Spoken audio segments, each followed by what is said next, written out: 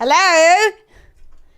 Guys, it's been a minute. It's been so long since I saw you all. I missed you. By the way, for those that are possibly rewatching the VOD, well, you know what? I'll tell you guys when I show my face. But whenever if anyone watches this on YouTube in the future, I do have the marker of when I'm watching the spring showcase in my description. So if you want to skip to it, that's in the description. But if you're here for the ride and here to enjoy the vibes, stick around. Stick around. Hi, Jules. Wait, I got to pull up my...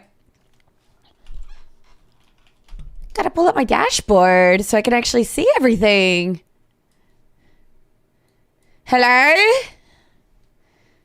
Is anyone out there?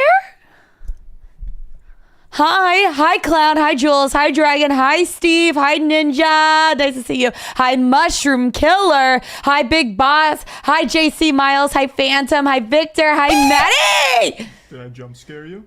Yeah, I bet I did. Gold Gamer! Thank you so much for the 9-month resub. Nice to see you. Hey, Amanda in chat. 9 months. Let's go. Welcome back. Thank you so much for sticking around for so long. I appreciate that. Hi, Harper Sullivan. Are you, by any chance, a fan of Sullivan King? Just per chance. Nice to meet you, by the way. And also, Gold Gamer, thank you so much for the 9-month resub over on Twitch. I appreciate that. Hi, Maddie Joe. Hi, Harper. Hi, Mad Dog. Hi, Black Cloud. Hi, Kara. Hi, Pookie. And also, Prime coming in first. Gold Gamer, hello. Hi. Hi, guys. I'm going to do my best to not look silly on YouTube because... the audio doesn't play. You know what? I need to make a separate layer for the audio that plays the intro sound so I can like separate it. Yes, I'm a fan. My friend Bella Hugh, she's a DJ in Las Vegas and she's opening up for Sullivan King. And I'm like so freaking pumped. I fucking love Sullivan King. Fucking love Sullivan King.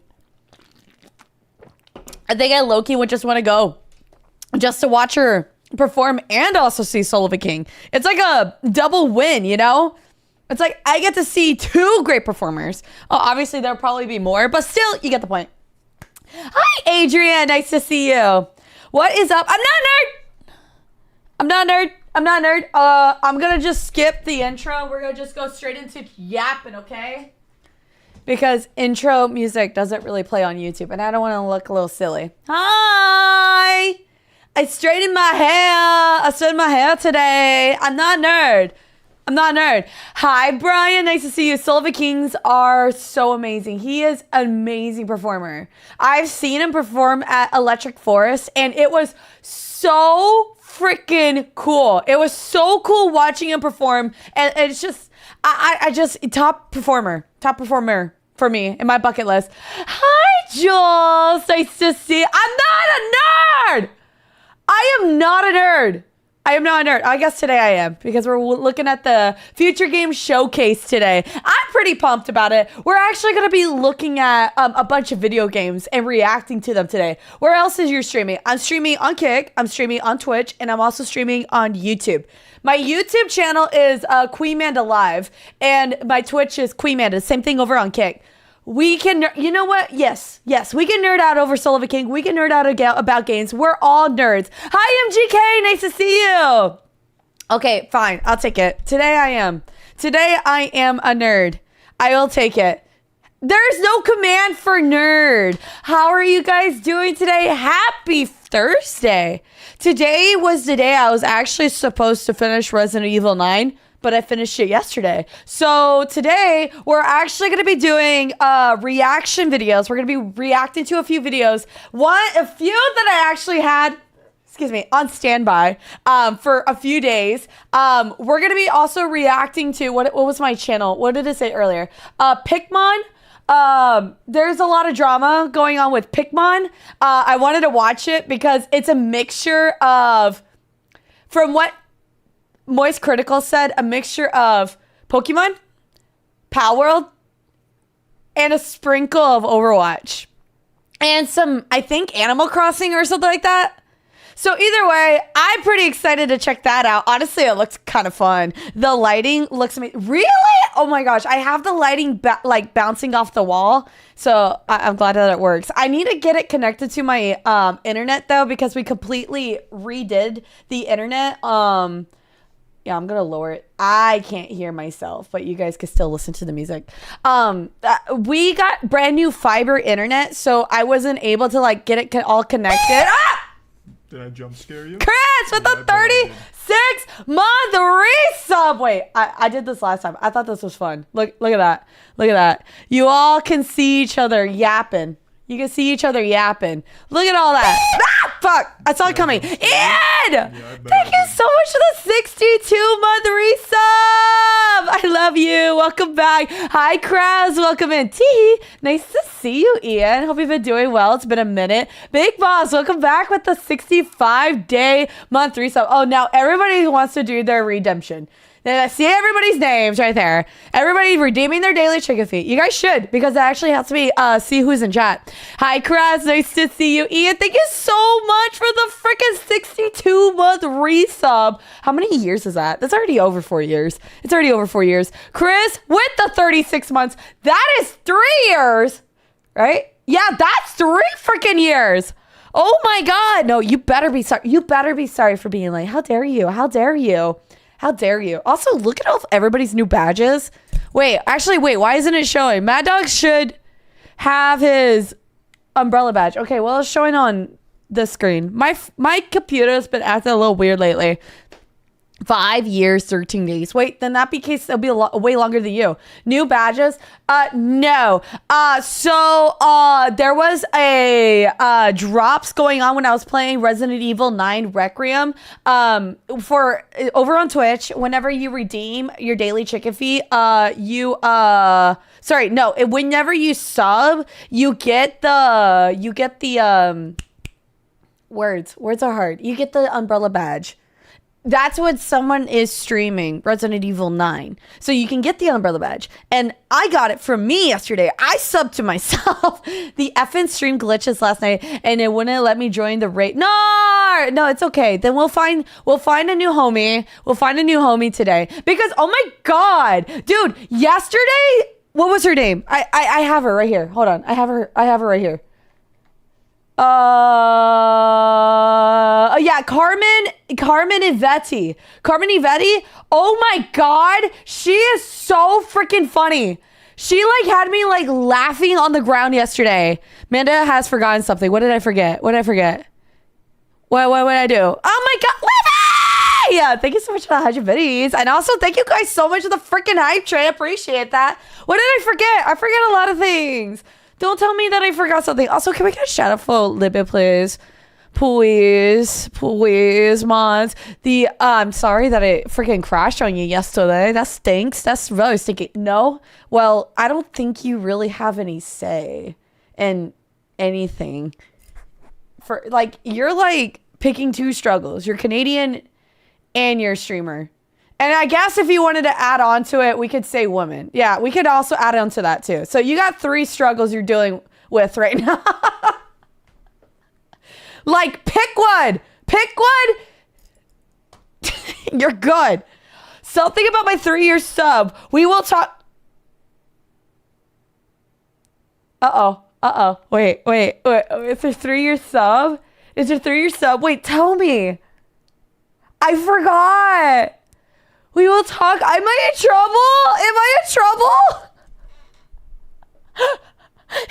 trouble? Uh-oh. Damn, just pick one struggle at a time, literally. Also, for those that are over on Kick, look, and on Twitch, look. I'll pull up. Look. Oh, shut up. I'll pull up. Shut up. Wait, I can do this. Like, hold on. I can pull up the YouTube. Background, so it's not like you guys are left out, okay? Look. I show y'all. Look at this. Whoa! What? Look at that! Look at what's happening on viewer activity. Nothing, but that's fine. Look, we're excellent. Y'all are healthy. Y'all over on YouTube are healthy, and we love that. And then Kick. Do I dare open up Kick? Yes. Okay, we're good. Okay, and then we got Kick. Then we got Kick homies. And then we got the Twitch homies. We got all of it. Let me see if I can move y'all over here. Yeah, that's better. Oh, fuck. Oh, my God. What? You can see me. I'm shoving a fucking mushroom up my ass. Okay. Brian!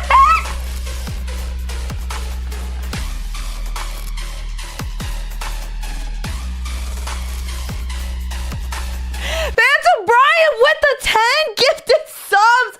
My God, thank you so much. I appreciate you. That is very, very sweet of you. And anybody that got a gifted sub, please take your gifted subber. Thank you so much, Brian. That is so hella sweet of you. Thank you so much. What the heck? And contributing to the freaking hype train. Thank you so freaking much. And also, anyone that got gifted sub, you guys better thank your gifted subber. You better. Right now. Thank you so much, Phantom Brian. Appreciate that. Then also, by the way, ever since I got back from my trips, I feel like this whole wave of new energy that I've been getting. I don't know if you guys can notice it, but like, I feel so refreshed. I feel so hella refreshed right now. Also, Askaskin, welcome in. Hi, Funny Looking Tetris Blood. Hi, Cowman. Hi, Mercy. Nice to see you. And Flame Grilled Freak, Mushroom Killer, Kraz, welcome in. These are all the homies that did the daily chicken feet. Girl, I went camping. And I think I had like a whole new life reset for me. And you know what also happened? Literally a few days after we left, that campground that we were staying at got freaking hit by hail. And honestly, wow, we literally dodged a bullet. Literally. It was golf ball size hail. No, softball size hail. Let me see if I can find a photo or video because it was crazy. I honestly was like, oh my God. Few days after we stayed. Also, for anybody that's in Texas, we stayed at a place called Los Maples. So hella pretty. It is beautiful. Trail. Look. Literally, oh my gosh, wait. This was a few days after. You see how big that is?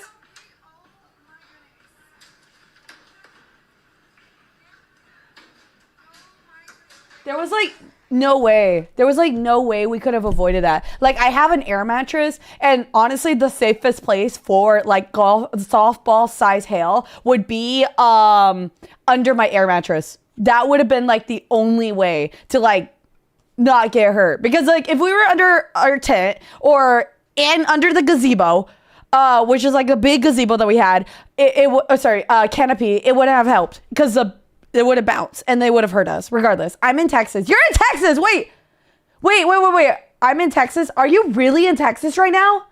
Party Marty, welcome back. Look at that stream streak. 65 days. Same thing with Dan. Same thing with Big Boss. Hello. What the hell? Sure. Wait, what? Are you in Texas? Wait, you said I'm in Texas.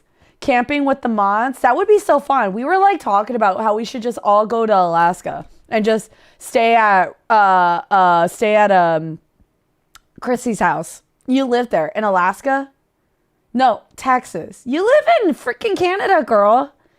What do you mean? You're almost there. 56-day streak. Let's go. Thank you guys so much for like, whether if you guys tune into the stream or if you guys just tuned in like maybe on the VODs, I really do appreciate it. That is like, that's so crazy to see that you guys are like, yeah, I guess I'll watch a stream. It's very sweet. And I feel very, very, very flattered. It would be, I would have punched through the gazebo. Yes. Like there's no safe space, like literally at all for being like in a hailstorm. It'd be bad. It'd be very, very bad. Hi, Super Positive. Nice to see you. Also, another thing that I think for being like my big oomph in my energy is that I'm back on caffeine.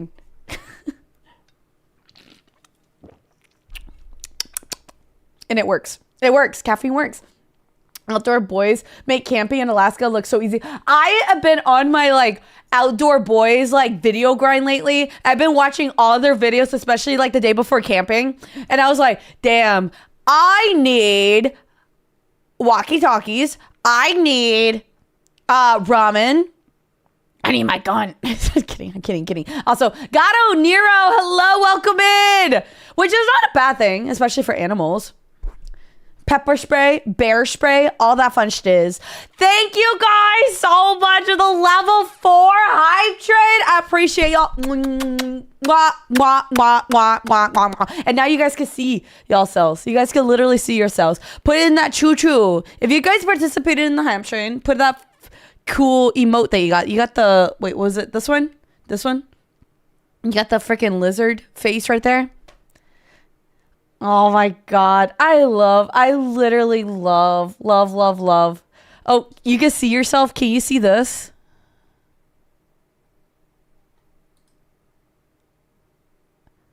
I'm kidding. Kidding. That was too much smooching. Chad is not blushing. You guys are. What we are. Got a fucking big old kiss. Hi, Shino. Nice to see you. And also, Phantom Bright, thank you so much for the freaking 10 freaking bomb. That is very, very sweet. Thank you so much. Also, with all our daily chicken feet, Libby with our freaking 100 Betties, and with the 62-month resub, Chris with a 36-month resub, Gold Gamer with a 9-month resub. Welcome back, guys. I appreciate you guys. Hi, Lord. Welcome in.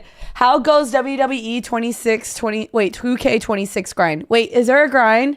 Is there like a ranking system in WWE? I am like so behind. Also, by the way, we are going to be planning the games for my birthday stream next week. Hi, cousin.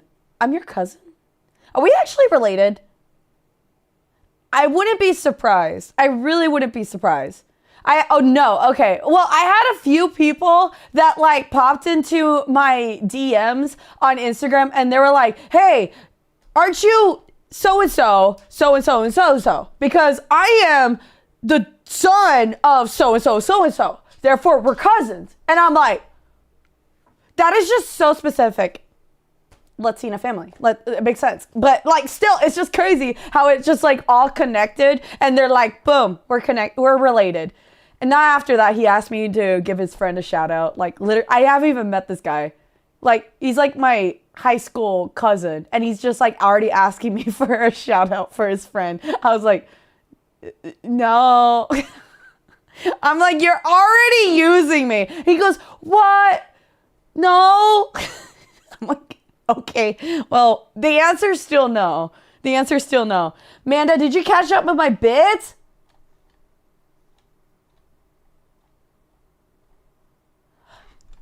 Steve, thank you so much for the 200 biddies 2 hours ago. Thank you so much. I appreciate that. Thank you. I appreciate it. Thank you. In a Mexican family, every around your age is a cousin. Everyone older than you is your aunt and uncle. Literally. You know what's funny? I actually have in my mom's side, which is my Mexican side, she has a cousin who is technically my aunt, and she's younger than me. And I don't know how it works. I'm planning on pre-ordering. When is it coming out again? April, right? Of next month. Wait, what is the date of Tamagotchi? Hold on. Tamagotchi. If that be the case, because April 16th. Hold. I need to look at my flights because I am going to go to Detroit, Michigan for Gamers Outreach later this year. Michigan. My flight. When would that be again? Oh my God. You know what would have been super cool if the game came out during that charity event, I would have loved to like make an incentive to like put you guys in the in the Tamagotchi world. I feel like that would have been super fun for like a charity incentive, but it's gonna be 3 days after I get back, so oh well. Your mom, hi Ponky, welcome in. I forgot what you said, but I said, do you want to go bowling cousin, and you didn't get a reference, so I had to ask if we were cousins. Oh, I didn't get that reference. Almost birthday time. Yes. Okay. So I know you will like this. So I said I'm still working on the name. I'm calling it the Manda finishes her unfinished games-a-thon. So where I have on my list is Cyberpunk, Red Dead Redemption, Persona 3, and Chicken Feet. Those are like the 4 games that I have, at least right now. Always on the pre-roll ads. Well, I appreciate you so much for watching the ads. Flash Fight RX sent. What's up, nerd? Hi, Flash. I'm not a nerd. Time to finish Dark Souls. Oh, wow. You know one game that I actually do want to play? Elden Ring? Elden Scrolls. Elden Ring. That's like a game that I've been feeling like I low-key want to grind. Because it's like every like gamer I feel like has played Elden Ring. Oh my god, I've also forgot about adding Expedition 33. Manda attempts to finish unfinished games. She will not finish them. I will. No, I did not finish Expedition 33. I have like a whole list. That's why the subathon is called what it is. It's just gonna be me grinding out all these games I never finish. I'm a pro at Elden Ring. Are you really? Makes sense if you like Dark Souls. Hi, Relentless. Nice to see you. You think it should be first? Okay, bet. I think that's a good birthday gift for myself. Is to finish that. Because, yes, it's game of the year. And I was so far in. I don't know what happened. I got so lost. But now I'm back. And I'm going to grind out all my games. So, the plan is to, like, subathon. It is going to be capped. It's going to have... I believe where I'm thinking about is like just a week long game-a-thon. Oh my god, wait, hold on. That's actually not a bad idea. Hold on. Game-a-thon. Hold. Grind-a-thon. No, that's so bad. That's hold on. I'm gonna look up AI to help me come up with ideas. Hi, Chatty. I want to do a birthday subathon where I want to finish. Did I jump scare you? Fluffy Unfiltered! Thank you so much for the 2-month resub. Welcome back. I appreciate you. And I also hope you enjoy your multi-activating your sub badge. I have played and beaten Elden Ring multiple times. It's easier than the other softwares, but it's kind of difficult and kind of long. Oh, yeah, I know that. I was also like thinking like just a whole sit-down gameplay. 20 cent. I'd quote we have planned, but my 12th wedding anniversary is Saturday. Can't believe my husband has dealt with me for that long, lol JK. Part of me feels that same way with you guys resubbing. I'm just like, how? It's hard but fun. So it's like more like a reward. Like, wow, I did this. Let's go. Okay. Birthday subathon where I finish all my unfinished video games that I never completed. Can you help me come up with a few titles to call this subathon? Let's see what that says. Okay, here's a few things that they came up with. The Backlog Birthday Bash. Oh my god. Okay, well, God of War, I did finish. I just didn't finish the DLC. Queen Manda Backlog Beatdown. The finally finished shit birthday subathon. That sounds very sus. I want to play Schedule. Schedule was so fun. I made my book announcement. Ah! Wait, it comes out March 18th? That's my birthday. Fluffy Unfiltered sent. I made my book announcement. My book comes out on 18th March. Oh my god, that's literally a birthday gift for me. Please send me the link so I can pre-order. Relentless_fog sent. The slacker stops slacking is a good title. Oh my god, wait, that's actually not a bad one either. That's not a bad one either. Oh wait, it says the procrastination purge. That one's a pretty good one. Backlog therapy session. The procrastination purge. The birthday backlog bonanza. Oops, all unfinished games. Corny, I know, but it's a good, like, what do you call it? Like, base for us to move up on, you know what I'm saying? Birthday boss rush. Okay, so that's cringe. Yes, that is cringe. Bro, nah, you can think, okay. Bro, you can think better with your noggin. Sometimes my brain go burr. I like the procrastination thing. That one's a pretty good one. Okay, so what we are going to do today...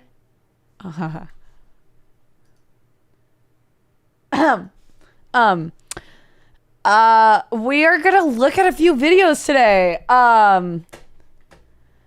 So one of the games, or one of the things I wanted to watch today was the downfall of...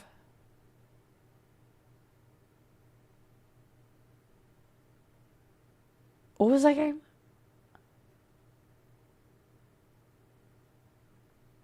Highguard! Yes, Highguard!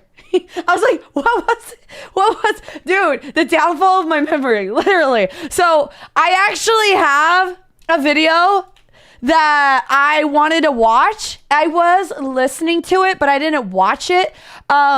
This is made by a content creator called Mujan. He is a very, very, very smart dude, considering like how he has makes his videos. He does video essays. And this video is 52 minutes long. But it was so good that I had to pause it. And I was like, man, I want to react to this with the community on stream. So you watched it while playing League. I was like, wow. Like, I was shocked. Like, I already know about, what was the other one? Comcast? No, not Comcast. Concord. Concord was... Wow. Concord was a huge flop. It was so bad. I've never seen anything fall apart so fast, and how a company can waste so much money within like a year span. It was a game made by Sony, and they had to take it down. And the game cost like over like $100 million. I might be overestimating that. So today, no, don't fuck Sony. Don't fuck Sony. They make good refrigerators. They make great TVs. And they also made my PlayStation. Take it away, free rounds. Okay, well, you do have your own Fluffy battles Unfiltered you're sent, dealing with. I got to ask, is there any way I can gift you a copy as a birthday gift? Yes. If it can be done through my throne. I need to reopen my P.O. box. Maybe I could do that for my birthday. Maybe just open up my P.O. box. But yes, I want one. Look, it'll be back here in my book collection. Just don't send me a dictionary, okay? I don't have that much space. Unless you want to give me a dictionary. Okay, so...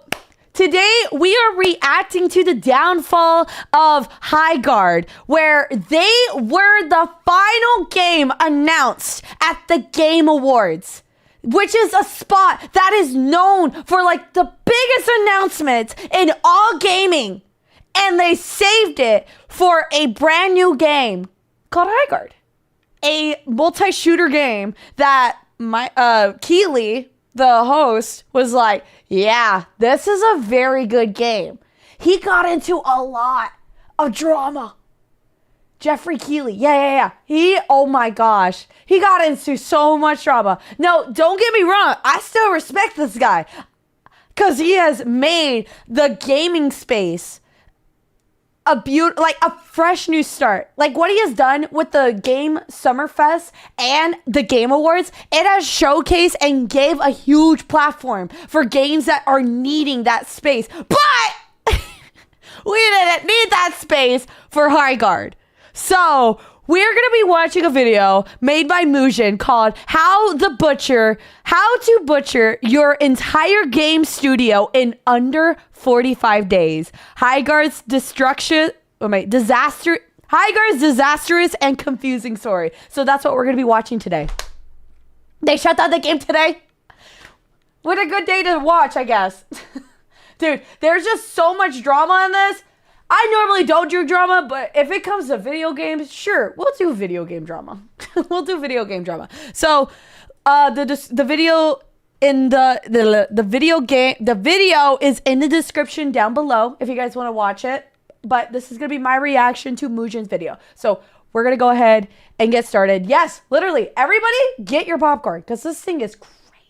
It's crazy. $1 million. That's how much it costs to have a game trailer be featured to the millions of people watching the yearly. Can I pause for a second? It's crazy because I feel like when I reacted to it on the Game Awards, I saw it and I was just like, oh, okay. That looks fun. I just didn't want to say that it wasn't I didn't want to say that it was mine. 10 seconds in, Queen pause it. I'm sorry, but I just wanted to say that. Game Awards ceremony. Sorry. However, during the final game reveal of 2025's award show, usually the moment everyone is waiting for, we'd see the showrunner preparing us to witness a new revolutionary multiplayer game made by an independent, self-published studio. And you know what? He wasn't exaggerating. In fact, the game was so revolutionary. You don't understand what you just did. That wasn't funny at all. That was not funny at all. I'm scared of his community. That it managed to get bombarded by negative reviews from the moment it launched. Proceeded to lose over 90% of its player base within less than a week after launch. Fired 80% of its staff in barely 2 weeks after launch. And shut down the entire studio as well as the game itself in less than 45 days after launch. The story of Highguard is one of utter mismanagement, it hurts me the lies about its most independent status, how much and money, uncontrollable hubris that spanned over half a decade of development. I mean, it was such a disaster that it most likely burned through tens of millions of dollars of funding, with some even theorizing that the total amount could have been over 200 million. So how did these developers that worked on nothing but industry-defining blockbusters over the years fail so miserably? I have to give also this too. I mean, like the contractor jobs when it comes to like, well, I don't know if they're contractors, but like the fact that they put so much work into this and for it to be shut down in 45 days, I feel for them. I do feel for them because I don't think anybody would ever want to produce a game just for it to be shut down, you know? It's like you work so hard on a project and it's literally and it's just gone, just like that. I cry. And why did one of the most influential figures in gaming decide to stake his entire reputation all for the sake of peddling Highguard harder than any other game in his career? Well, as you might expect, he did not need to back this horse. Very messy. He did not need to back it. And has a lot of details. So, without further ado, let's do this.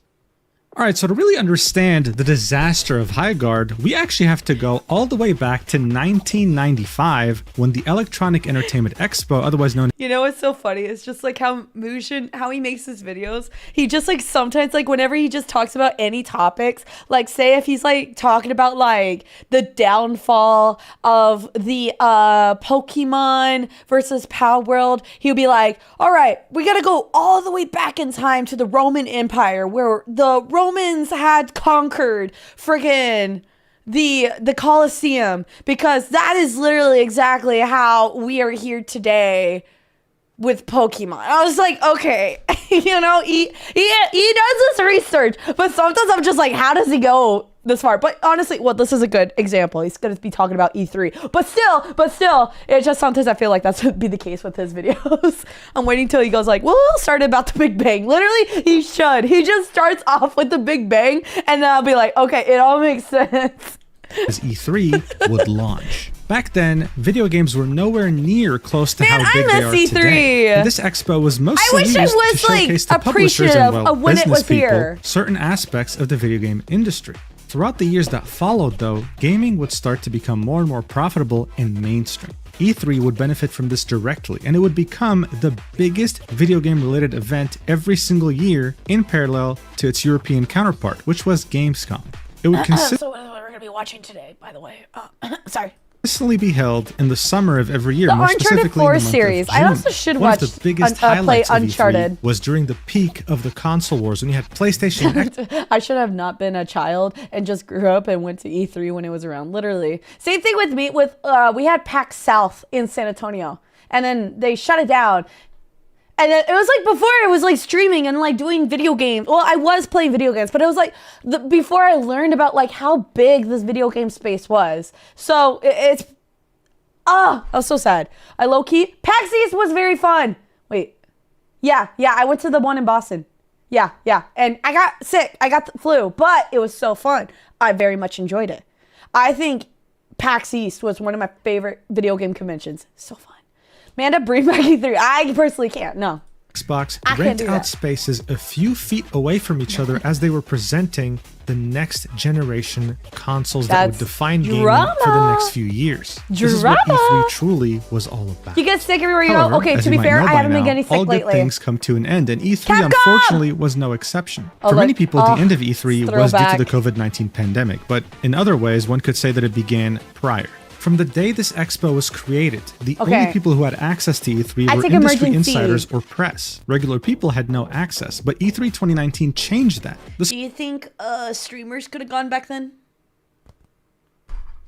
allowed 15,000 regular people, non-industry insiders, to buy tickets that I'm a were priced at publicist. over $100 so that they could, for the first time, join I'm a in on the publicist. fun. This showed that E3 was looking for more ways to make money. It simply wasn't sustainable to run this based purely on industry 2019. insiders. In 2020, the public passes were going to go from 15,000 to 25,000, showing a That's real how I need would of more ways to also make money. However, Photoshop a due to photo the too. pandemic, everything came to a halt. Unlike other I wasn't, but I conventions or could've. events that brought their content online or remote, E3 decided to pretty much kill everything. 2020 was the only year since 1995 that had nothing to do with the Electronic Entertainment Expo. Sad. Now look, it's no secret. There are certain developers like Nintendo who've been holding their own Pac-Man, so I presentations still need every to play single that. year since 2014. E3 shutting down in 2020 only made it more clear. Nintendo Direct is not only here to stay, it should be the primary source of Nintendo news. Xbox, who would usually reserve their biggest announcements for E3, would take a page out of Nintendo's playbook, inaugurating the Xbox Games Showcase, which has been, since that year,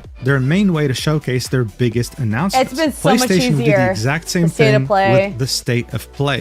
In That's who 2021, Tony's E3 was still not Photoshop. held physically, but this time they held it remotely with anyone able to join. They were hoping to return to an in-person event by 2022, but those plans were also completely scrapped, and there wasn't even a digital event. It was just like 2020. They were finally meant to bring back Damn. E3 physically in 2023, but due to the lack of interest by publishers who had already spent so much making their own shows, they just decided to flat out cancel it. This wasn't Honestly, I would just throw in all my cards too at that point. Like if I'm already like, you already digged your own hole by just like pulling out of like showcasing other games. And a lot of video game companies save so much money by doing them themselves.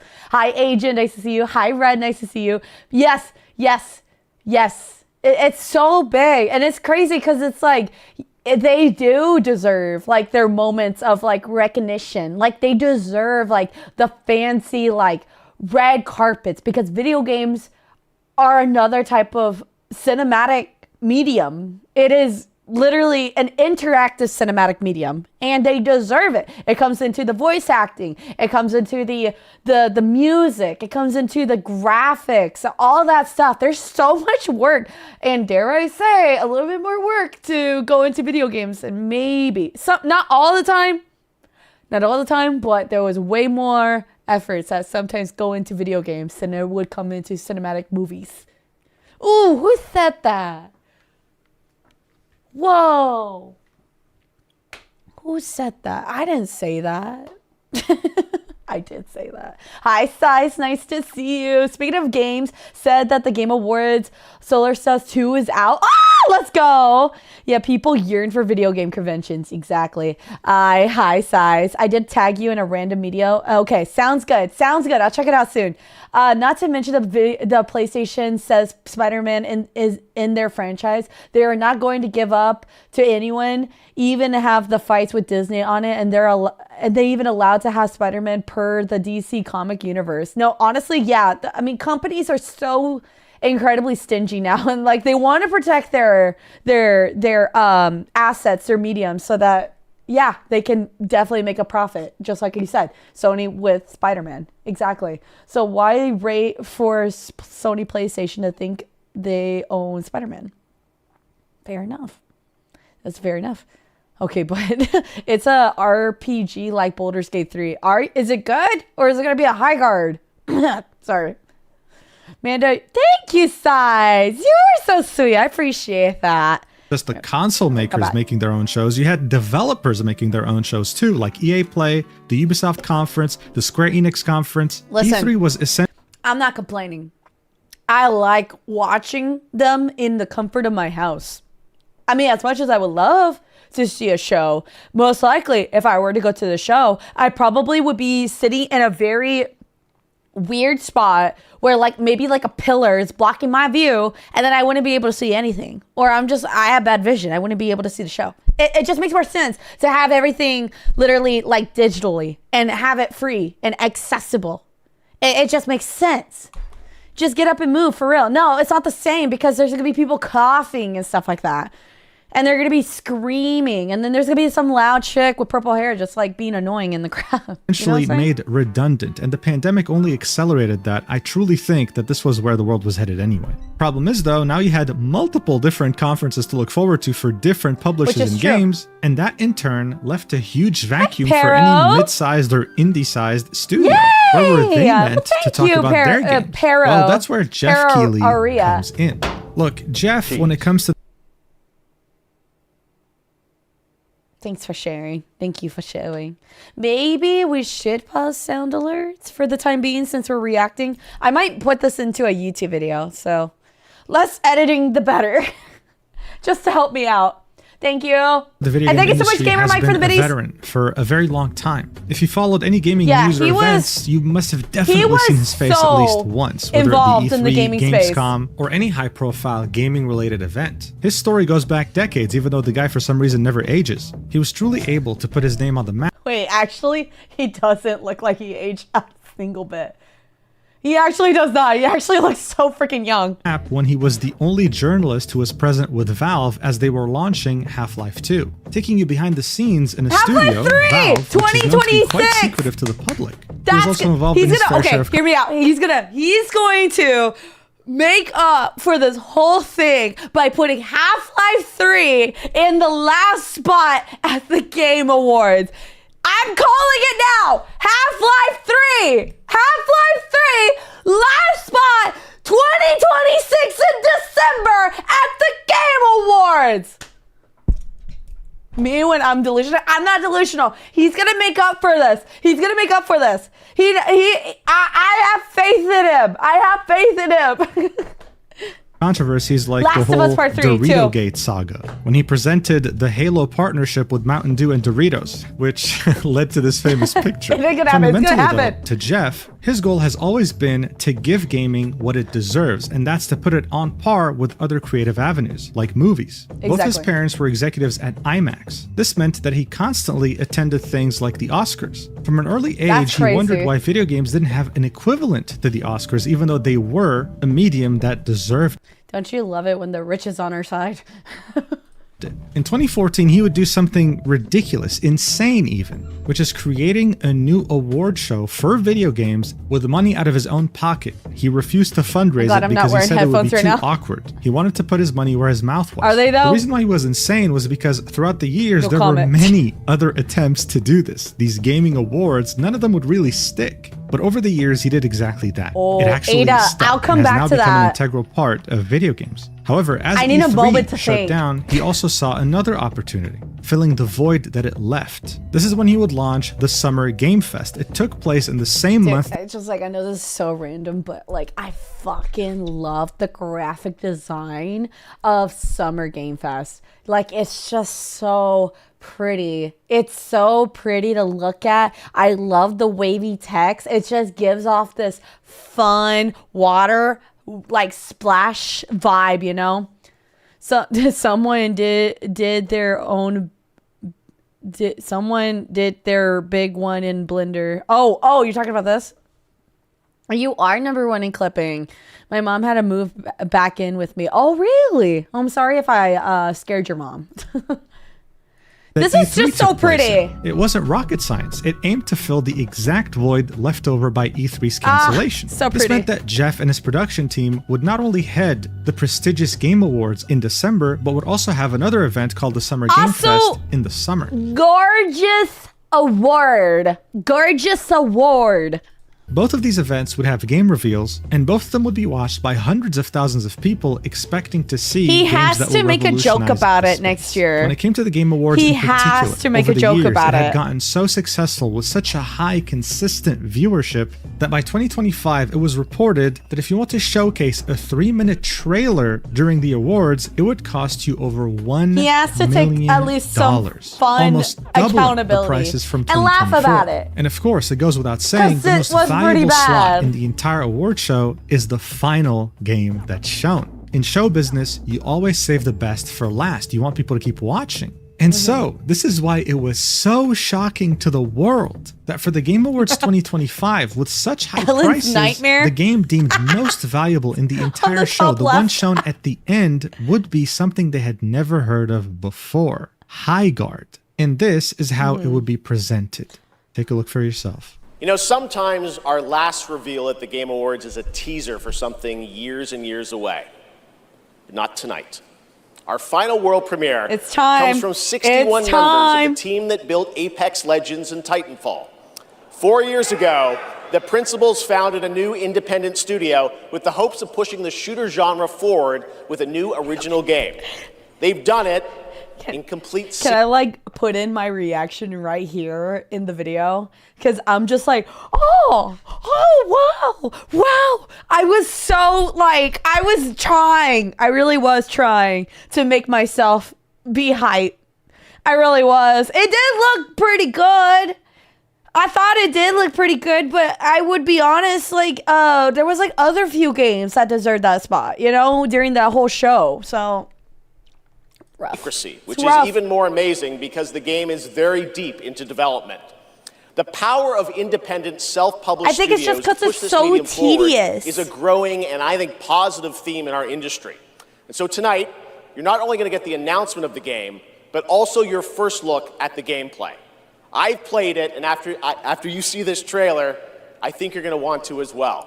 Welcome to Highguard. Okay, but you gotta give credit where credit is due. That man can fucking sell a game at the moment, you know? But he should have stopped right there. 1,200 likes on the video, 17,000 dislikes. Now, I'm not going to show you the gameplay just yet. You need even more context to understand just how ridiculous everything he said truly was. Prior to sounds this like Game Jimmy Awards show, Kimmel. Jeff would tweet coordinates, okay, on Twitter, just randomly, that would lead you to this weird statue in the middle of the Mojave Desert. What? It was an enigma. For weeks, people had no idea what it was. This was the main mystery of the Game Awards, and that game ended up being none other Divinity. than Divinity, made by Larian Studios, the Yeah. same people who made Baldur's Gate 3. To many, this was was the the biggest big game one. of the Game Awards. This was meant to be the final game to be shown, right? Yes. The biggest event of that day. Instead, what people got was a game they never heard of before, that looked fairly generic, that didn't really seem to make it clear what it was about. Jeff had Yeah, hyped this up it like a didn't. revolutionary title, but it looked like any other game you could find on Steam right now. Pretty Pretty crazy. That's right. Highguard launches in just 7 weeks on PC, PlayStation, and Xbox. It is insanely fun to see, fun to play, as you saw in that trailer. You know, this was my little take about it. I also understand why people are like, upset. And like how they deserved this one spot, and then the game probably should have been like over here. And I get it. I get why people were upset. Here's my thing about it is that I haven't finished the video. But I feel as though the whole thing about people being upset that they put this game at the last slot, like, technically, yes, it's like a whole game awards show where everybody appreciates and they anticipate for the last game. But I feel as though is it like all in his control? Because like, what if I don't know, what if Divinity didn't want us to drop $1 million for like that last spot, But obviously, I did look a little bit further into it. I know that Highguard had some money, but like, is it? I don't know. Kind of. Like, I also understand it, but I feel as though people are getting very upset about him putting a game on the last spot. I feel like it's not all him, And on top of that, it's a business. Like, I get it. But I also understand like why people are upset. It's like, I feel like it's a double-edged sword right now that I'm seeing. They had the money because the investors saw the Apex creators behind the game. Yeah. By the way, Amanda, I couldn't figure out the throne link. Is there even an option? So in my throne, there should be like send a custom link. And if it's like on Amazon, I think you could send it that way. If that be the case. I think that'd be the case. But it's all in my wish list. It's going to be at the very end, the bottom. So, obviously, I know it's like a hot, very, very lukewarm take, But I don't know. I feel like, it's like, are we going to get really mad at Jeff for choosing the game with more money? I don't know. Someone paid $1 million. I'd show squirrels doing it on the like, literally. And then they're going to get mad at him. I guess maybe there should have been like some background checks and like, or not background checks, but like a little bit of like a community or a committee that probably all decides it. Cause I don't know. I feel like that would be the case, but I don't know. It's like, are we going to get mad at him for just choosing money? Then it becomes more about money instead of video games. And then it loses the passion. Okay, that's a valid thing. That is a valid thing. Because this is what the whole thing's about. Like, it should be showcasing the beauty of video games. You were right. You are absolutely right. And then I back up. Look, I'm backing up. You're right. My hand's up in the air. YouTube, please don't attack me. I understand I was in the wrong. I was wrong. You know what? What if I just edit that out? You wouldn't even know. I'm kidding. The VOD would know. Money is great, but all of the gaming show, you all need to show the best in games who spent the most money to the showcase. Okay, fair. It's very, very, very fair. Or he had to say, and the producers were like, this is the order, and this is what you say. This is fair. Or, hear me out. It's like, if the games were all like, if they got like a bunch of games that were like, here are the games that we want to showcase. And then they like kind of like go through like the funnel of being like, okay, we want this one in their show, we want this one, and then they like place the orders of like where they wish for the games to be, and then they send the invoices. The thing is, I don't know how these shows work, Yeah, Gigi, I'm not being canceled by just asking if money be the reason for the choice of Highguard being the last thing. Get canceled for asking questions, please. Genuinely liked. Yeah, it sounded like he either liked it or he was like he was like attached to it in some way. It just kind of felt like that. Wow. Okay.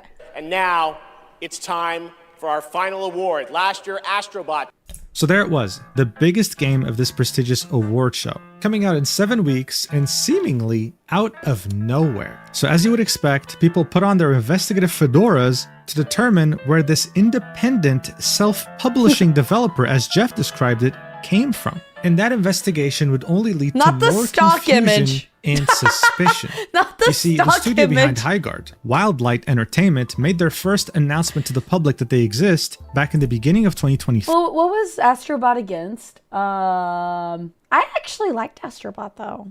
Astrobot was fun. 3. Here I we can played see the the free design one. and creative director of Wildlight making a tweet saying, "What have I been up to over the last year anyway? Working hard on a game with amazing people who I trust very much. Today we announced Wildlight Entertainment, our new studio. I've never been happier, prouder, and hyped for the game we're working on." As we can see in his Twitter bio, he had worked on Apex Legends, Titanfall 1 and 2, Modern Warfare 2, and Call of Duty World at War. to Which name is a few. So crazy these are resume. Very well-regarded games in the industry. I keep getting these freaking extension upgrades.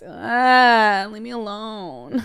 When the studio would also create its Twitter account saying, "Hello world. We're very excited today to announce our new game studio, Wildlight Entertainment. We've got big dreams of creating an epic shooter IP." And here Do we we can see see any a gamers? Zoom call of 22 different staff members that were working at that studio as We're- early as 2023.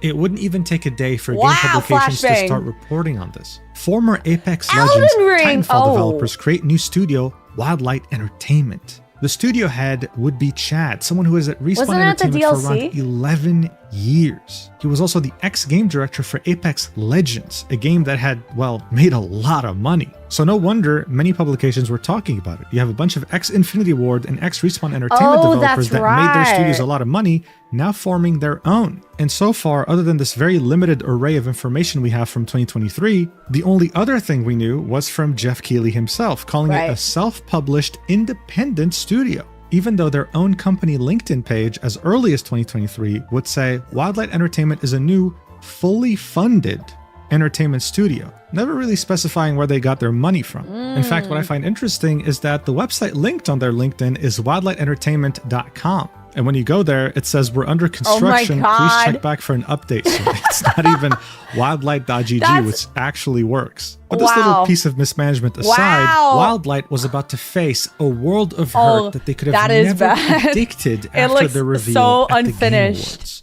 You see, back in 2024, Sony launched Concord, a multiplayer shooter that was meant to be live service that cost over $400 million, and that was such a disastrous flop. It shut down an I was wrong about my numbers. I said it was 100 million. It was 400 million. Oh my God. This is like CNN X. Yeah, I checked, but can't. Something just happened. Pre-orders just went live at Barnes & Noble's 15 minutes ago. What is the name of it? What is the name of it? Holy light mode, Mr. YouTube man.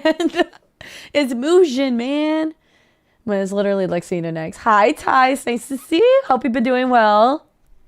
after 2 weeks. I mean, it resulted in a studio that Sony had bought to shut down immediately afterwards. Check it out. This made many people ask the question, who asked for this game to begin with? Ever since then, whenever someone comes out with a newly announced live service multiplayer game, they're placed under 1,000 yes. times more scrutiny due to It this. is very And while I'm sure okay. the Highguard To be fair, develop- it's like it feels like as though lately, like a lot of like multi-shooter games are copy and paste. Like Valorant really did do something really different with like the whole like agents thing with different abilities, and adding on the top of that, like you can't like choose like the same ones on the team. So it's like you actually have to be adaptable. I thought that was a very cool idea. But yeah, it's like it feels like a lot of new games now. It's just like I don't know. There's just something that just doesn't feel right. And when Marvel Rivals came out, I actually was so like iffy about it because I was like, oh, it's gonna be like another Overwatch, and Overwatch hasn't been doing well. Well, I guess it has been, but there was like a few people that just took away from it because of how toxic it was. And then Marvel Rivals came out and it just freaking blew up, man. Yeah, Overwatch walks so Rivals can run, literally. Because Marvel Rivals like blew up to the point that I was like, wow. And it even had its own drama.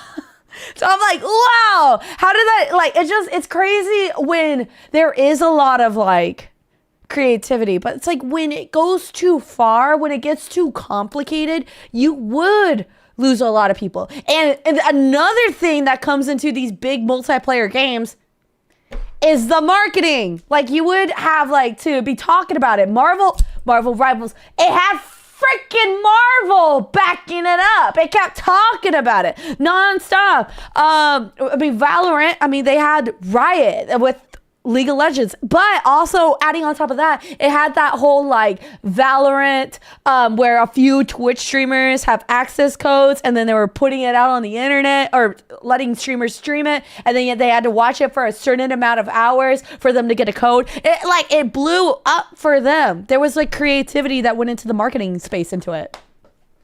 So literally, yeah. The thing with Rivals was that it had Jeff. Yeah, it had the show. Ah!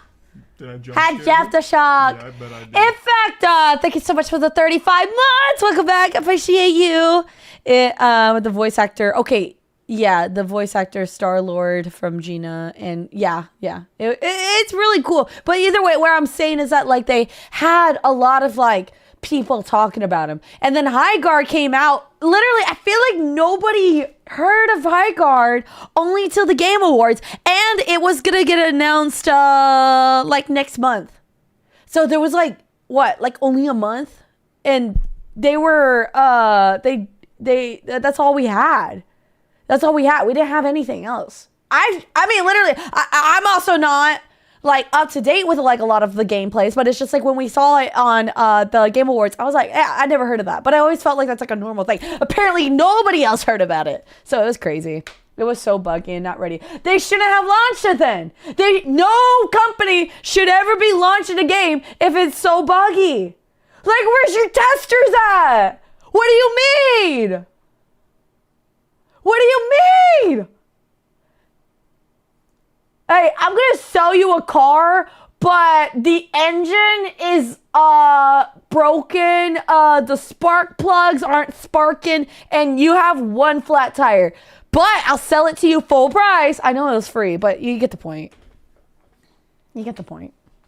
Yeah, they could have left it. They could have set it out on beta. Yeah, they could have done beta testing. It feels like if they were so buggy, it should have been like beta. The testers were the devs. Oh my god. Bye. After working in secrecy for so long, we're so excited about the Game Awards reveal. What they could have probably never expected is that people were making direct comparisons of their game Crimson Desert? to I don't think I've heard Concord, that, but it sounds the pretty worst fun. thing can ever hope to happen in this day and age. Based on this uninspired generic gameplay they showed during the Game Awards, even with Jeff's insane hype towards it, it seemed like it was going to be nothing more than a Concord 2.0, any developer's worst nightmare. But you know what didn't help at all? Highguard's social media page would tweet almost immediately after the trailer would come out during the Game Awards, saying, "What a night! We'd like to extend a big..." Oh. Ooh. Ooh. Ooh. Ooh.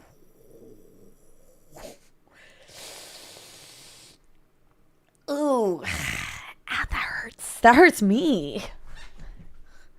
You have not heard of Crimson frickin' Desert. Wait, is that the MRPG game? Not the 1K Lights Dog, dude. That 66 bookmarks. Oh,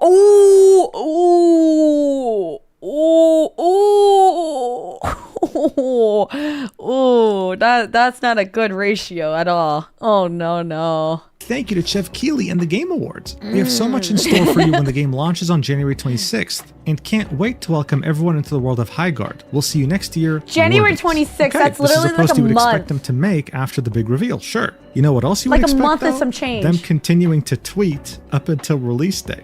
Except they didn't. They Okay. literally disappeared. To the point where many gaming publications, including Forbes, would start making articles about how they went MIA right after the Game Awards. No new videos on their YouTube page, no new tweets on their Twitter account, nothing. Radio silence, and the game was meant to come out 3 weeks from then. This article was written on January 6th. The game was going to come out in 20 days. 6 days later, Paul Tassi from Forbes would write another article on January 12th, titled The Highguard Mystery. 2 weeks to launch in complete silence. Now look, to be fair, this... Dude. No. even like streaming space, like if you're about to do like a whole event, like if I'm doing a subathon or it's my birthday-a-thon on March 18th, I would make a tweet about it. I would be reminding people because guess what? Not everybody will be like remembering about Highguard. I mean, it did leave a mark, huh? There's this thing called bad publicity is good publicity, but damn. It was just so bad that nobody even was talking about it. Could have been a genius marketing move. Everyone was talking about this game, saying how they probably closed down or declared bankruptcy right before launch. However, in my opinion, you'd be naive to think that there's no such thing as bad publicity all the time. No, there are exceptions. This isn't the Wolf of Wall Street. When your game is being called by so many people Concord 2, it becomes a self-fulfilling prophecy unless you're there to stop it. Highguard wasn't there to stop it. In fact, like, a new theory... Like, did they not, like, at least have one person on the team just to, like, have access to their Twitter? There had to be someone.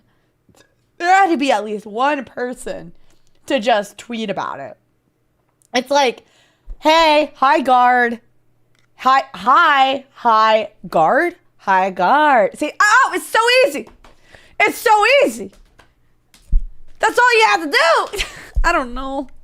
Is popping up now, the fact that they weren't even going to release anymore. And just as you thought that things couldn't get worse so shortly before the game was meant to launch, things got even weirder. The senior writer of Gaming and Tech Adventure Beat, Imran Khan, would come out with the news. Highguard did not pay a single penny to be featured in the most valuable spot in the Game Awards spotlight. Huh? That's right, the same Game Awards that charges $1 million for 3 minutes gave its most valuable spot during the entire show. So it definitely isn't. It isn't about the money. It was about the showcase. Like, hey, like you said.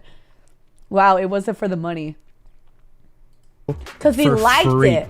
On January 17th, 2026, 9 days before the game was meant to come out, Forbes would also confirm this, citing 2 separate sources that reached out, confirming, yes, they didn't pay a single penny. Jeff just really liked the game and offered it to them. What? So there they were. 9 days. What? Jeffrey.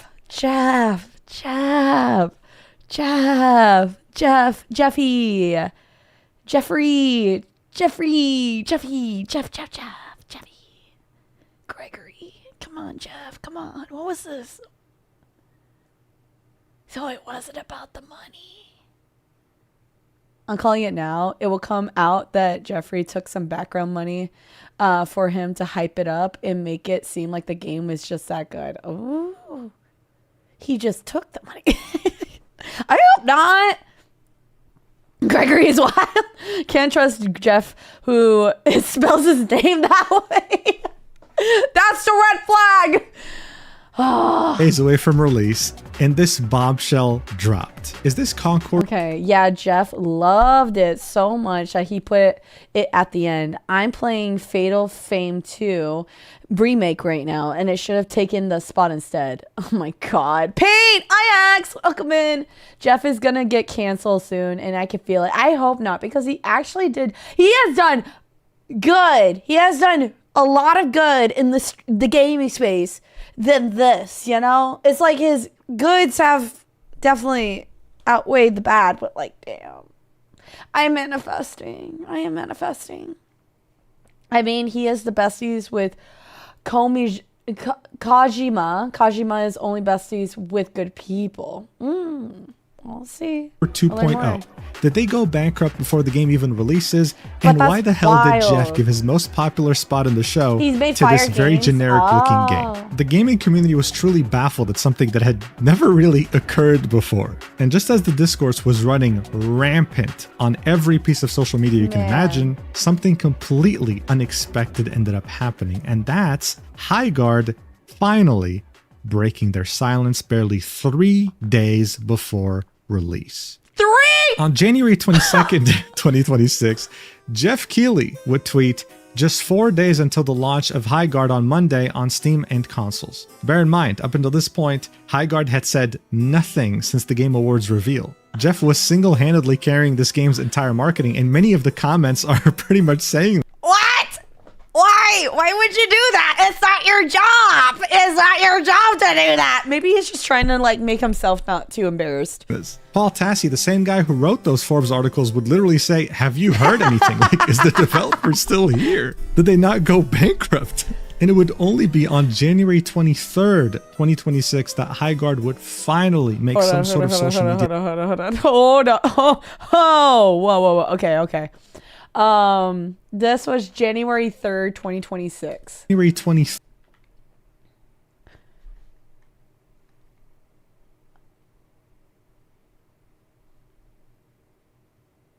The day before?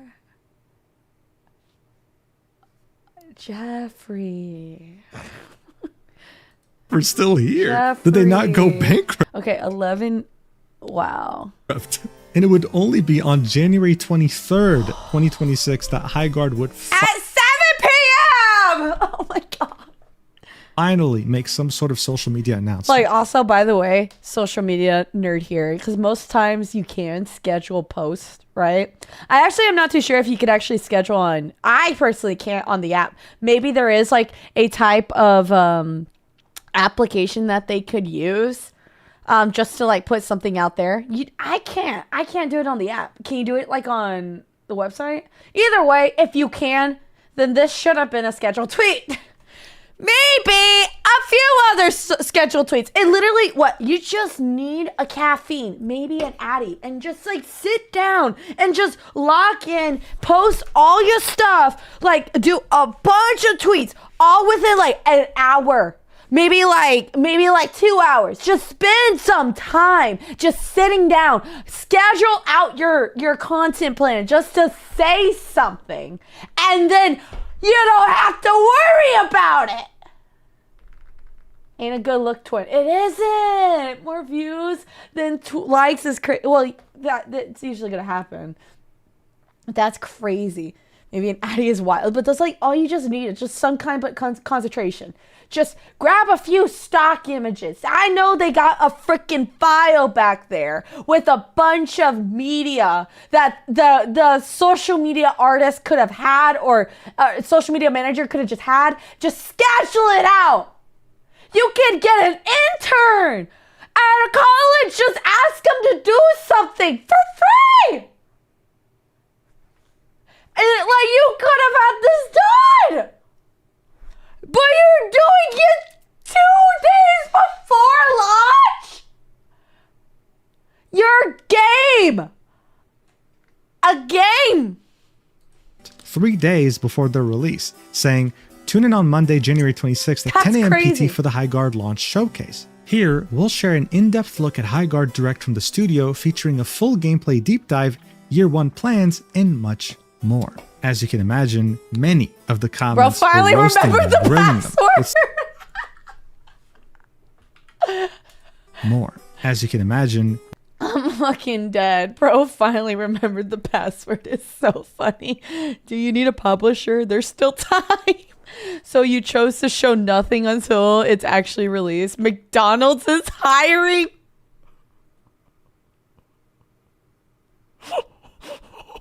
Oh my god. Honestly, I respect the going dark all the way to launch, not overhyping, just simply gonna let the gameplay speak for itself. Oh no. Oh no. many of the comments were roasting them, grilling them, with some acknowledging that this might have just been a very Insane good marketing strategy. The Highguard account would then begin a countdown, posting every day up until release, saying 1 day remains. And you know what? Looking at some of these 420 replies, there was some excitement brewing. Okay, people were that's very good. curious to see, why was Jeff talking about... I genuinely don't think it was intentional, though. I don't think it was intentional. I think because Jeff literally announced it or said something on their tweet, they were like, oh shit. Oh yeah. That's what it's giving. You know, it's like, oh yeah, we got a game launching soon. The tweeter. this game so much. And God, talking about it was an understatement. The guy couldn't stop talking as if they held his family hostage. On January 23rd, he would just tweet this image randomly saying, Highguard, January 26 at 10 a.m. PST, signaling when it would release. Someone in the replies would say, thanks, Jeff, to which Jeff would say, see you online. It's a special one. The next day, he'd post a badge saying, I first went hands-on last summer and had so much fun with Highguard. Now it's your turn on Monday. Curious what everyone thinks. On that same day, he would post a GIF saying, in 48 hours, I'll be accepting your apologies. So when Highguard comes out. On January 26th, when the game would come out, he'd post a screen cap of a Polygon article. The title was, Highguard isn't dead on arrival. In fact, after 4 hours, I'm convinced it's one of the best new shooters in years. This didn't really mean much though, because Polygon thought Dragon Age... This is like a random thing, okay? Mujin is literally cooking this video by putting like this funny laughing background track because I am cringing so bad right now. Oh my God. He is a great editor. He is a great editor, or whoever his editor is, lock it, because this is a good music choice. The Veilguard was actually good, along with Concord. 1 minute later, after that Polygon post, he would make another post with 4 different images of the game, the images saying look good. screenshots from Highguard, now live and free. Look, I think you get the point I'm trying to make here. This guy was tweeting and talking about this game more than their official account. And when I say this guy, I mean one of, if not the most influential voice in video gaming. For some reason, he decided to stake his entire reputation on this game being a success, being fun, being good. So much so that he gave it his you have such a good point there. Keep in mind that they have show screenshots and not the actual gameplay. Oh my God. most valuable spot in his show. At this point, there was 3 possibilities. He had a financial stake in this game, his family was being held hostage by Highguard devs, or he just genuinely wanted to help. Regardless of those possibilities, though, he just staked his entire reputation on this game, and that meant something. Some of the biggest streamers and content creators would check out this game as soon as it would release. Yes, of course, some would be sponsored. That was Highguard's social media strategy, similarly to Apex Legends. We'll get more into that later. But let's not pretend that they wouldn't have played it anyway, because, God, the curiosity would kill you. Why is this guy who's so influential in the video game industry staking everything for it? It must be good, right? Well, actually, it was, dude, it was fucking carnage. The trailer turned out to actually do it a lot of justice. It was generic as hell. Jeff's efforts would make it so that the game had 100,000 concurrent players on release. That's a crazy number. However, even Jeff's endless marketing wouldn't prove good enough if your game just doesn't cut it. And it didn't. The player count would fall off very quickly. Almost a day after the game would come out, Jeff would tweet, Kaylee reading the comments and muting the tweet. Thoughts on Highguard? Thoughts on Highguard so far? This tweet has over 7.5 million views, 5,000. Oh my God! Oh my God! Why is Asmon here? Oh my God. 900 replies. It was safe to say that he didn't really get the response he was looking for. I'm sure he was hoping for, Jeff, you're right. Sorry, you proved me wrong. But instead, he got the absolute opposite. Trash. And of course, one of the biggest questions being asked at the time was, why did he shill this game so damn hard, knowing that it's nothing special? Someone would at Jeff saying, hey, Jeff, I was wondering if you financially backed Highguard during development or own some percentage of the company. Obviously, you don't have to answer. Just curious if you have any incentive with Wildlight Entertainment if they hit certain earning thresholds. Which he would reply with, lol, absolutely not. So this meant are we gonna take his word for it? Yes, I feel like we should, obviously, right? He would be honest. He would be honest. As I listed earlier, now we're down to 2. Either Highguard developers held his family hostage, or he genuinely was just trying to help. Well, as I mentioned, even his help wouldn't be enough if the game wasn't up to par. On Steam, the game would open up with overwhelmingly negative reviews, with only 17% of them being positive. The main complaints were poor performance, uninspired art direction, and just tedious gameplay.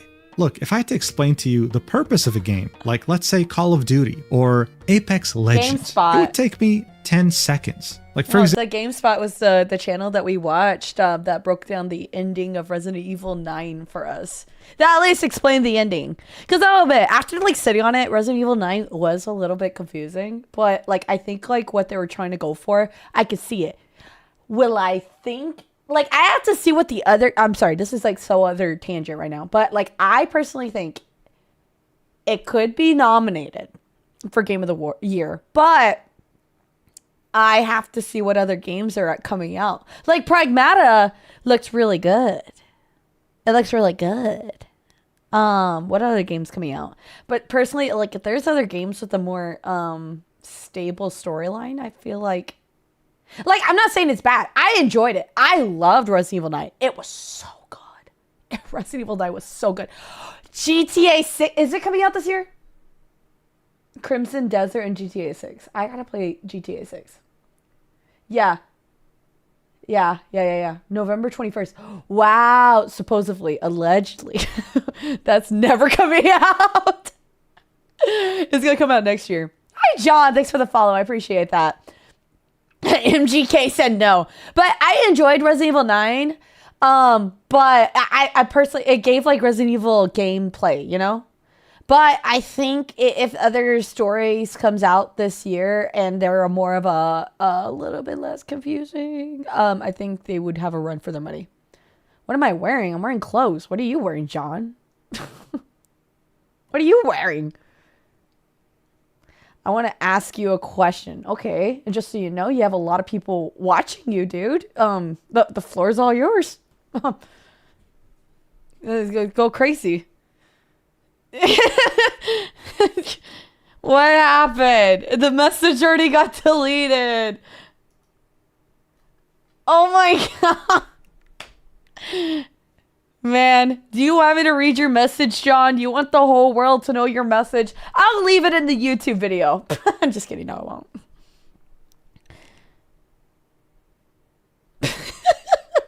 He said it. He said it. Jordan was already on it. Or he's banned or whatever you want. No, you can leave him banned. Yeah. Thanks for the follow for like 2 seconds, dude. It took him at least 4 messages. And you know what? Gotta hand it to him. You know, he said hi first. And he asked me how I was. So I gotta give credit where credit is due. He wasn't a bad one. AI bot. Really? AI bot took him out. You know what? I give credit. He at least wasn't trying to be. Yeah, he was doing the bare minimum. Wow, bare minimum. Unkicked. It's a big deal. It's a big deal. That's crazy. Bot deleted it so fast. Damn, got sniped. All right, well, it was nice knowing you, John. example, in Apex Legends, you have multiple operators, each with different abilities. You land on a big map, and your goal is to loot gear to survive, hunting down other players Hear me out. and being Game of the year. Resident Evil 9, Highguard. Just hear me out. No? He would do that. Oh my god. That would be the downfall of the Game Awards. That would be the downfall. If fucking Highguard was nominated for Game of the Year. Any awards. That's it. It's over. It's over. Game Awards rigged. last team to live. Done. Wait, I just missed it. His name was John. Do you call him Cena, or it's because he didn't want him to be seen anymore? True. I see what you did there. Fluffy.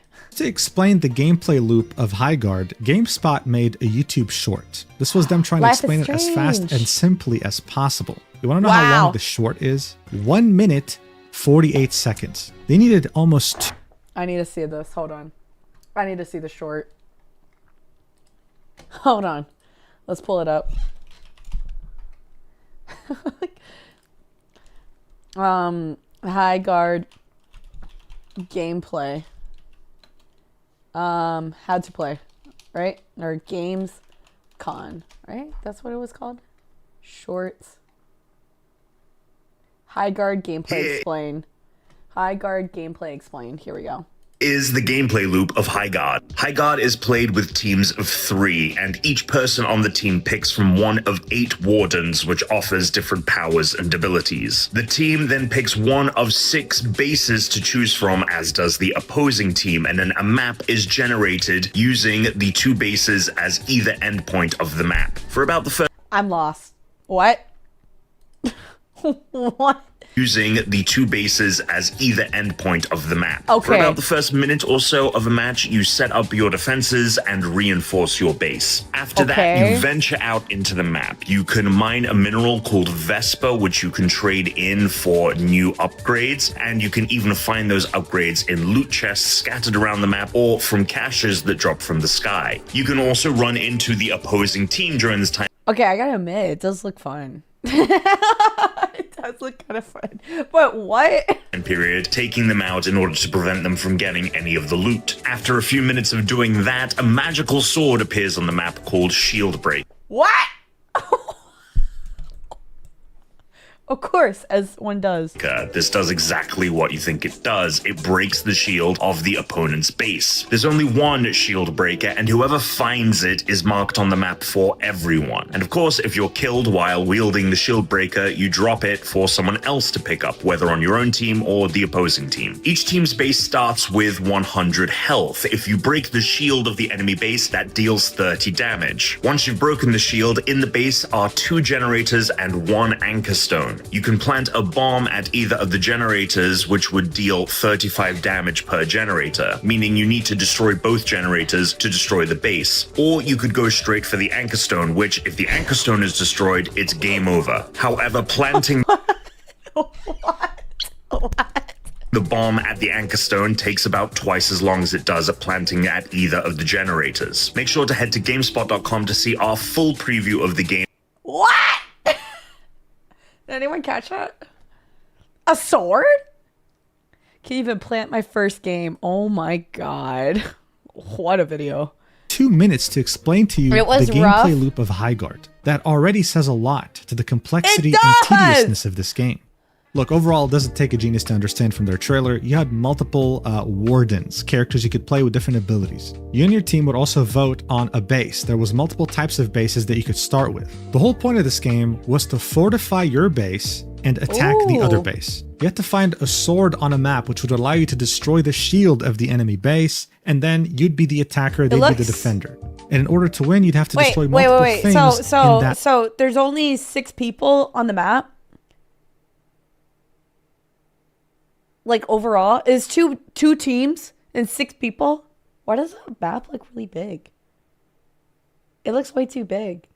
Like why is there a mount? You and your team would also vote on a base. There was multiple types of bases. Wait, it's like Apex size map for 6 people?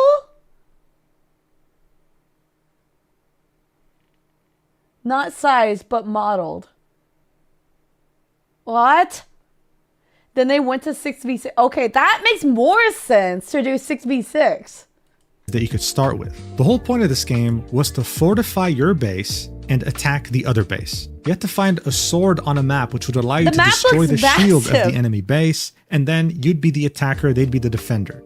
And in order to win, you'd have to destroy multiple things in that base of theirs. Their generators, their power, etc., etc. That's it really in an utter nutshell. Now look, in theory, this might sound fun. How long did the games last? How long do the games last? Because, like, they have to build a base, they have to get minerals, they gotta go mining, and then they gotta go attack the other base. And then it's like, what? That just seems like so much work. 15 to 20 minutes to build a base? That seems like a lot to do in, like, a little bit of time.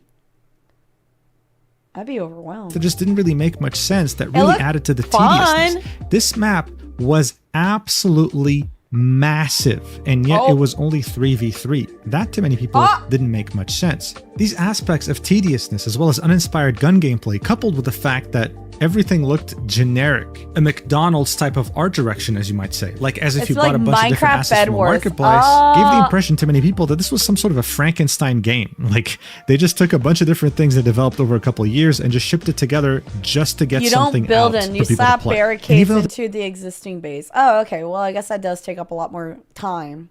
the game was free, the game was bleeding players like it had been struck in an artery.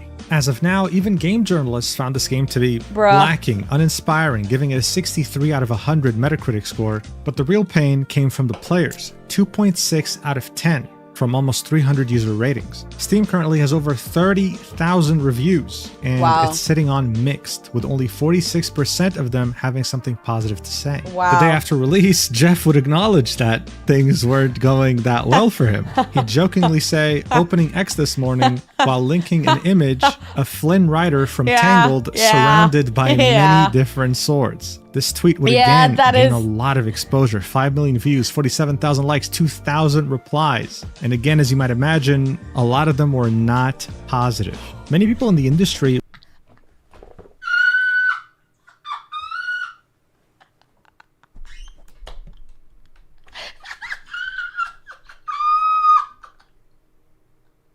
Oh my god.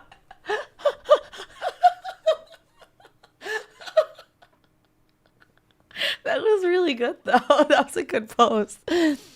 When did it become trendy to hate on a new game? Been seeing it more and more in recent years. It's exhausting. It's downright horrible, especially a free game from a new studio. Just so sad. This is a hobby for people. They should approach with joy, not hatred. That post got more likes than the marketing ones. Wait, did they really? might imagine. Oh God, 6.2 thousand likes. How much? Oh my God! And how much was the other one? Oh my God. 5 million views, 47,000 likes, I'm 2,000 replies. And again, as you might imagine, a lot of them were not I play positive. on PC Many and people in the PlayStation. industry would take notice of this, and some would choose to speak out against it. You'd have the vice president and co-founder of Epic Games say, it's downright horrible, referring to all the hate this new game was getting. Especially a free game from a new studio. Just so sad. This is a hobby for people. They should approach with joy, Have not a good hatred. one. Thanks for Of course, coming in. many And of these congrats 200 again. replies would not have positive things to say. One of the tweets on this topic that will get the most attention would be from Sven Vinke, the studio head of Larian, the creators behind Baldur's Gate 3. Oh, saying, shit. I don't like people shitting on things others have created. Putting something out into the world makes you vulnerable, and that alone deserves respect, even if you dislike the creation. It's easy to destroy things, it's a lot harder to build them. The best critics understand this. Even when they're being critical, they do their best not to be hurtful. Again, as you might expect, the top replies, the most liked ones at least, sorry, I don't not take in kindly to agreement with people him. pissing In just on my one leg. day, Highguard would lose half its player count. Another Yikes. day would pass by, they would lose yet another 50% of their player count. It seemed like with every passing day, thousands of players were leaving.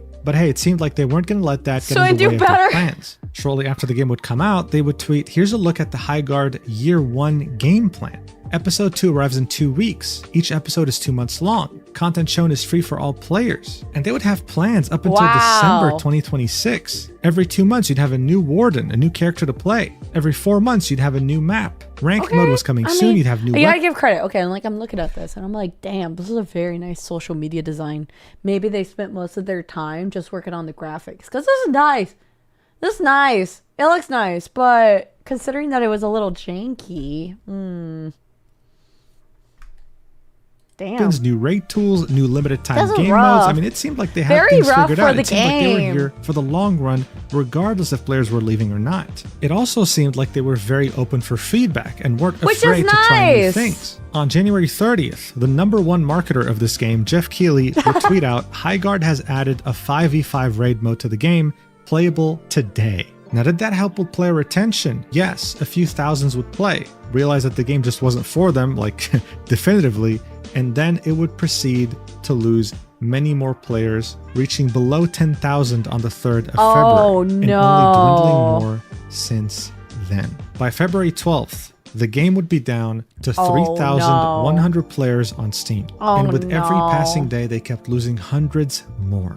Even Oh, with their no. one-year planning strategy Oh, and their willingness to no. accept feedback, it seemed like the Concord 2 prophecy was coming true no matter It how really hard they tried was. to fight it. Oh, This would be no. directly confirmed to us because in barely just 2 weeks after the launch of the game, the majority, not just a small chunk, the majority Dude, of the employees working at 97,000. Wildlight Entertainment would get laid off. On February 12th, 2026, when the game was down to a mere 3,000 players on Steam and no doubt a few thousand on consoles as well, Oh, the Twitter account no. Shinobi602 would tweet out, Highguard developer Wildlight Entertainment has seemingly laid off most of its staff, quoting a LinkedIn post from an employee in which they said, unfortunately, along with most of the team at Wildlight, I was laid off today. The LinkedIn post would go deeper, saying, this one really stings as there was a lot of unreleased content I was really looking forward to that I and others designed for Highguard. Oh, This person in no. particular was a senior level Flashbang! designer with 7 years of experience in the AAA game space. It has now been 3 weeks, and as far as I could tell from his profile, he's still looking for a job. Poor Around the guy. same time, another employee would make a Twitter article titled, Reflecting on Shipping My First Game, Highguard. This post would prove to be a disaster. The developer in question would get brigaded and bombarded with some very harsh What the hell? words, turning a very bad situation even uglier. And it would mainly be due to a couple of paragraphs that I'll read out to you and, well, you can make up your own mind. He'd Okay. say that the game had unbiased internal pre-reveal feedback and it was quite positive. When it was negative, it was constructive and often actionable, indicating that there was, as far as they were concerned, nothing wrong with the game. He'd then continue, but then the trailer came out, and it was all downhill from there. Content creators love to point out the bias in folks who give positive reviews after being flown out for an event, but ignore the fact that when their negative-leaning content gets 10 times the engagement of the positive, they've got just as much incentive to lean into a disingenuous I mean, direction, they're not- whether consciously or not. The hate started immediately. In addition to dogpiling on the trailer, I personally came under fire due to my naivete on Twitter, which almost all of my now former coworkers had learned to avoid during their previous game launches, he explained. After setting my Twitter account to private to protect my sanity, many To be fair, Twitter just sucks. It just sucks. And the thing is like, that's the reality of like doing and showing your thing online, just doing whatever makes you happy. There's going to just be people that are going to just scrutinize you. And I mean, it's just how you're going to move forward with it, whether you take it from the criticism or you just block it out and you just continue thriving. That'll just be the case. But I mean, I can understand where they're coming from, but I think the problem is that there was a big old spotlight that was put on this unfinished game. And unfortunately, I mean, like, that's the reality of just being on the internet. Yeah, you never read your comments on Twitter. Never read it. Don't do it. Don't do it. Bing bong. I care. I love. The creators made videos and posts about me and my cowardice, amassing millions of views and inadvertently sending hundreds of angry gamers into my replies. They laughed at me for being proud of the game, told me to get out the McDonald's applications, Oh my and mocked me God. for listing having autism in my bio, which they seemed to think was evidence the game would be woke trash. All of this was very emotionally taxing. He would then That acknowledge is that there's horrible. much constructive criticism about the trailer, marketing, and launch, but also isn't sure if things would have been better had the game not been announced at the Game Awards. He would then say, we were turned into a joke from minute one. Well, Largely due to the false assumptions about $1 million ad placement, which even prominent journalists soon began to state as fact. Within minutes, it was decided. This game was dead on arrival. And creators had free rage bait content for a month. Every one of our videos on social media got downvoted to hell. Comment sections were flooded with copy-paste meme phrases such as Concord 2 and Titanfall 3 died for this. At launch, we received over 14,000 review bombs from users with less than an hour of playtime. Many didn't even finish the required tutorial. He'd finished this by saying, if this pattern continues, all that will be left are corporations, at least in the multiplayer space. Innovation is on life support. Even if Highguard had a rocky launch, our independent, self-published, dev-led studio full of passionate people just trying to make a fun game with zero AI and zero corporate oversight deserved better than this. We deserve the bare minimum of not having our downfall be gleefully manifested. I Barely do a couple of days after this article came out on Twitter, this developer I mean, like, I agree that nobody deserves that. No, I don't believe that. But at the end of the day, if you're putting out something that you want your consumers to use, and I understand that it is a free game, but at the end of the day, whatever you're gonna put out, you're always gonna be subjected to criticism. And adding on top of that, I mean, the player bases, they're going to always have an opinion. They're always going to have an opinion. They're going to say what they want to say. But I think what the biggest problem was that it was just way too tedious. I haven't played it. I should preface that. I haven't played it, but from having a video explain what you're doing for 2 minutes, I think that is a bit of a problem. Are you going to be playing Resident Evil today? Yeah, I finished Resident Evil 9 yesterday. Today we're going to be reacting to videos, including Highguard. Highguard was a brand new game that just got released on January and it just got shut down. So we're kind of watching the downfall of it, which it sucks, but I think like this is the big thing is that gamers are very like passionate about not having bad games put on their radar, you know? Like, I think what gamers want is to be respected and not be handed slop.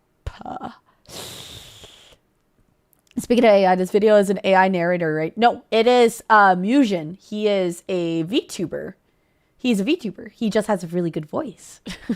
He also has a lot of backgrounds in research. And that's why he's been doing these video essays. He does a lot of video essays.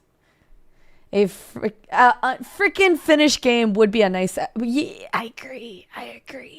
And I think there also should be some type of producers in a huge game setting like at the Game Awards. Just to be like, maybe we should, especially because it's a very expensive slot, you know? Armin, thanks for the follow. I appreciate it. We just want a good game, and there's no extremely rare nowadays. But most games are just copy and paste and new skins. I 100% agree. That's where it comes down to, like, please take time with games. Like, I don't know how the developers were, but it just feels like there had to be some type of passion put into something. And maybe just not release it just yet. Give players a chance to like test it out in beta. Give it like a moment for them to fix things. Like give them a moment to like test things out. You can fix it. Have people try it out again in another beta test and let them try it out again and then release it. That should be the process of how it works. COD is a perfect example. Used it great before they decided to release new one every year. Now, that is also a good example. Because it's just like at that point, you're just pushing out, like, you're just trying to milk the franchise that just loves the game. I guess you could also say that with Pokemon because, like, Arceus was also a unfinished game. And then they released another one. Which was Violet and Scarlet. I thought it was fine, but I really did enjoy you know how their audience is, right? They know that they're working with the whole milking. And I would most likely keep buying Pokemon games. Arceus. People love that. Arceus, wasn't that like unfinished? I thought a lot of people said that there was like lots of glitches. I felt like more people enjoyed Violet and Scarlet, and then they enjoyed Pokemon ZA. I like ZA. I'm getting Pragmata. Pragmata looks so fun. COD literally does it. Make good spend money. Yeah. Scarlet and Violet. Was I wrong? On that? I feel like I thought a lot of people were saying Arceus was mixed up. Unfinished. Because like the year before that was Let's Go Pokemon Pikachu and Eevee, which was also like a very similar version of Arceus. I know it was like the whole open world. That's why we don't pre-order games no more. And it's very valid. Very, very valid. Man. And then if I'm wrong on that, my fault. You should get Pokemon Fire Red and Leaf Green. That's the relaunch, right? Yeah, I'd be so down to try it. I would be very down to try it. All right, let's continue on because this poor guy ended up just getting bombarded. But it's like a fair argument, you know? It's like if you're going to be releasing a game that is put on a huge spotlight, there is going to be a lot of, like, people are going to have a high expectation. The same thing is going to happen with GTA 6. Like, it's not really, like, shocking that your game is going to be criticized. It's really not. But, like, I feel like that's just the expectation. And I feel like developers should have, like, a understanding that it's going to be, like, expectations going to be so extremely high. You know? Am I wrong on that? I don't think it's, like, a wrong take on that. You probably shouldn't have released it just yet. It feels like there would have been a lot of people with a lot of opinions that could have maybe saved it. Sorry for any game developers that's in chat, but I feel like that's just like what gamers ask for. I think that's what gamers just ask for. It's just like, please just give us your best effort. Just give us the best thing that you can give out. And I think that's where just people are just upset because I think we live in a day of time where people are just so like they don't want to waste any time in their life. And people would get pissed. People would get really mad if they feel like things are confusing, things are just not explained. And we got to admit, we have a generation of our world where we just don't want overly complicated things. So if you hate to say it, dumb it down for us, we would probably enjoy it if the gameplay is, you know, of course, enjoyable. Little glitches can be charming, but when the game feels buggy and a mess, it feels like it's just a corporate crash and grind. Yeah, exactly. That's exactly. People just feel like they're being used because it's free now, but it's just going to be like Apex, yeah, where they're going to just start charging for maybe pay to win. I mean, I don't know. I don't know what their direction was going to be, but it sounded like they had a good vision. They had a good vision, but it's just the execution just wasn't there. Would end up deleting his account. For Poor many guy. of his loudest haters, this article he wrote was nothing more than him playing the victim, blaming gamers, blaming content creators.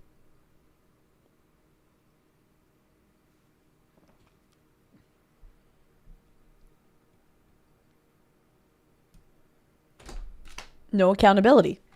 Is blaming pretty much anyone except maybe himself and the game developers that made this game that seemingly no one asked for. On the other hand, though, one can understand his frustration. Yes. He had worked for almost 3 years on a Yes. game, finally revealed it, and within the span of a month, his whole life fell apart. Yeah. I don't know what he was hoping to do with this article, but, you know, in the end, as we can see, his account was gone. But that was the least of his worries and the least of many other people's worries when Yeah. it came to Highguard. That's because barely a day after the mass layoffs would happen, Highguard's website, when you'd go to it, would Oh say, my site God. unavailable. This site is currently unavailable. Please contact They were just email already for bleeding. assistance. Under that, you would see a link to their Discord server and their Twitter profile. Now, the Twitter link worked. The Discord link, on the other hand, did not. In fact, when you would click on it, it would redirect you to a completely different and unrelated Discord server by the name of Highguard Gaming Guild. This had nothing Oh, that's cringe. What do you mean that Discord wasn't the right link? Oh. to do with the game. It was just called Highguard. They didn't even bother posting the right server in that link. Additionally, as this was all happening, Oh my Highguard couldn't even God. be found as a YouTube category anymore. Usually when you upload a video of a game, you can very easily label it. Let's say League of Legends or Call of Duty. Highguard had a I category. have a question. Do you think game companies pay for like maybe like daily or like yearly for like their games to be like on a YouTube category? Because if it was already there and then it's gone, like I don't know what the process would have been. I don't think it's YouTube that just snatched it off, right? It might have been the company for like maybe not paying. I don't know. I don't know the process of like the game. If anybody actually knows, let me know in the comment section down below on why a game would actually be removed from the YouTube category. But it was removed. And during all this, someone would ask in the correct Highguard Discord server, what's up with the website being updated? And someone from the Highguard team would say, not sure on the time frame, but basically it needs to be transferred and simplified. Low priority at the moment, reputational damage already done. Now we just need to focus on delivering updates and content to improve. Now look, I already know what you're thinking. Mugen, this is a catastrophe. This is a disaster. What the hell is happening? It literally is. You're completely right about that. But here's the thing. It's about to get a million times worse.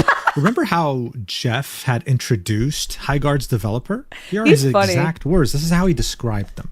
The power of independent self-published studios to push the Independent, self-published studios. Earlier than this, during this clip, he would also call them independent, indie. Hell, even the employee who had written that article before deleting his account would refer to them the same exact way. Independent, self-published studio. We were under the impression this studio was independent, self-funded. This is what everyone was saying. However, on February 17th, 2026, the same day their website would go down, the games journalist Stefan Totillo would drop a bombshell saying, sources, Tencent secretly funded struggling shooter Highguard. Wildlight Entertainment has said for years it was fully funded, but not shared detail. Stephen's article would go into specifics, saying that it wasn't Tencent, the Chinese entity that directly funded them, it was done through a subsidiary, Timmy, saying sources familiar with the Tencent Wildlight connection said that Tencent studio group Timmy was the group backing Wildlight. They did not specify to GameFile the reason for the secrecy about the agreement, nor did they share the scale. It's unclear if or when the funding ended and how that relates to last week's layoffs. Wildlight has been technically independent and not part of Timmy. Timmy/Tencent are massive players in gaming, and yes, they are. I've mentioned them on this channel already. One can't forget that Tencent Games owns Honor of Kings. Honor of Kings. That's that big MOBA game that is mobile that a lot of esports companies compete in Asia. I do know about that. Revenue is $18 billion. Holy shit. Right above Candy Crush. The highest grossing mobile game of all time ever in the history of humanity, sitting at $18.6 Clash billion. of Clans. Wait, hold up, pause. Clash of Clans has $10 million. That is crazy. $10 million. That is wild. Oh my god. And then Tencent, they also created a PUBG. Oh. Tencent, what other? Puzzle Dragons, Pokemon Go. Holy shit. They have 2 times the amount of money. At least on I'm assuming this is like games. Even more money than Candy Crush Saga. Let's crazy. Also not forget that they own 40% of Epic Games as well as one. So they're not really like struggling on money. That sounds like, I mean, depending on how much they gave them, but like, holy shit. They also have a backing of 40% in League of Legends. Holy. You'll learn about money soon. 100% of Riot Games, the creators of League of Legends. This, of course, dealt an even bigger blow to Highguard's already dwindling reputation that was down in the gutter. People felt like they were lying about their whole independent, self-published status. It does we don't feel have a like specific that. number as to how much Tencent could have funded the studio with. Some people have been floating around the idea that it was over $200 million.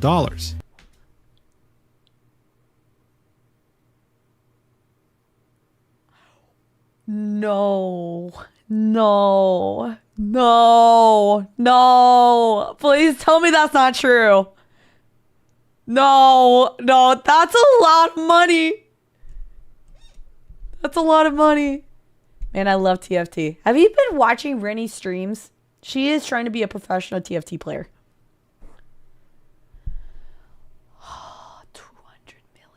And saying that the studio was technically founded in 2021, announced in 2023, and had its first game launched in 2026, those many years of development could very easily span tens of millions of dollars. But look, Highguard was already in the shitter, okay? They had laid off most of their staff. I mean, come on, this was going to be dead. This was truly going to be Concord 2. It already feels like it's going to die. The person suffering from this Tencent connection was Jeff Keighley. Now, there was a conspiracy. Maybe Jeff wasn't doing this because his family was held hostage or out of the goodness of his heart. There was again a third possibility in the mix. He was doing this for real financial incentive because Tencent and Jeff Keighley maintain a long-standing strategic partnership focused on expanding the global reach of the Game Awards and other gaming events. Since 2016, this collab Jeff.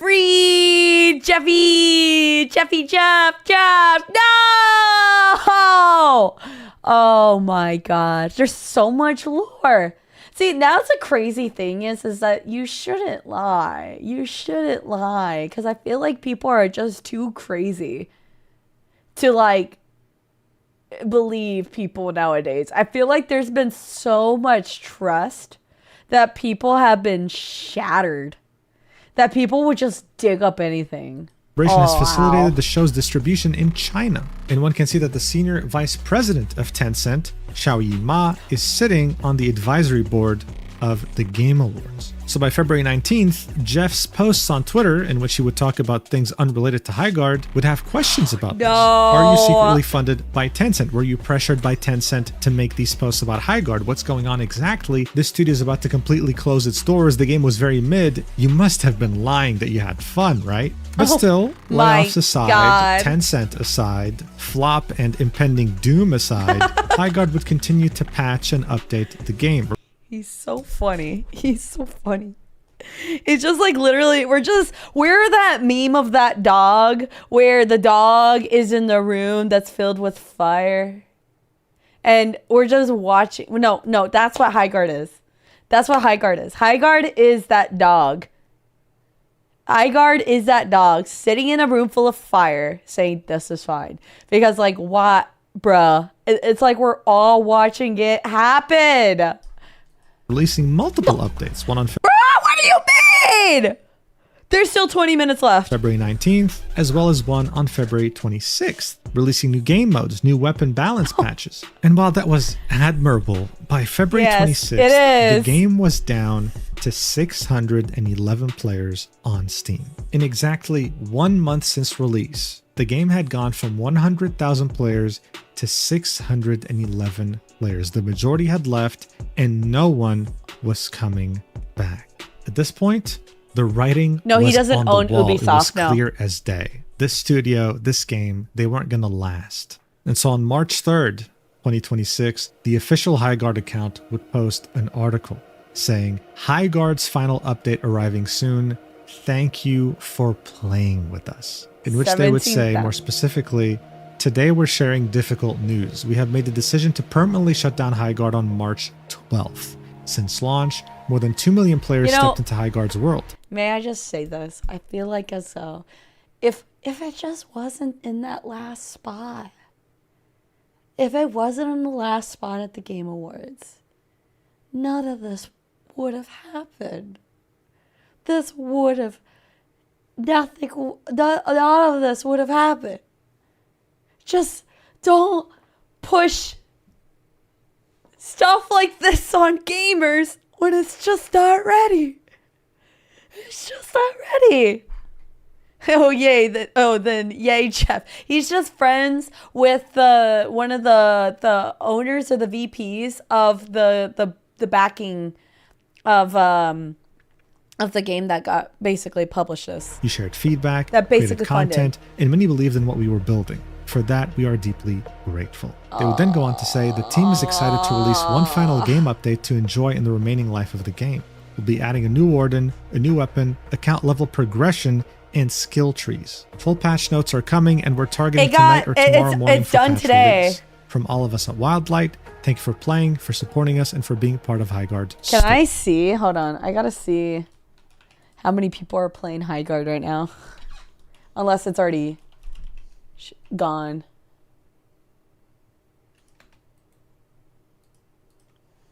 Is it already gone?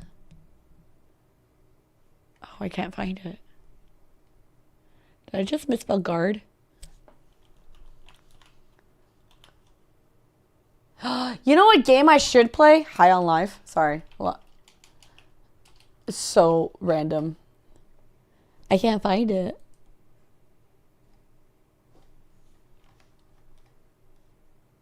I can't find it. Hold on. Let me put this over here.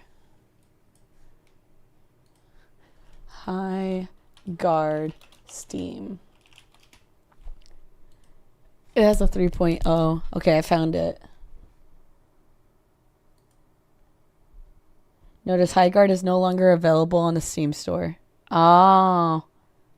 It's already gone. Man. Wow. That's wild. That is wild. This article would have over 8 million views.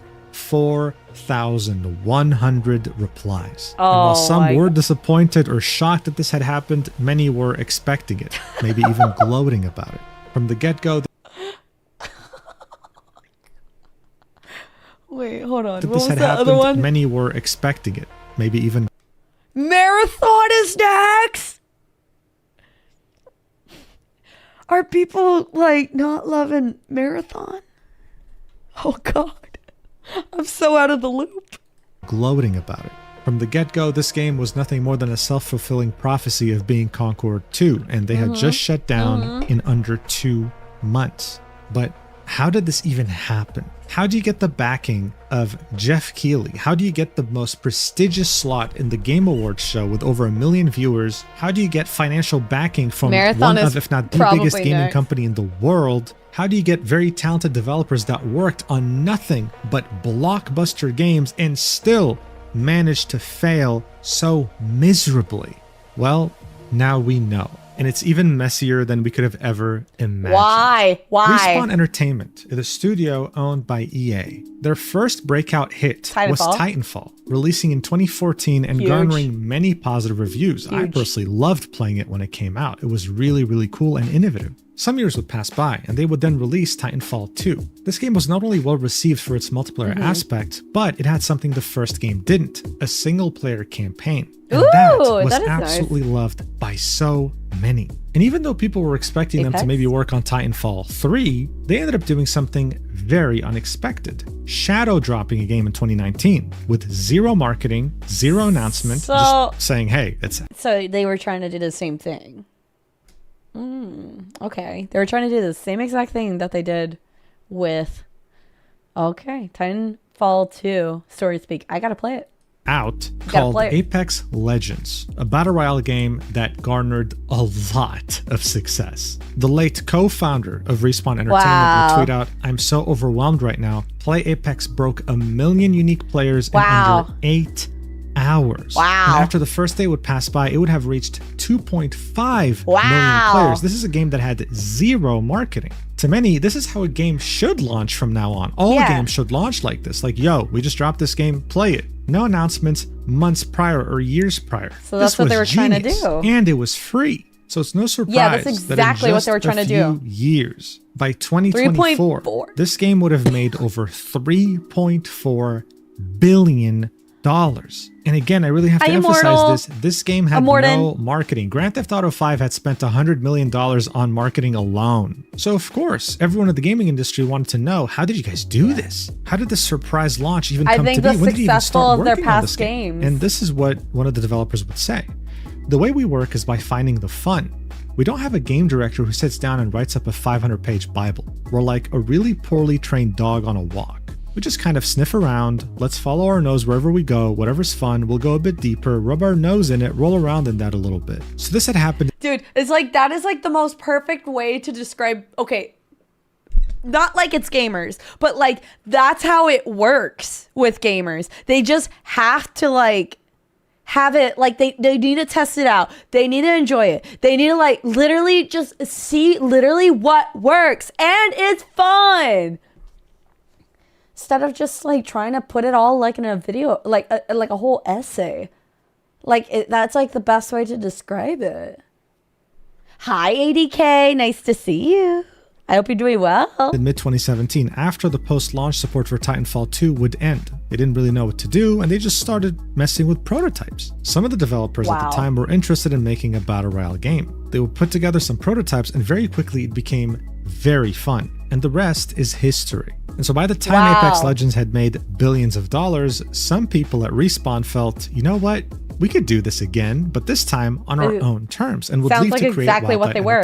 I got a new job. Huge ADK, let's go! Back in January 2026, Dusty Welch, the co-founder and CEO of Wildlight Entertainment, would tell Bloomberg, yeah, we left Respawn because things were getting a bit too locked up. There was no more freedom. We couldn't just do whatever we wanted like we used to. However, in this article from the end of February 2026, we'd see another reason. One could say the main reason. It would say, in 2019, they had released Apex Legends, a battle royale shooter in which dozens of players fight across a giant map. The game proved to be a massive success, generating more than $3 billion in revenue. Yet, as sales piled up, some of the creatives who'd worked on it felt unhappy that they weren't benefiting enough from the resulting windfall. According to people familiar with what happened, who asked not to be identified discussing non-public information. The Wildlight... Oh my god, so more. I 100% get the games off of the recommendations at this point. Been burned way too many times by spending so much money on horse crap games. I get that too. I get that. I think for me, like when I got into like Resident Evil, I think I saw the love and excitement that I got from the Resident Evil community, and that's what got me into playing Resident Evil. I didn't like really pay attention. Like the trailers are great, you know, but it was the love and passion from the community that like kind of sold it to me. Like you just hearing it from like how people were cheering when Resident Evil 9 got released. Like the trailer, like people were screaming. And I was just like, okay, you know? And then also like looking around and watching other streamers like play like scary games, even though I was like, I don't understand. I was like, okay, I should try it. I should try it. Because Resident 9, I mean, people are so excited about it. Let me try it out. Let me understand why. And then I got into the franchise. The light, it burns! It's true. So I get it. Word of mouth goes way heavier than the trailers, the pictures, you know? People's opinions matter. It really does. I'm like 3 or 4 Resident Evils behind, and it's totally fine.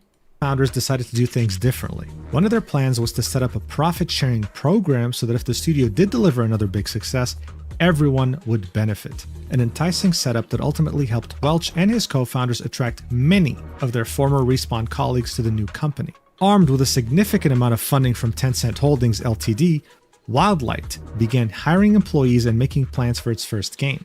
The founders knew they wanted to make another multiplayer shooter, but they hoped to avoid the crowded battle royale market. So instead, they looked to Rust, a survival game in which players can raid enemy bases and build their own. They began constructing levels and designing mechanics for what was envisioned as a survival-focused shooter. 2 years into development, the team realized that the design wasn't working, in part because the amount of freedom conflicted with their goals for highly competitive play, according to people familiar with the events. Also, the scope was too big. Still, some parts were salvageable. The base raiding aspect of the survival game in particular seemed worth keeping. In January 2024, the team pivoted to what would become Highguard, a raid shooter that streamlined many of the survival aspects into a faster, more competitive game. So this is kind of starting to make more sense, right? Yes, the idea of why the game felt like you were playing this Frankenstein creation of multiple aspects mashed up together. Look, the dog sniffing phase that Respawn Entertainment used is very important. Let's not forget that Call of Duty Zombies was made by just a few people messing around in the office. But you also need a proper scope. You can't just do whatever you want, however you want, with unlimited money. They had also failed to understand what made Rust special. Base rating was intense because of what was at stake. You couldn't rush it down to under an hour. The same feelings wouldn't be there. It would just be tedious. They had essentially made a game with no demographic. And to be fair, listen, like the thing about Rust is that it's already, like, Rust is fun if there is like certain elements that you have to get into Rust to enjoy it. For me, it took a little bit of a learning curve. But I can understand why people enjoyed it because it is a survival game. But like if you're trying to also go off of that with like the Apex Legends and then this and this and this and this and this, it's just going to be too much. Too much. Base building, you'd play Rust. If you wanted Battle Royale, you'd play Apex Legends. One really interesting thing the Bloomberg article would also mention was when asked what they thought went wrong, several former Wildlight developers used the word hubris, a belief by the company's leadership that they could emulate what had worked in the past with Apex Legends. No matter how much the gaming landscape had changed since then, after all, they'd made one of the last decade's biggest hits. This hubris stemmed from the fact that they were so confident this game was good, they were going to shadow drop it again, just like Apex Legends, knowing that the game could hold up for itself. However, after Jeff Keighley had played during their playtest, he approached the development team. He approached the co-founder, who was his friend, and told them, hey, I love the game. I want to highlight it during the Game Awards, since you guys are an independent studio. The co-founder would say he came into the studio and played the game, I think, twice, and he said, guys, can I propose to you? I want to do something that's unique. I want to put it in this spot and kind of do something different and bring this to the world. Welch would say, and that wasn't our plan, but like, are we going to turn down the exposure? Who would turn that down? Okay, but to be fair, like what they could have done was just like ask for a spot, but not the last spot. Like, holy crap, man. That is just wild. Jeffrey literally just did that? Jeff. Sweet relief. My Chad eyes, Grenier chimed in literally. too, the ex-creative director of Apex Legends and the head of the studio of Wildlight, saying, so we rushed a trailer together. I wish the reception had been better, but in hindsight, we made a trailer to entertain really quickly and didn't show the gameplay loop and was different and unique. They would then take the exact same approach as Apex Legends. They rushed it no too. real marketing until release, and then a massive social media campaign with influencers, streamers, content creators, you name it. Problem is, though, during the silence and during the time in which people were calling this game Concord 2.0, the morale of the team was hit pretty badly. They couldn't say anything, and they were watching people pretty much tear into something they've worked on for 3 years. Barely a month after the game had come out, the layoffs would begin. See, it would be held online on a Zoom call since the studio worked remotely, and they'd pretty much announce, the funding was entirely... Now, my other question is like, who decided on the release date, you know? pulled from the studio. The 100-person team had over 80% of it laid off that same day. By the time Eurogamer's report on February 27, 2026 would come out, there were less than 20 people still working at the studio, doing their best to release updates before the eventual shutdown on March 12th. On March 3rd, Highguard would announce to the world that it was shutting down on March 12th, and shortly after that, you would start seeing way more posts posted on LinkedIn from previous workers at Wildlight talking about the fact that this game was shutting down and how, well, they were looking for a job. Saying things like, we swung for the fences in a saturated market and made something genuinely new that we loved to play. Even the studio head, Chad Grenier, would make a post starting it off with, Highguard didn't need to become the next Apex-sized hit to succeed. We weren't chasing that scale. What we needed was a smaller but stable and sustainable player base, and ultimately we weren't able to find it. Damn. That's interesting because I would argue a smaller but stable and sustainable player base would be around maybe 2,000 players, a few thousands, let's say. But let's remember that by the time they had reached 2,000 or so players on Steam, they conducted the mass layoffs. That's without counting the players on consoles. So this really begs the question, what was the studio even hoping to achieve? Did they really think they'd have over 10,000 players within a week if it wasn't for the Game Awards? This whole thing reeks of mismanagement and hubris. It's incredible. It would then go on to... I didn't even catch that. Yeah, that's also true. They had $200 million. Where the fuck did it go? And yeah, why did they just lay off everybody like a few days right after? What? Dude, I didn't even just think about that. Say how proud he is of the journey of his team and that he had learned a lot throughout all of it. It is huge mismanagement. Though, you'd also find him on Twitter saying something that was very interesting. You see, someone would quote tweet the closure announcement of Highguard, saying, people don't praise failure, but it's the foundation of every success. Nothing but love for Wildlight. To which someone would reply with, it's just baffling to me they released the game in such a skeleton state and decided now's the time to add account levels and introduce some sort of skill tree system. It's crazy to see the parallels between this game failing and seeing Marathon come back after so many tests. This is when the studio head, Chad Grenier, would say, when you're out of time and money, you have to release a game with the runway you have available and hope players will stick with you post-launch. No. The launch is going to be the first impression. That should be the most, like, it has to be the most, almost, if possible, the best state that you can put it in. Not half-ass it. Because at that point, you are just throwing away your money. Wow.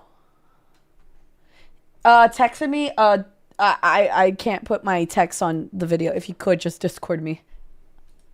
Now, that definitely didn't give off the same tone that his LinkedIn post did. Hell, Literally. I'm even baffled why you would want to even admit this. You know, you had close to Literally. 4 years of development, and this was the best you could do. The more we learn about this game, the more we understand this was mismanagement. They were fully funded and got way too confident about that. But development and management issues aside, some people would spark up discussions about the art direction of this game and the missed potential. Many Honestly, of the it employees looks who worked on this game artistically would beautiful. start posting much of the work on websites like ArtStation, showcasing It it looks in their so portfolio. cool. One thing that people would find is Wow. this very interesting character concept, being absolutely baffled as to why this wasn't included in the game's release, instead including some way more boring designs. At the same time, the artist Kasaragul would make a very interesting true. long post about the art direction of this game and why it was Wow. baffling, how none of it really made Holy. sense. It didn't mesh well together. Holy. Some people also argued that because much of the game's art was outsourced to different studios and people outside of the studio itself, the outsourcing team, as well as the art director, failed to keep cohesion, which resulted in not just the gameplay itself feeling like some sort of Frankenstein creation, but also its entire art direction. The entire thing was mismanaged to hell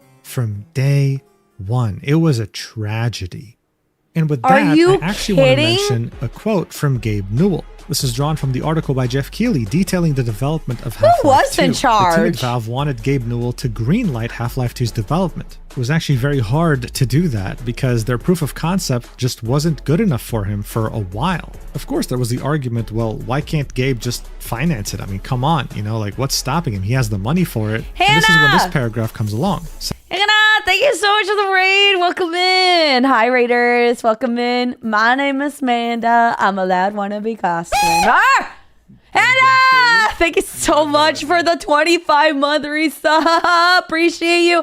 I hope you enjoy your emoji after being a sub badge. How was Team Fortress 2? Team Fortress 2? That game's still going? We're just actually watching the downfall of Highguard.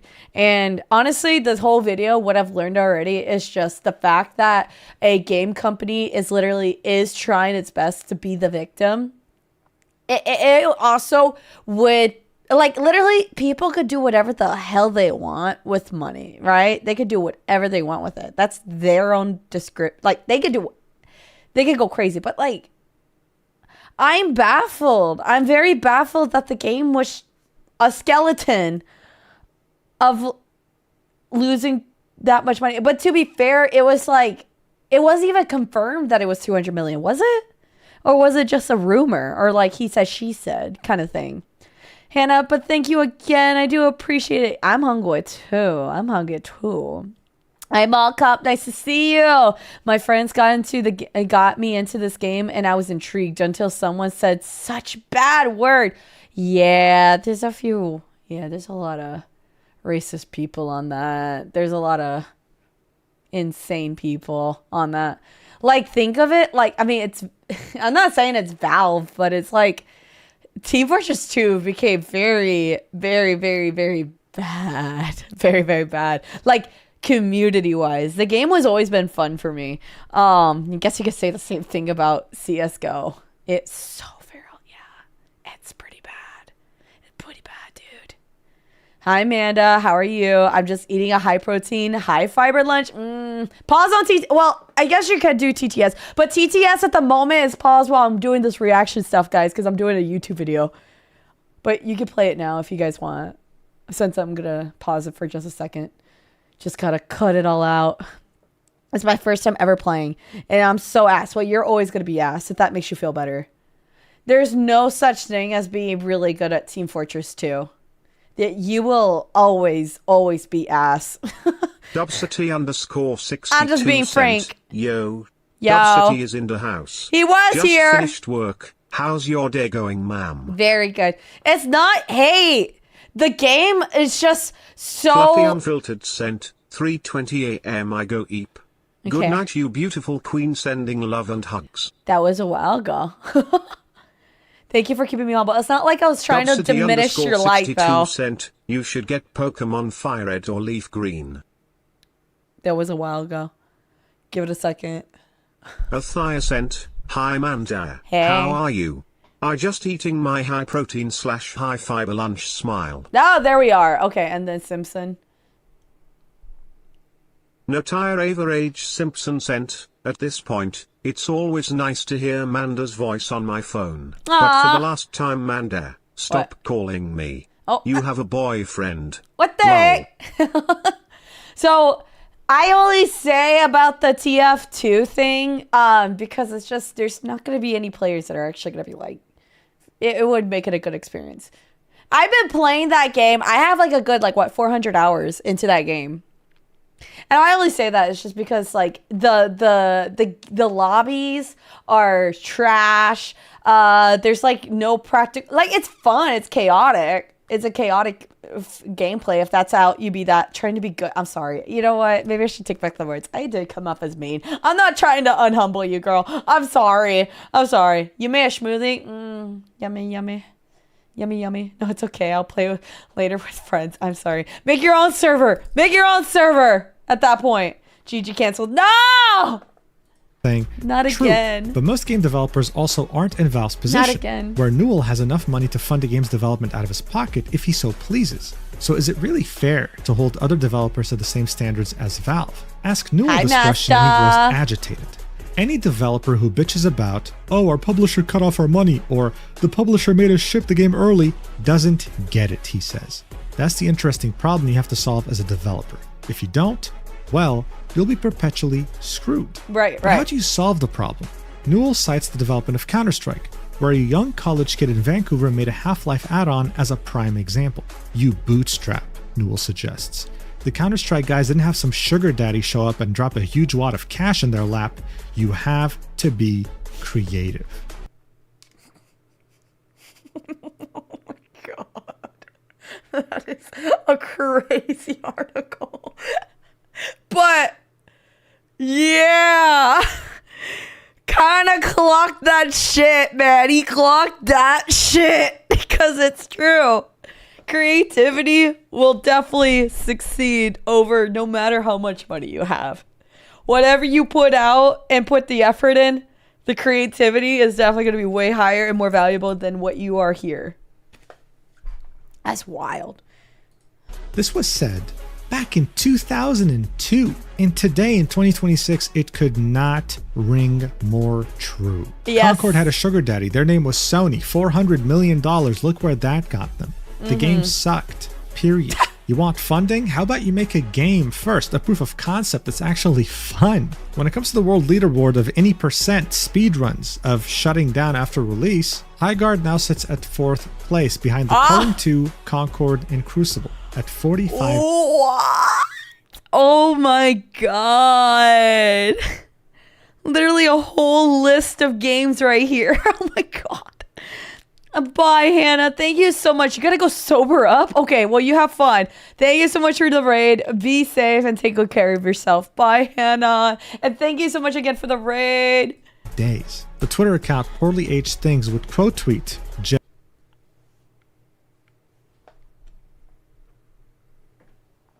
That is so funny. That is so funny. No way. I'm sorry, Jeff. Jeff Keighley's GIF saying, in 48 hours I'll be accepting your apologies, saying, I'm sorry, Bye. Jeff. To which Jeff would reply with a shocked image of that same grandpa in the GIF. I mean, in the movie itself, he would say this and then he would be proven wrong. So it was very ironic. At least he was playing into the joke. But some people would be very weird about this and would photograph Jeff on Rodeo Drive in Los Angeles and say that this was him a day after Highguard announced the studio shutting down. I don't know why you got to take a picture of him IRL for this, but what do I expect from people at this point? Some would even argue that Jeff actually needs to take a level of accountability. Oh! It's my boss. I guess this is a good segue. Hey guys, you right there. Did you guys know that you guys can use code MANDA off of your Ghost Lifestyle order? That's right. MANDA. You can save 20% on your proteins, your energy drinks, your greens, your amino acids, your apparel, all that stuff by using code MANDA. MANDA. 10% in Australia. Dr. Blue Jay? Thank you so much for renewing my contract. Ability for the game shutting down. But personally, I think if you have common sense, you'd understand that he actually did them a huge favor here, assuming he genuinely did this out of the goodness of his own heart. The game would have definitely launched with maybe like 10k concurrence instead of 100,000 on PC. Additionally, 2 million people tried it. That is and wild. The majority didn't leave because the internet made them, okay? Paul Tassi makes a great point here. Marketing can only get you to try a game. It can't get you to stay on the game if it's not fun. And Highguard simply was not fun. It was weird. And at this point, it seems like every year we're seeing yet another disaster story that is similar to Concord, a game that no one asked for, that had a big budget, that had very talented people working on it, and somehow, some way, it was worked on for years without anyone thinking, wait a second, are we really about to do this? I don't know, man. All I know is that the gaming industry is in a very rough spot right now. It's almost impossible to find a job. AI isn't even to blame for this. Executives have no idea what players actually want, and if they do, they're always late on it. And seeing that they never actually suffer the consequences directly, their employees do, they have no incentive to actually learn from their mistakes. If you want to make games, make them. But make something that people want to actually play. And don't ask for sugar daddy money. Make a playable game first, then pitch it, and then get your funding. Otherwise, you'll end up like Concord, like Highguard, and God knows whatever else is going to release soon that will face the same fate. Thank you so much for watching this video until the very end. I really hope you enjoyed it. I love you so much platonically. I missed you. Make sure to check out my Stacked page if you want to see exclusive content of me with videos, both short and long. Check out a Stack. And I'll see you in the next video, whenever that is, hopefully soon. Take care and mwah.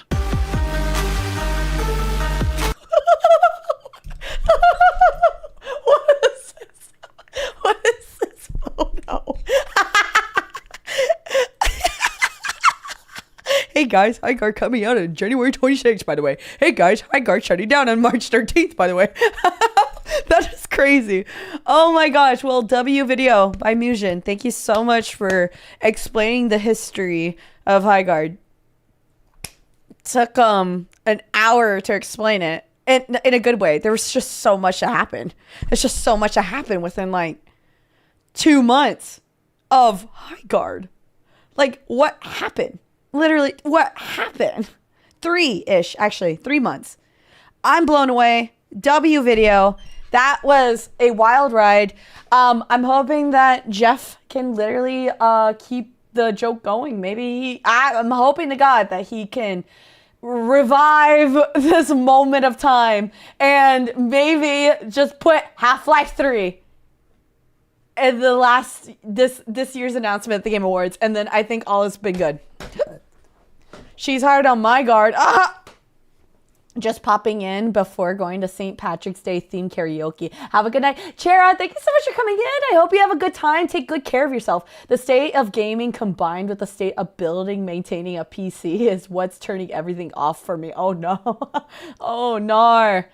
What a crazy video. That was a crazy video. I'm actually really happy I got to see it with you guys, and I feel like we can all just like grieve in this together. I do feel bad, don't get me wrong, I do feel very bad for just like the people that did work really hard on a game. It does suck to just have a game that's just that just flopped like that, but take this maybe as a good advice. Please don't stop making games.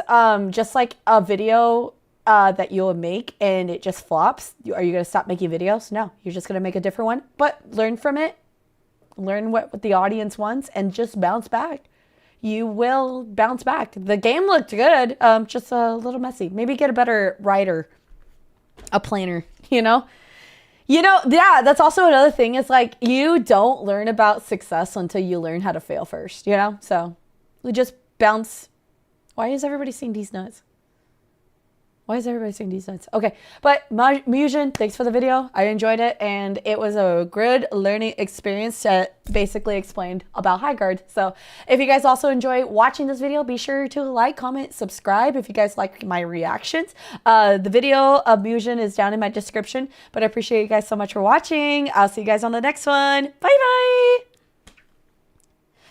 Yeah, I gotta condense a little bit of what I said. I said a little bit too much, but that was very fun. That was a very, very fun video. Another video. What time does The showcase. What was it? The future game show. When does this come out? Is it already out? Life is Strange. Oh, it's already out. It was streamed 40 minutes ago. It was streamed 40 minutes ago. Okay, well, let's watch it. Let's watch it. I'm not a yapper. I ain't no yapper. At least we don't have to worry about it waiting. Now we can just skip to it.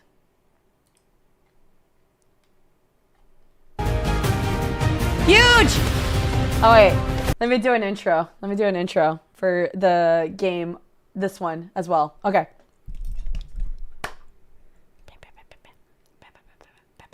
This guy. This guy.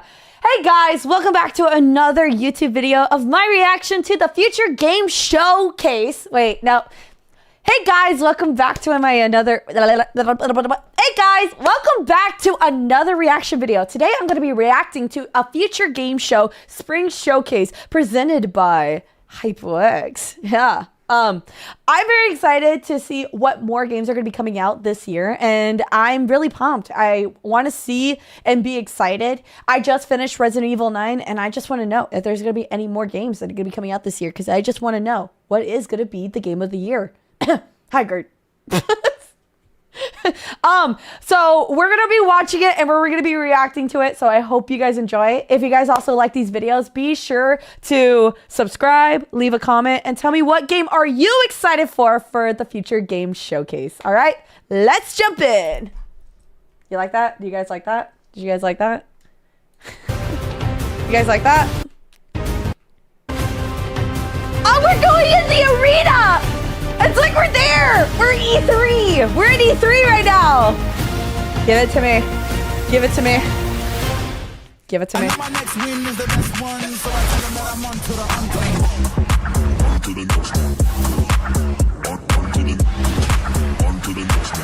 Ooh! No gimme laptop!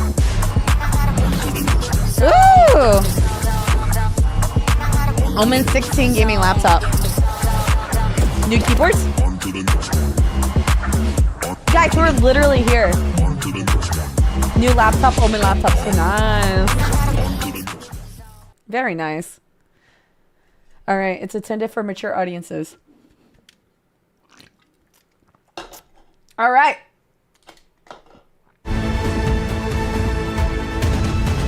Do you think they left that?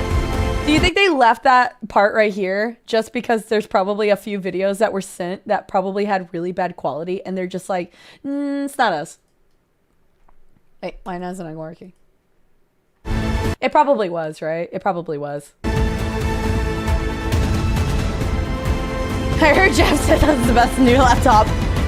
Hi, William! Ooh! Batman! Ooh, ooh, that looked nice. I'm excited. Hello there, lovely people. Hi, and welcome I'm to the lovely. Future Game Show Spring Showcase powered by HyperX. Huge. I'm Deborah Wild, though if you're not an Ish chick, you'll know me as Lae'zel from Baldur's Gate 3, the Githyanki warrior of your dreams. Give it a second. Give it a second. Give it a second.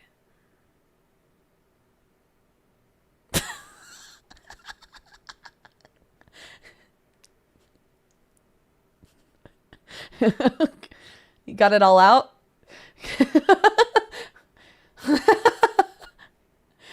That was crazy timing, actually. Or nightmares, depending on your playthrough. And I'm Shai Matheson, the voice of Scar in Weathering Waves, a cruel and twisted maniac. Where's Care? Where's Care? I don't know any Care for now. Hi, Darth. Welcome in. And like two games that are like my mods are obsessed with right now. So it's just kind of funny that they were literally that was literally happening. Vando in Dragon Quest XI, darling, and the hero Gotham deserves when he's made of plastic Dude, voice bricks. actors are just I'm Batman. No, you're Lego not. Batman. Wait, are you really? I didn't know we could use the second camera for dramatic Wait, really? effect. Is he Oh, really? Yeah, that's a little Wait, party is he trick actually? Now I feel silly. Was he actually the voice actor of Lego Batman? Oh my god, now I feel silly. You are, aren't you? Well, unless he's like a really good voice actor. He sounded just like him. The guys here don't mind. Anyway, we have a jam-packed show for you today, full of exclusive. What are we doing? trailers We and are developer reacting deep to dives the into future game hottest show. Upcoming games. But before we begin, we'd like to thank you for joining us as It's we not enter our him? 6th year. Now I feel silly. I don't like that. He made me actually believe that he actually was Lego Batman. Helping you discover something new. We've featured over 1,000 games so far and we're the first to showcase award-winning titles like Immortality. More recently, we brought you the world premiere of last year's indie breakthrough, Blue Prince, as well as the reveal of one of the top wish-listed games on Steam, The Expanse. Bro said I'm Batman once and you were hooked. I just felt bad because I was like, nuh-uh. And then I was like, wait, it kind of did sound like Batman. William, I'm good. Thank you so much for asking. How are you doing today? Cyrus Reborn. And with the help of our friends at Capcom, Resident a behind-the-scenes Evil! look at Resident Evil Requiem. Ooh, that's cool. So, if you want to show your support for some amazing new games, head over to the dedicated Future Games Show Steam page and wishlist your favorites from today's show. I'm ready. We'll also be giving you the chance to win some HyperX goodies later on, so don't go anywhere. But why would you? This was streamed 4 minutes No, ago. because we haven't even shown you our first world premiere. What? Oh, that's Already? cool. This is going to happen every time. As long as we say the magic words. Now, roll the trailer. What is it gonna be? Half-Life 3. Oh my god, Highguard 2. Kidding, I'm sorry. It's a simple job for men with nerve.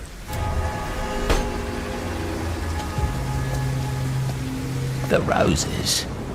That's why you're here. Is it Batman? You're dragging it, I'm sorry.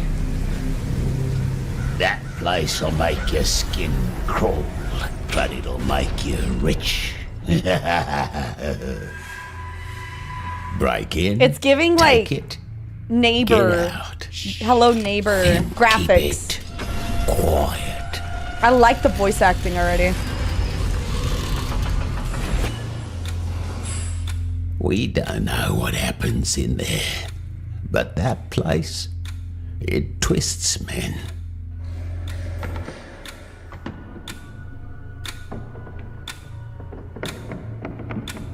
I like his mustache.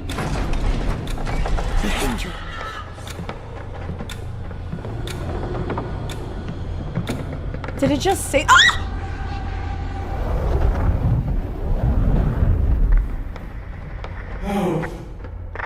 What are you doing? Left. Do you hear me? Answer.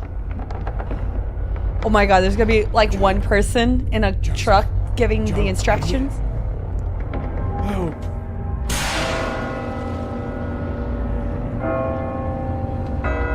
Oh my god.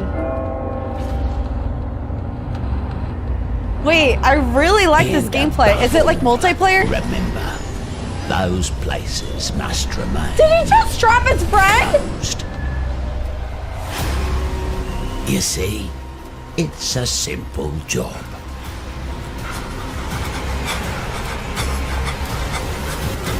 Break in, take it, get out.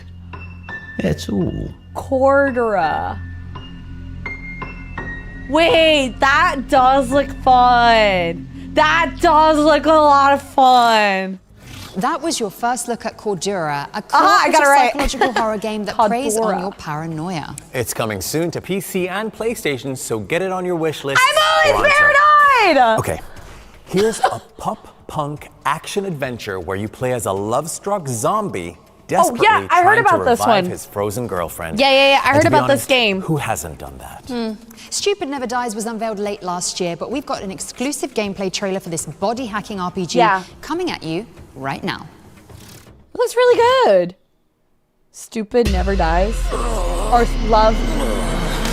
It honestly looks pretty cool. I like the graphics on this. Stupid Stupid Love Never Dies. Seized all of our collective intelligence. It gives Since the... you now have the same ability he does, you can take it all back and There resurrect was the a human game. species. It just gives very nostalgic vibes.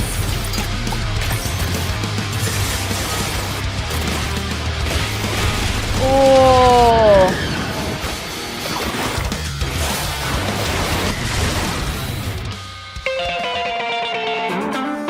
Oh, she's dead! Oh my god. That would be me too. That would be me wait. too. I'm already dead. The only way to revive her is to dive into the dungeon, eat KOM, and I like it. seize the I want ultimate it. technology. It's an 80s arcade. It gives like You should start heading back. There's a special Bioshock kind of miasma graphics. that drifts within the dungeon. Maybe not. It gives me like There's time Bioshock to your Catherine. activities. Bioshock Catherine graphics, which is, I like it. I like it. I like the colors. I like Return the to punk dungeon. style. It should reduce the time required to rejuvenate. Yeah, Borderlands The too. speed of your growth will increase with each trip to the dungeon. One thing is for Honestly, this looks Once really, the power in the really cold clean. storage goes off, your girl is a goner. You told me this now? Ooh. Ooh. Bite, rip, rise. Oh, that is so cool. I like it. It's okay, so it's coming out this year. I really want to play Flushing yourself that. into a dungeon. Ah, the things we do for love. Hack and Stupid slash. Never Dies is coming out later this year, but you can wishlist it now on PC and PlayStation. And remember, every wishlist helps. Okay, so up next, we've got the scoop on I like a brand that they new threw that in jungle-centric there. DLC for Dave the Diver, the beloved restaurant management simulator, where the catch of the day is entirely up to you. That friggin' wheel about to explode, dude.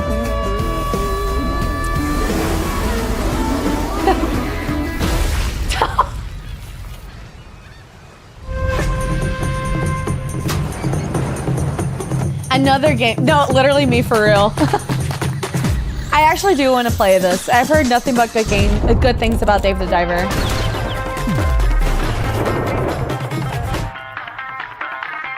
Oh, there's a village fight stream.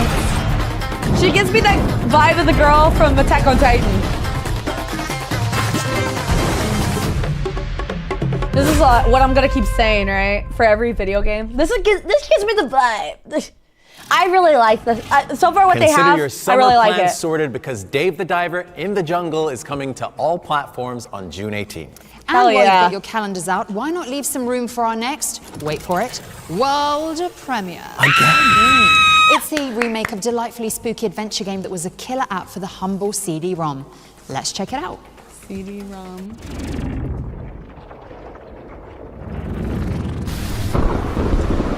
Old Man Stauff built a house and filled it with his toys.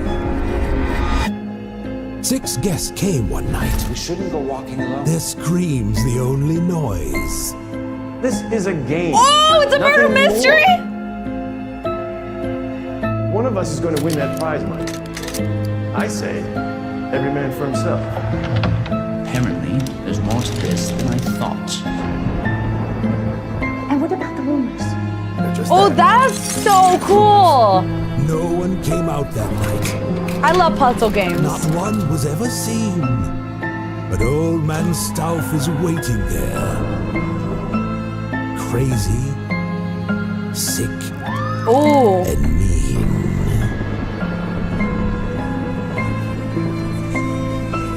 The 7th Guest remake. Oh.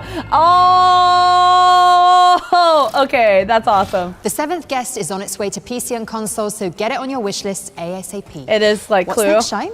Well, It gives Dev, Clue. Do you remember those 3D pixel art clips that went viral on social media but were Yeah. made with AI? Yeah. Imagine if it was possible to make something like that without destroying the environment and making PC parts even more unaffordable. Well, imagine no more, because a solo developer has taken it upon themselves to build an immersive sim in that style, and it's already racked up 100,000 wish lists. Wow. Score 1 for humanity. So here is the gameplay reveal for Project Shadowglass. I like the name. It gives. I'm kidding. Ooh. Ooh. Finest apples coin can buy. Oh.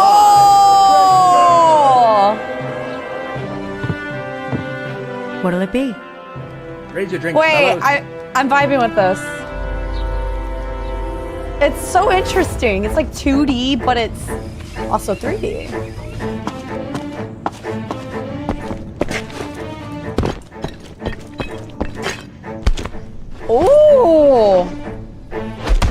It's giving Resident Evil 9 Requiem. I'm kidding.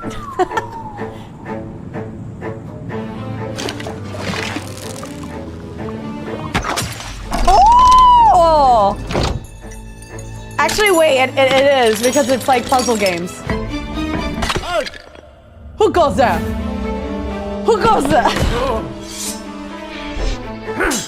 Oh, Skyrim?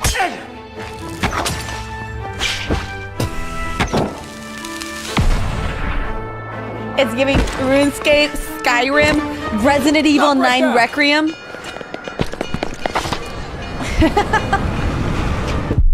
I like it. I like it a lot. That actually seems really fun. Oh, the demo's coming out later this year. Very cool. You can get your hands on Project Shadowglass when the demo launches on Steam later this year. Okay, and cool. yes, if you couldn't already tell, it's a love letter to classic games like Thief and Deus Ex. What's next, Shai? That's cool. That's cool. What's next, Dev? Well, another world premiere! Only the hottest game of the year. It follows an orphan thrust into a spotlight. You could even say it has all the building blocks of a Shakespearean tragedy. Oh, but hang on, this is the developer diary for Lego Batman, isn't it, Shai? Well, yes, Dev. Okay. I do want to play Lego Batman. Good evening, Gotham. I think it would be such a fun thing to play. Chaos. Just makes me happy. Hi, my name is Matt Ellison. I'm executive producer at TT Games. It's Batman! Working on Lego Batman: Legacy of the Dark Knight, which is an open-world action-adventure game. No, I'm the where voice you get actor to of Batman. Experience playing as Bruce Wayne, Open taking world? him through his journey to becoming the hero I guess of Gotham that's not City. too So much from of a origin shock. through to legend. This game is truly a celebration of all things Batman. You'll be able to experience all the DC lore from comics and films and TV shows, and all of this will be brought together in this game with a Lego twist of humor added throughout the whole game. Let's get to the root of the problem. We don't do that. Sorry. So in this game, you'll be able to play as Batman, Robin, Hell yeah. Nightwing, Catwoman, Batgirl, Jim Gordon, and Talia al Ghul, and all of these characters will have Really? You can play unique multiple progression players? and skills you That's unlock, pretty and cool. different abilities, and different gadgets that you'll be able to use in the game. Oh, that's so cool. Jim Gordon has got a foam gun which you can use to gunge up different gears and things to solve puzzles, but you can also use it to immobilize enemies in combat, and that's a really fun and effective way to deal with people there as well. And Catwoman, she's got a whip, and she's also got a cat we that do you can love bring that out, whip. and that again can be used in different ways to help you get through the game. Oh, that's cool. One of the other really cool things is the new combat system that we've got in the game. Yeah. With this, it's very action-packed and fluid. Oh, you can do and the very dynamic, classic and people really feel powerful and in control of these characters as they take on Oh, the that's enemy. And you can nice. also use That's these different gadgets nice. in the combat. For example, Batman. classic he's suit got is batarangs just- that can distract enemies, stun enemies, and then you've also It's a got a classic. Batclaw, which you can use to Oh, reel hell enemies yeah. in and get them up close to fight them.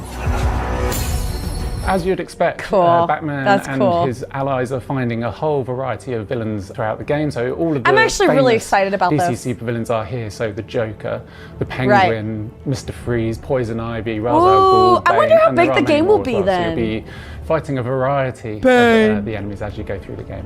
One of the cool things about Lego games and what people expect from Lego games is to be able to No, collect I agree, lots of Ada. different things. And this 1000%. game isn't going to disappoint there. So as you're going through the game, you'll be able to collect 100 different suits for your playable characters, spanning 100? a whole variety of different 100? eras and different references. So we've Now, got may I just be that person? Now, this is why. Like, I obviously know Lego has a lot of money, but like, you could tell Lego is using all that money. They are putting it all into a good game. I'm hoping it's a good game. I'm hoping the storyline. I'm hoping that the nostalgic's gonna hit because I love Batman. This is gonna be my first ever Lego game, and I am so excited because it just sounds like they're actually creating and they're molding into this beautiful story of Batman. But obviously, it's Lego, and I think that's really cool. things going from the very early debut. Someone look of that will Batman appreciate it. from, I think I Golden will Age appreciate suit, it. Which is from Detective Yes. Comics in 1939, Yes. and then going through to all the modern day stuff as well. Also today we've got an exclusive look at 2 new designs of outfits that we've got for characters. So we've got Batman I'm and Robin set. in their I am original set. Lego Batman the video game looks I am that we set. had in our title way back in 2008, our first venture to Lego Batman. We've got those 2 suits available in this game as well, and it's a great way for Hell us yeah. to look at the legacy that we have with Yes. Lego Batman and that character here at TT and celebrate that in this game. Do you think I need to play the first Lego one? Batman Legacy of the Dark Knight is available to pre-order and wishlist now and will be available for players on May 29th. We can't wait for you to experience it. I got plenty of time. Oh, I'm so excited. I'm so excited. Oh, wow. May 29th. 3-day early access for deluxe editioner. I hope you enjoyed that deep glide into the mean streets of Gotham City. I know I did. Lego Batman Legacy of the Dark Knight is coming to PC, PlayStation, and Xbox on May 29th, and Nintendo Switch 2 later down the line. Right. so cool. And next we have some... So put it on your wish lists now. Okay, Shy, back in the zone. That's freaking Batman. That's freaking Batman, guys. Back in the zone. Next up, we have some exciting news about Void Ready Interactive's or not? tactical SWAT shooter, Ready or Not. Really? 911, what's your emergency? Tell me, officer. It's like I feel like this game hasn't been talked about in a hot minute. House of Cards. It's beautiful. Funny how fast everything just falls apart.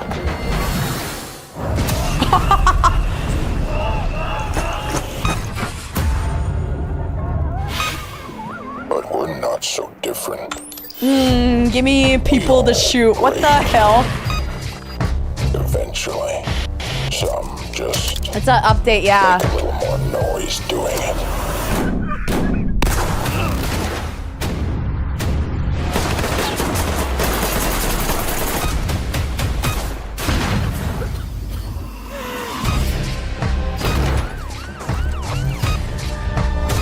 You call this chaos? I think of it as more of a correction. It's a fun game. It is a fun game. I hope that was See you soon. the freaking woman that was like Boiling Point. It's already out now. Ooh!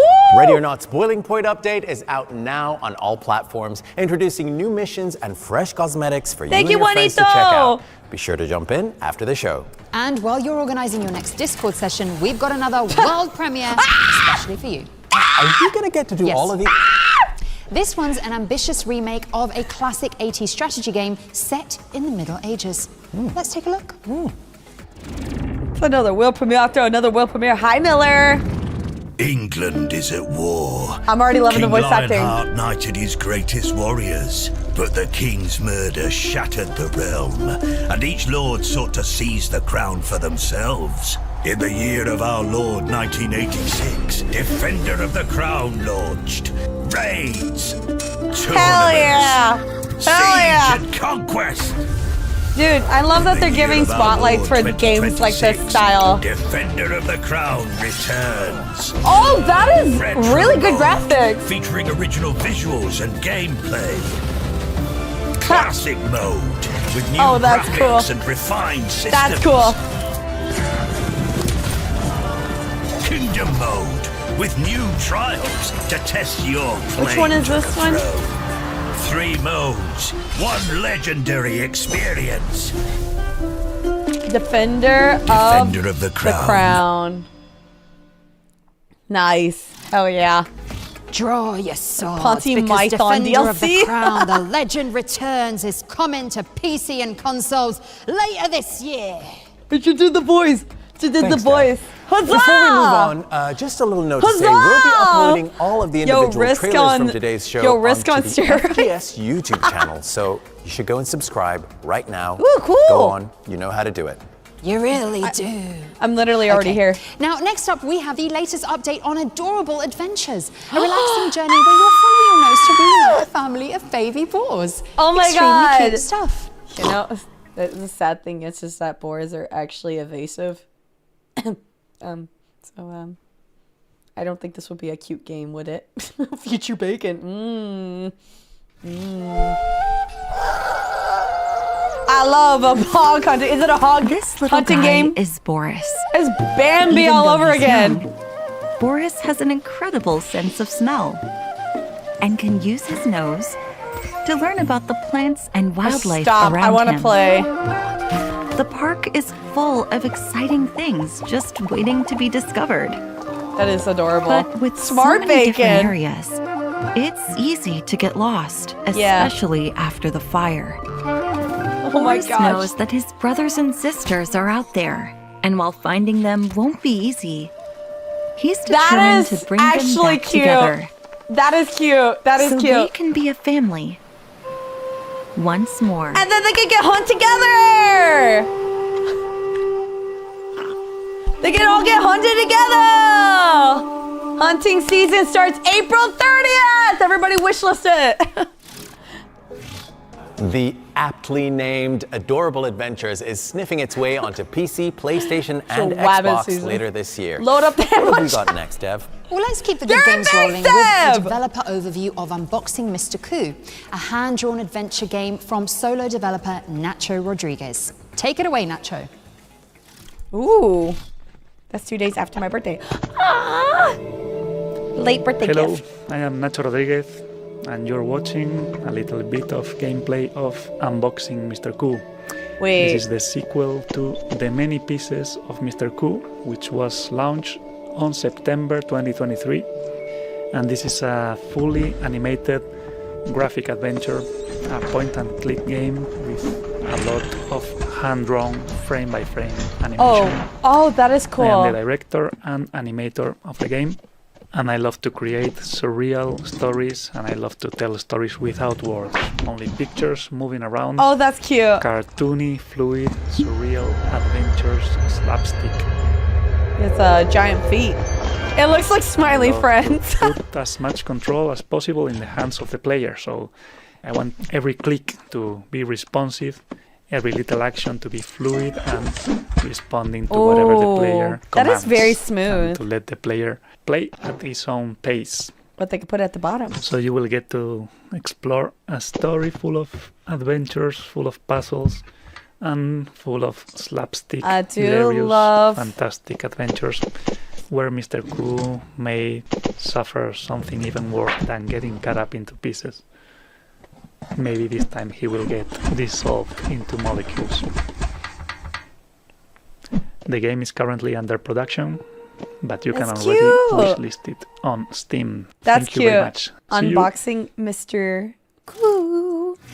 Unboxing Mr. He Coup is sounds coming so soon wholesome. to PC and consoles, so make sure it's on your wish list. You will be to catch rage all the baiting. latest updates. And without further ado, here's your first look at gameplay from Calex, an action-adventure game set on a mysterious alien planet. Ooh. Oh! Dan, I already made that joke.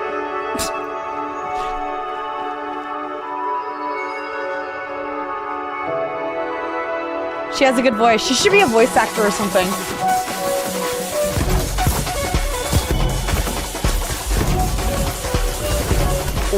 Wow. Wow. Wow.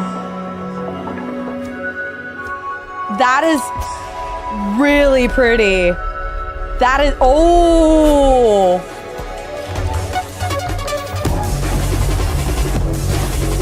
Wait, that's so pretty. Oh. And the game mechanics look really fun.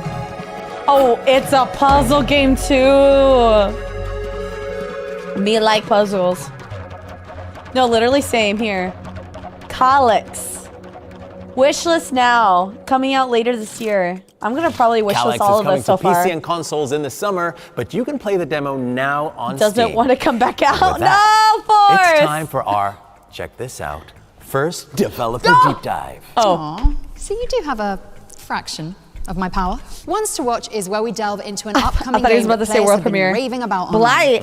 The visceral medieval combat of Blight There is a Survival demo. made Oh, an I gotta play immediate it. impact on social media. So we asked the game's developers what players can expect from this promising horror game. Horror. Horror. Oh yeah, Blight was a horror game. I knew that. I knew that.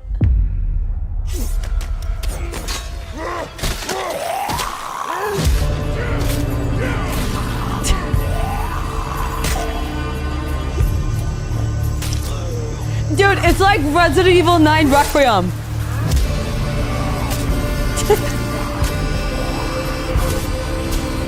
Oh my god, but medieval.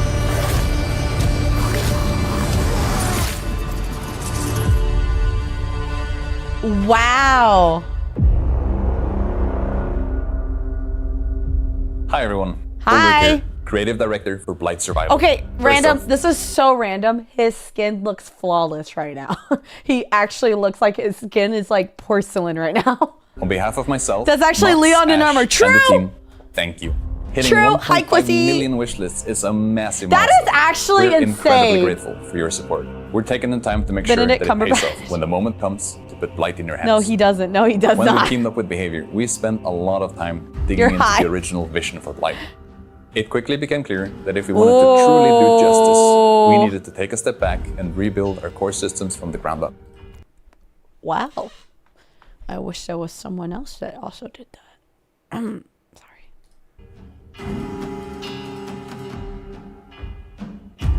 We're designing Blight to be a brutal, visceral game.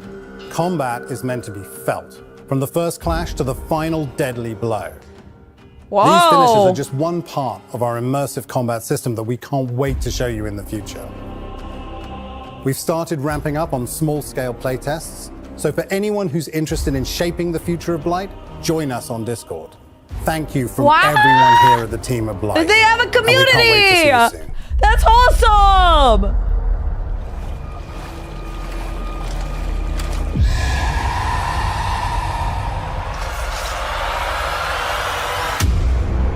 Where can I join it? Blight Survival? I'll join it. Thank you to the Blight Survival team for that inside scoop. How do I find Make it? sure you're in the official Discord for information on future playtests. Now, here's a good idea for a game dev.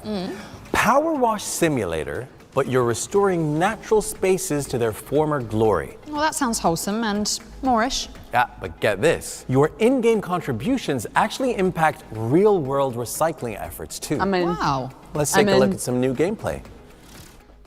Already new updates? Okay, regroup. Everyone over here. my way. Copy that, let's move. Clean up Earth? Alright, team. Wait! Let's clean this zone. Yeah. Hey guys, we gotta do the shipwreck. Okay. Let's move. Stick together, team. Here we go. That's cute. That's cute. That's this. cute. It looks fun. Oh, look at that. Take my money, yeah. Covered. Cleaning games. Yeah. My Got it. dream. Where's Brian? My ovaries are crying right now. Almost done. But honestly, it does look fun. It does look fun. Over here. Over here. Wow. Look at that. So cool. Alright, let's celebrate. Awesome, guys. We did it. That emote, Dan. Solo co-op. Up to 25 players? Wait, that's actually a fun community game. April 22nd. Ooh. Unearth natural beauty with your buddies when Clean Up Earth launches on PC, That's PlayStation, cool. and Xbox That's cool. later this year. Now let's move on to a slightly different cooperative experience. Here's Supermassive Games to tell us more about the studio's space station thriller, Directive 8020.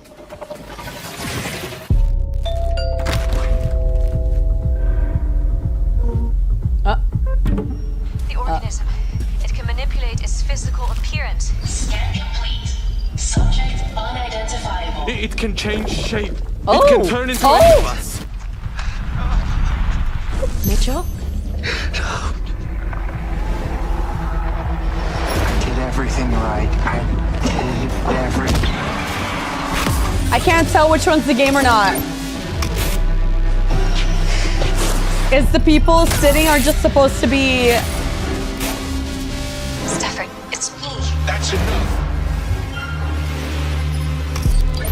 the hell?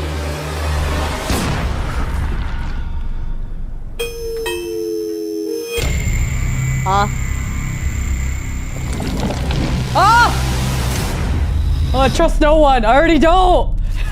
Wait, that's actually fun. That looks fun. Prime your stealth pillows because Directive 8020 launches on May the 12th on PC, PlayStation, and May Xbox. the 12th. Woo! Here's the launch trailer for 1348 Ex Voto, a cinematic action-adventure that follows a young knight in medieval Italy. Italy! Don't justify the means. Every deed has a price.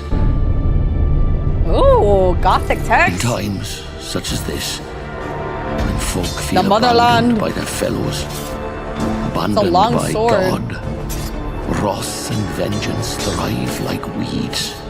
Dead. Wherever you are, I shall Wait, find wait, you, baguette. Bianca. Wow. I vow. I did not like the shape of that hood. I still don't like the shape of that hood. I will not leave without you, Bia. This bloodshed, this suffering must end. Okay, is cinematic? That actually looks pretty nice. The cinematic looks really nice. 1348 Ex Voto is out today on PlayStation and PC and stars Albie Baldwin as well as a friend of the show, Jennifer haircut. English, so don't miss it. Now from Shadowheart to Shadowstone. This is the next TFT. game from Secret Door, the team that brought you Sunderfolk. Let's find out when you can go hands-on with this dark fantasy tactics roguelite. It looks like TFT. All are fated to fall. Wait, this is like so random, but like, does anyone remember Pirates 101? It was like also a spin-off of Wizard 101. It was like one of those tactical games where you like just play like a player at a time, you know? So, I don't know. It's just like, I like those like player turn-based games. Gets me back nostalgia. The witch. That's a frog. Wait, I really like the graphics. Wait, these are actually cool. The pyromancer. That's a gecko. The ranger. What the heck? Wait, that's actually really cool. I like the graphics. From Shadowstone. Wait, is it already out? Playtest already out on Steam. Shadowstone is coming soon to PC, but you can sign up for the playtest on the game's Steam page. Okay, I want to try it It's time out. for some friendly competition, That don't looks you? You're not fun. going to beat me up again, are you? Oh no, I'm saving that for later. What the heck? I'm talking about the HyperX Cloud Alpha 2 wireless headset giveaway. Me! Yes, courtesy of our friends at HyperX, you can be in with a chance of winning one of 5 pairs of these lovely gaming headsets by entering our competition. Just follow the link on the screen now. The HyperX Cloud Alpha 2 wireless has been designed so players can embrace immersion and game without interruptions, which is why they offer Literally, up to I don't cut off 250 anything. hours of That battery is literally the That's URL, enough for at other least than y'all one in chat. completionist playthrough of Baldur's Gate 3. And who wouldn't want to hear Lae'zel's battle cries booming through those 53mm dual chamber drivers? You can also enjoy simultaneous 2.4 gigahertz and Bluetooth connectivity, as well as tinker with the RGB hell yeah. base station, which lets you program looks game-specific nice. macros, switch That is between nice. devices seamlessly, and change the color of your setup depending on your mood. Head to the link and good luck. And now for something I'm completely angry. different. Bandai Namco has some news to share about Little Nightmares Altered Echoes, the VR spin-off it's gonna be of VR. the famously creepy franchise. I guess that should be another game I should play, right?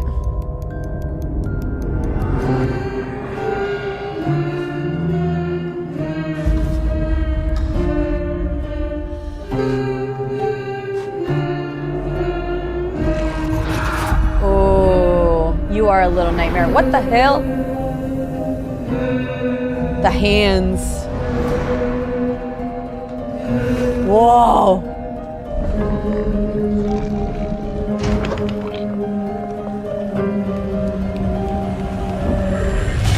Oh. Oh. You gotta give credit where credit is due. Like making games into VR seems like a lot of work.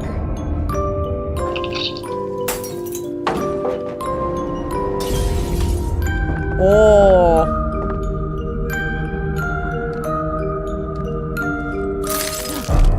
Uh-oh. Ah! What the hell?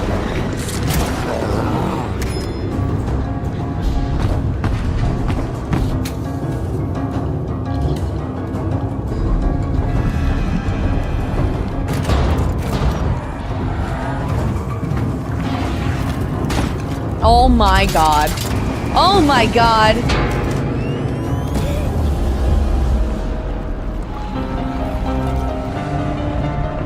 Little Nightmares. It's supposed to be a spooky game, guys. Altered Echoes. That actually looks kind of fun, but I don't know if I could do VR. Little VR Nightmares sounds crazy. Altered Echoes is coming to PSVR 2, Steam VR, and MetaQuest on April 24th. Okay, I have Meta. And don't be afraid to give it a wish list. That's funny. That's what my mom calls me. What? Little Nightmares? No, PSVR 2. All right, we've got some brand new gameplay for Silver Pines now, a moody survival horror game set in a Dude, small American town. survival horror games are like Peggy 16. coming out like insane style. They're like boom, boom, boom, boom, boom, boom. More for you, more for you.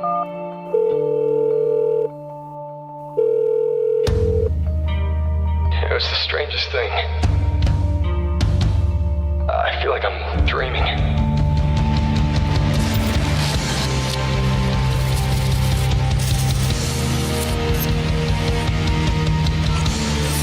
Ooh. I don't remember going to this place. Wait, wow. Somewhere else.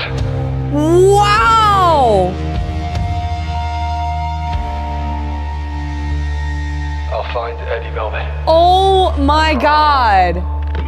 Wait, the art is amazing. That is beautiful. That guy looks like he could use a damn fine cup of joe. Oh, yeah, and literally. maybe some cherry pie, too. Is that You too queso's can take a emote? trip to Silver Pines when it lands on PC and consoles later this year. All right, we've got something pretty special for you now.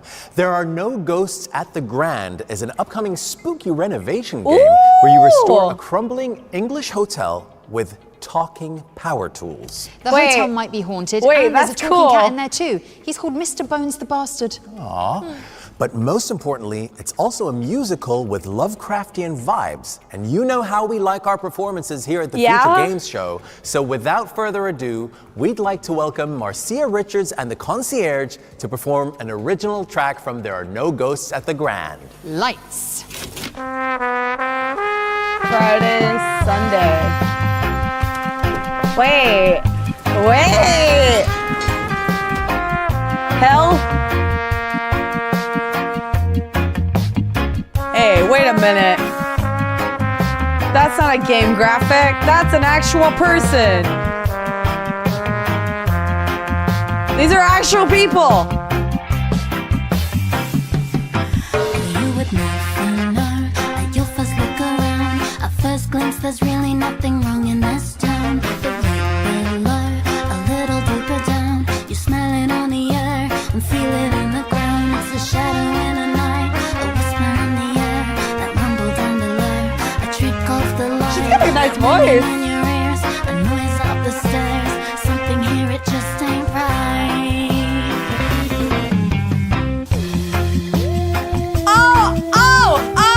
Oh, yes.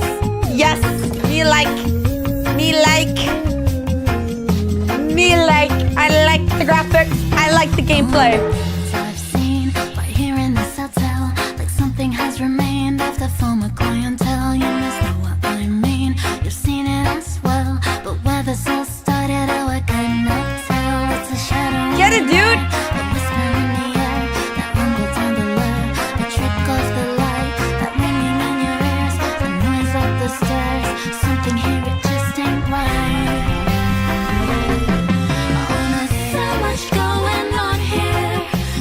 People seem unaware. Wow.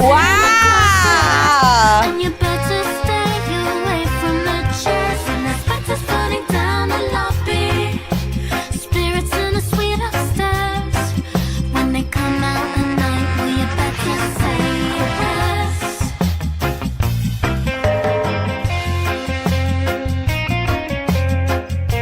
I like it. I like it a lot.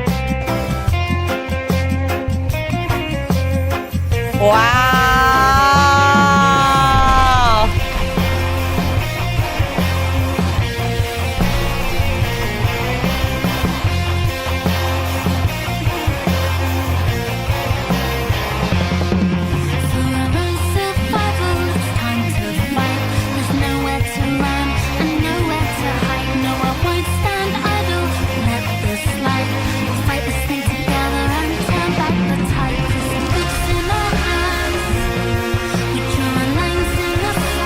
Dude, that is so cool!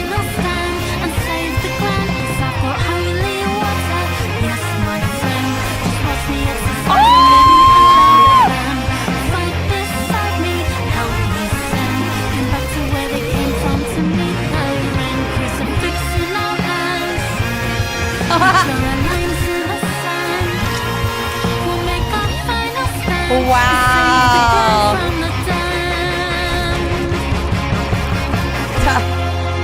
That was a cool. That one was a cool. Well, that was a really very, very lifted cool my trailer. I like it. Oh, I like and you that. can have some spirits of your own with a high-powered That was groovy. vacuum when there are no ghosts at the Grand. Launches I on PC like and Xbox that. later this That year. was Next really up, cool. we've got a gameplay trailer for Last Flag, a hectic game of 5v5 hero shooter hide and seek. Let's check it out. Hide and seek. I'm intrigued. I'm intrigued by hide and seek. Off the water cooler, in the trash. No swag. Off the plant, off the picture. Boom. Off the jetpack, off the disco ball, down the hatch. Oh, no, don't say oh no. Off the It's hide and seek. It's hide and seek. Off your face. It's a shooter hide and your seek. Mother.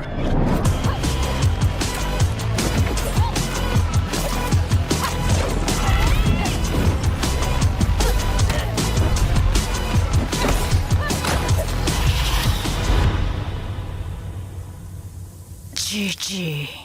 Yes. Anime Highguard. No.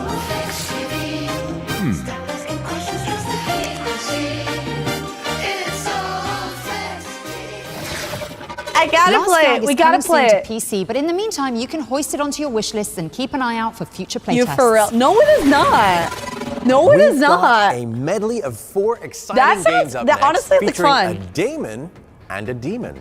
Don't worry, it'll make sense in a minute. Demon Roll and a the demon. montage.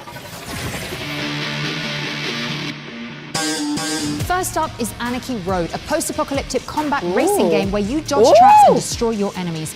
Also, it has couch co-op. Throwback. Ooh. Next, we're looking at Daemon and Baby, a highly technical twin-stick shooter backed up by an emotional story. It follows a gun-toting demon and their adorable companion in a world full of quirky creatures. That's cute. Or how about Astrotex, an isometric strategic shooter where you chart the hazard-filled hallways of a gloomy spaceship and protect its damaged systems from nanotech monsters.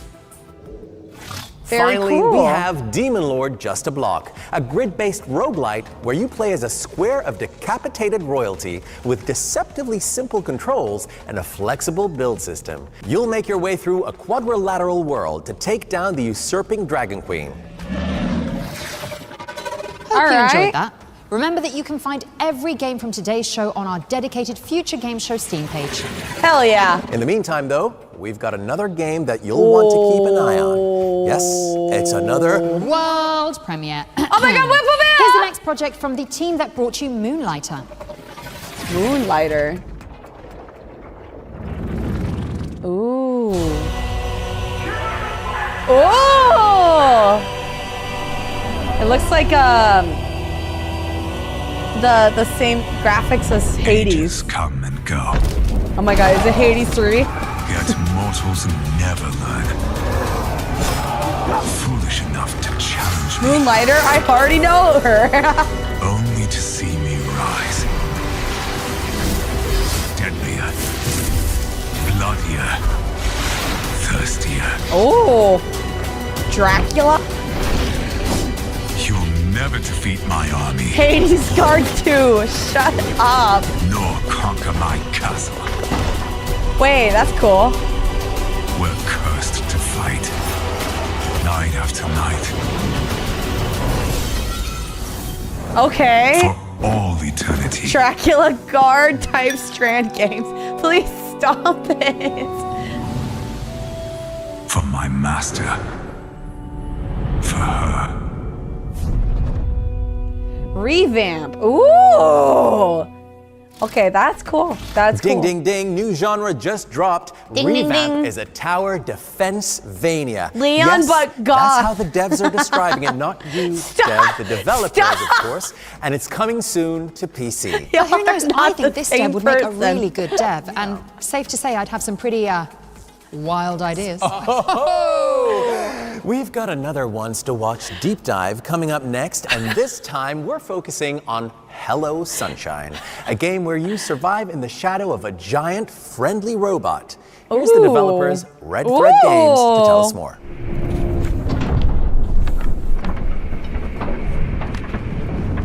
Twin for real.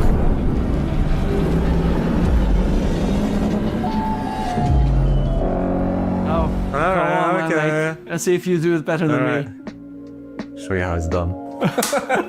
We're working on Hello Sunshine, a survival mystery game where you play the nomad who's walking in the shadow of a giant robot. And you're on a journey to get to a tower, and the journey is all about figuring out who you are, where you're going, and what is the mystery of this grander world you're in. We put out a trailer which shows this epic robot battle, Wait, which people found that really looks cool. really and, pretty. The game actually starts with that, and right after that battle is done, we just let the player take the control. It's just you, the sun, which is very dangerous in this world, and the giant robot. And the giant robot's shadow is your haven at the start of the game. You venture out to the shadow to find resources, to learn more about the world, to investigate mysteries. And as the game progresses, you have the ability to move further into the world and out of the shadow and stay out of the shadow longer. But you're always following this robot, and the relationship between the main character, the player character, and the robot is key. It's instrumental in this game. But you're always on a journey. The robot is always walking make me cry. ahead. It's So your unlike a lot of survival literally. games, which are about sort of having a hub and then you sort of venture out from that, your hub keeps moving.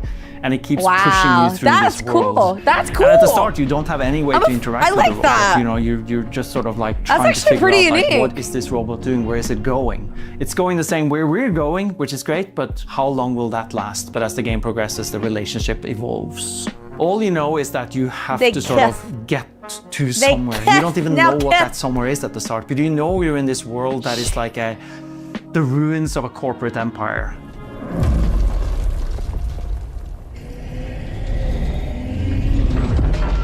There are a lot of really good survival games out there, and all of them are very systems driven for the most part, right? Some of them are quite forbidding, they're quite tough.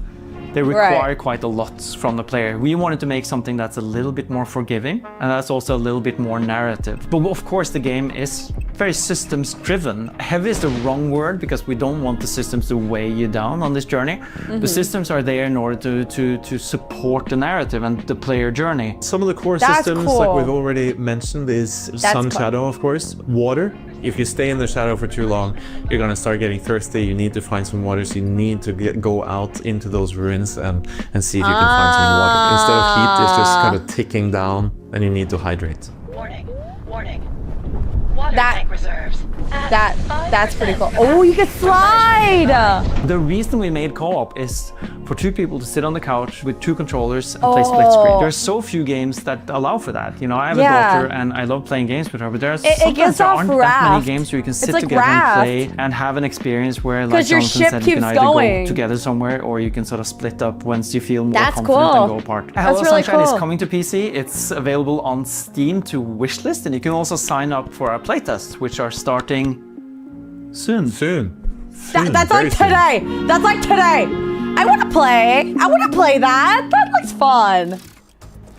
Hello Sunshine is coming soon to PC, so give it a wish list. I like keep Raft. an eye out for that upcoming playtest. Now, from sunshine to something a little chillier, let's find out when you can get your hands on Will Follow the Light, a mesmerizing puzzle odyssey set in the unforgiving Arctic. Ooh. Oh, I like how they transition from that. Come in, this is Will. How'd you read me? Come in, Will. Got 2 bits of news for you, starting with the not-so-great one. What's wrong, Cass?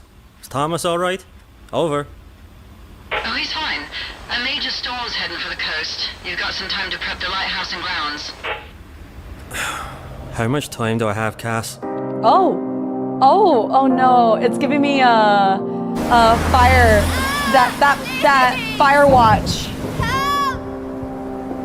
I know. I'm coming.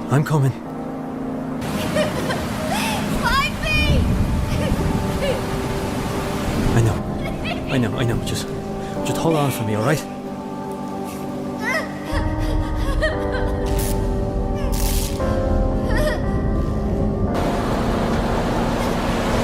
Save yourself or your son.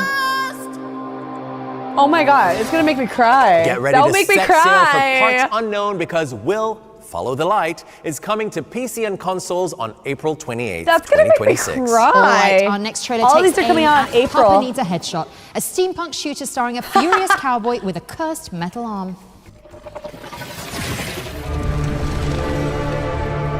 I faced him once, and it was the worst day of my life. The hell? Ah! We almost caught him, but he busted out, stole a horse. No, I have Now not, he's coming Juanito. for us. And he looks mad. I heard he's got this weird metal arm. 1 second he's shooting your ears off. Next, he's using some kind of magic to blow everything up. He's hell fast, yeah. He's crazy, and he ain't missing a single shot. Aim assist. Oh my God! Keep your heads down, boys, because Papa needs a headshot. That's kind of. I like that. That was a good trailer. Papa Needs a Headshot is coming soon to PlayStation and PC, and it's also what my agent says when I call the office. Okay, now we've got a trailer for Atmosphere, an open-world survival game set on a series of floating islands. Hey, you need. Yeah, I do. When we die, do you think we'll see the people on Earth again? Aw. When I lost my son in the scorching, I thought I'd seen enough fire. Yet once again the horizon burns.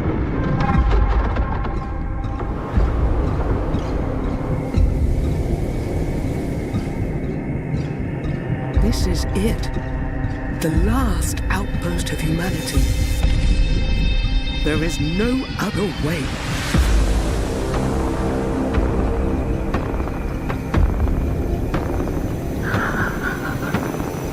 Tychos might still have the answer we're looking for. Wow. We have to find it before it's too late. Atmosphère. I feel like I need to learn a little bit more about that, but that You can looks wishlist cool. it now and stay up to date. That looks ahead of beautiful. launch. Deborah? Prepare yourself, Shy, because we are World checking out a premiere! cooperative horror game Ooh. that taps into one of humanity's deepest, darkest fears, incontinence. I don't think I have anything to add to that, so here's We Gotta Go. We gotta go. Help me out. Oh my God. In a stomach. I got you, bro. This one's gonna be a pop. This one's gonna be very popular. Kick him in the nuts. The This, pressure. this is gonna be a good game. Your only hope. Looks like we gotta find a key. Your This is gonna be a good game. Ooh, loot. Oh, I got a forge! lies in haunted halls. Oh my God, he's naked? Anybody got some clean pants? Don't touch me. Oh. Why are they full of corn? Find the key. Holy. That looks really fun. That looks really funny. Make it to the bathroom. Bro, somebody give me a weapon. He's behind me. He's behind me. Or become the poo. Oh no! I've been pooped. Oh man, we gotta go. Run, run, run, run. Oh my God, not the colon, on the side. What happened here? Got a turtle head popping, guys. No scope 360. Is that like your health? I'm a poop, don't leave me. Oh God, they're right behind us. Get inside, get inside. Oh. We gotta go. Oh. April 14th. My God. You're gonna want to wash that hand. Ew. Oh my God. You can't pet Barring them. any unfortunate Wait, that's accidents, funny. We That's Gotta funny. Go is exploding onto PC in spring 2026. Okay, Shy, we get April it. All right, it's a 16th. game about trying not to poop your pants. I'm sorry, I just couldn't hold it in. All right, let's move past the rogue potty Next humor up, for a we second. have blah, blah, blah. What happened to the passion? It's all been downhill since Al Pacino started handing out awards. Who actually is this? What's going on? What the hell? Hello? Yes, Hello? hi. Thanks for having me. Make me bigger, please. Like we talked about, Barbara. Barbara, backstage I asked you to make me a big boy. You nodded like you understood. Don't tell me you lied to me. Oh yeah, this is good. Thanks, Barbara. Oh God, make him smaller. Oh my Make him God. smaller. Why does he have lips? What's wrong with my lips? You know what? Fine, whatever. It's your show. Okay, well, welcome to the Future Games. The Dungeon Experience! Okay, is this what you came here to tell us about? Yeah, sorry. I'm just a little bit nervous. I just keep thinking about that lip comment you made. Look, I'm sorry about the lip comment. I didn't mean it. Just go on and pitch your game. Introducing the Dungeon Experience with our new exclusive trailer. Trailer. Dungeon Master Creations. The Dungeon Experience is an immersive first-person fantasy guided tour. Run by me, a low-level RPG monster, turned entrepreneur, and all-around handsome crab. Wow, look at that beautiful symmetry. Those clippy, clappy claws. Take the time to explore our dungeon. Exploration. And meet our many dungeon inhabitants. Hey, you really don't need to speak to me. Consider me a table. Just part of the room. Transition. Hey, well, wait a minute, Mr. Crab. I've Wait, seen I this like trailer this. before, like Wait, I 5 like years this. ago. Yeah, this isn't exclusive at all. You need to show us something unique. All right, fine. Wait, I like this though. I'll show you something unique. We've got this retro dungeon crawler section. It has a large and unique cast of characters. Wait, that's cool. We've got Walter, Wanda, Wayne, Weaver, Welch, Wendy, West, Will. Oh, and I almost forgot. William. Is this really happening? Who approved this? All right, this is But all I we have like time it. for. No, wait. Wait, I like show your it. party trick. Wait, I like this. I want this. It's pretty neat. And if you think so too, then go ahead and wish list. The Dungeon Experience. Wait, I like that. I like that actually. Well, that was enlightening. The Dungeon Experience I and wanna our new play friend, it. the unnamed talking mud crab, are coming to a screen near you in 2026. Don't miss it. I wouldn't Wait, miss it I for wanna the world. see that, yeah, Now, I wanna let's play move that. on. With over 1 million wishlist accrued to date, you've probably heard of Outbound, the sustainability-focused survival game. But we've got the Yes. scoop on when you can finally get behind the I wheel. have heard it Let's before. check out I a want to brand hear new it trailer. though. Wait, yes I have. I've seen this. Wait, that is so nice.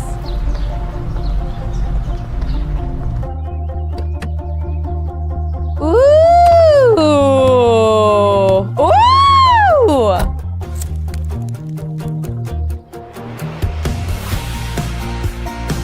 Wait, this is cute. Wait, this is cute. Hobo simulator. What do you mean? Look at this. This is nice. Hit the road.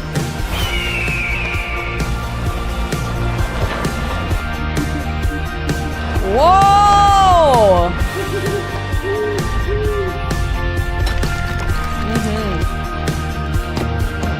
Hippie simulator. That's better. Dude, you can build your RV on. You can build your house on top of your RV. That's cute. Wait, that's actually pretty cute. I think I want to play that. Yeah, I really want to play it.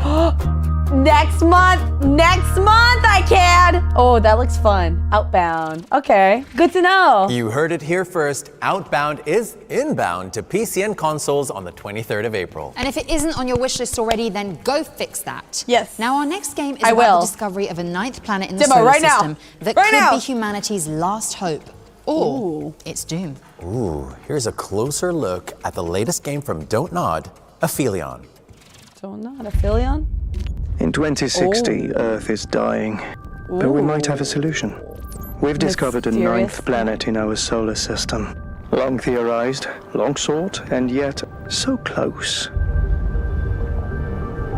Don't nod. First observations reveal a vast icy world encircled by 2 rings.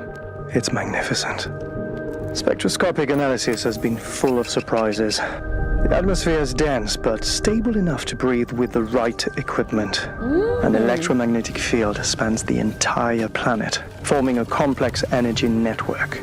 Most importantly, it looks our really cool. instruments have detected a mysterious heat source. A source that could allow liquid water to exist. Ice, snowfall, flowing rivers. This planet could have a complete water cycle. Bouldering?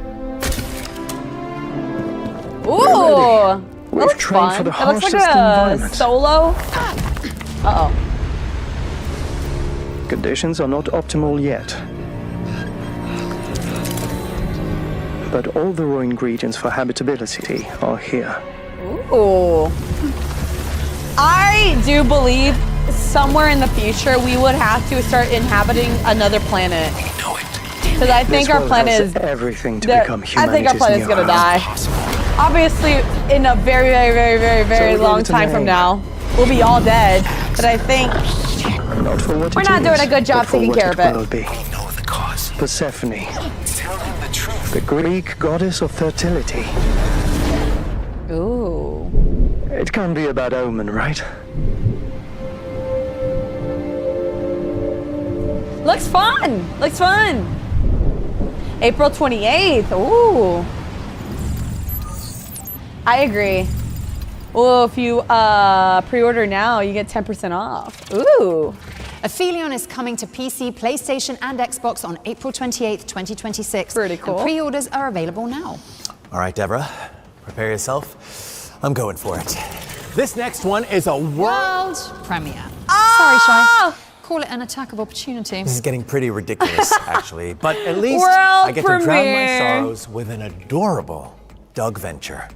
You'll see. Dog venture? Dog venture?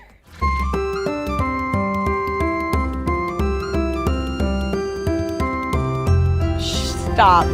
Stop. I'm sold. Dude, you get freaking headbutt! Freaking sheeps! What is that? Wait, that's cute. Wait, that's cute. Oh, wait, this is cute. Dog can fly? Dog can do freaking double bounces in the sky? Puzzle game? I love puzzle games.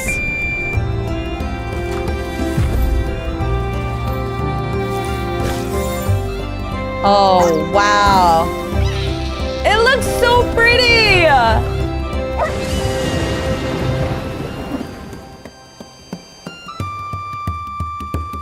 Hurdles. Hurdles. I get it, because it's hurting. Oh, I like that. Jump and zoom through a vibrant landscape in Hurdles, which is coming soon to PC. That's cute. Now, Just let's PC? throw it over to Goodwin Games to tell us more about the studio's atmospheric biking adventure, Quite a Ride. Quite a Ride. Hello, Future Games Show. Alex here from Goodwin Games. Hello. We're the studio behind Quite a Ride, a first-person psychological horror game where your bicycle is your only lifeline. You have to ride through a mysterious, fog-covered zone known as the blind spot. This is a game about dread, tension, and enigma, where exploration fits the mystery. You're trapped in a shifting world where you must ride to keep your phone charged. Oh my god. Research anomalies and decode cryptic messages to escape. It sees You're you. alone. It's dark. And you're never safe. If you stop moving for too long, the fog and what hides inside it catches up to you. Let's talk a bit about the blind spot, the setting of our game. We haven't shared too much yet, and frankly, we don't want to spoil the mystery. But here's what I can tell you. The blind spot is a stretch of land swallowed whole by a thick and natural fog. It's a place where logic doesn't quite work the way it should. Oh my god. Roads change, landmarks disappear. People don't go in, and the ones who do don't come back out. If you want to survive, you'll have to explore. You'll solve puzzles, uncover clues, and slowly piece together what this place is. But you are not alone here. The blind spot is a home to anomalies, strange and unexplained Oh phenomena. my god. You'll have to document them using the scanograph, observe them, and piece together how they behave. But the data is fragile. If you run out of charge, collected data is gone. Some Data anomalies loss. simply exist. Others must be awakened. Some adapt and some are alive, and will hunt you. Failing to learn this is fatal. The blind spot is massive, and navigating on foot is dangerous. This is where your bike comes in. It allows for speedy escapes when you're being haunted. It's the easiest way to generate power. Wait. You have to keep cycling to keep your device charged. Your bike is also equipped with a strange wow. specifically an analog FM radio fused to the frame.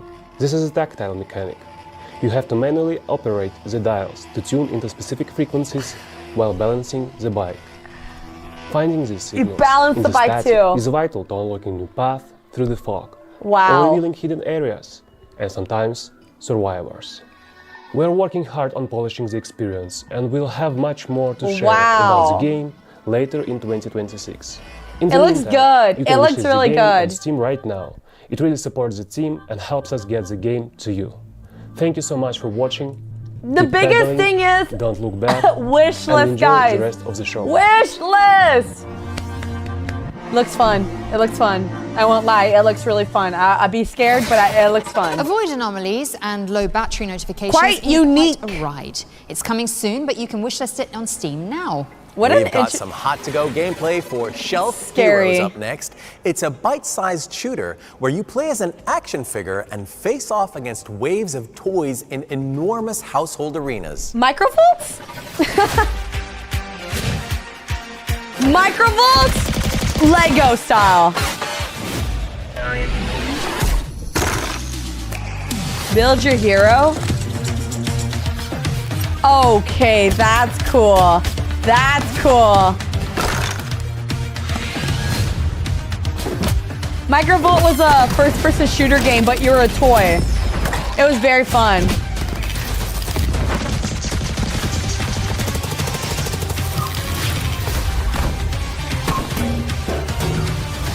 Okay, that's cool. That's cool.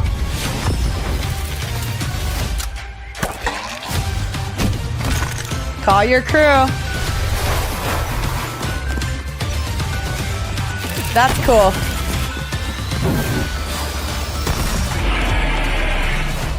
Shelf Heroes. That looks... Shelf Heroes is coming soon to PC with a demo was dropping crazy. later this year. Wishlist so you don't miss it. That's cool. That's Okay, very now cool. Let's take a look at a brand new gameplay trailer for Deep Dish Dungeon. It's an ambitious survival game where teams of curious spelunkers explore a handcrafted dungeon. Oh, thank you, Anna. That's... Anna, there's a snake! Wait. What the f***, Anna, did you die again? Yeah. All right, what's this? Treasure chest. Don't forget to eat. Wait, that's Keep your bellies cute. full. I'm doing magic. You can pick up the planks. Wait, that's funny. With a friend or two. All on my own. I'm safe. They got the right people to play this for a trailer. Oh, I lowered the water over here. Oh. Oh, he woke up. Oh. He woke up. The snake. Okay, I'm fighting it. Remember me? Anna! I died. Oh God. Watch out. Watch out. Watch out, watch out. I've got an iron key. What? What is this? Oh my God, there's so many bats. There's so many bats. Yeah, they got the right people to play this. What's wrong, Anna? Nope. Oh, there it is. Oh, he's really No, fuck big. that. I'm out. Yeah, they got the right people. Oh my god. Okay, I like that. Fall 2026. That seems fun. That seems fun. Deep Dish Dungeon is coming to PC in fall 2026. And we're following that up with a gameplay trailer for Rover's Tale, which imagines a world where dogs get to live on as explorers long past their departure date. The hardest part of owning a pet is knowing they aren't going to live forever. When a dog reaches the end of their natural life, their consciousness can be transferred into one of our Leica rovers, where it will live on forever among the stars as a brave space explorer. As the newest member of our research team, your loyal canine companion will be entrusted with exploring new undiscovered worlds, getting to know the local wildlife, You're gonna make me cry. keeping up to date with the latest tech and upgrades, supporting their fellow explorers. I wish. And hey, who knows what else they might discover. That is a cute concept. So what are you waiting for? Sign up to the Leica program today. Has your dog got what it takes to change the world? I'm gonna cry. Become man's best intergalactic friend in That's Rover's Tale, cute. which is launching later this year. Now, Shai, quick question. Did you pick Bay or Bay? Nice try. I'm not at liberty to answer that, Dev, lest I summon the pitchforks of the internet.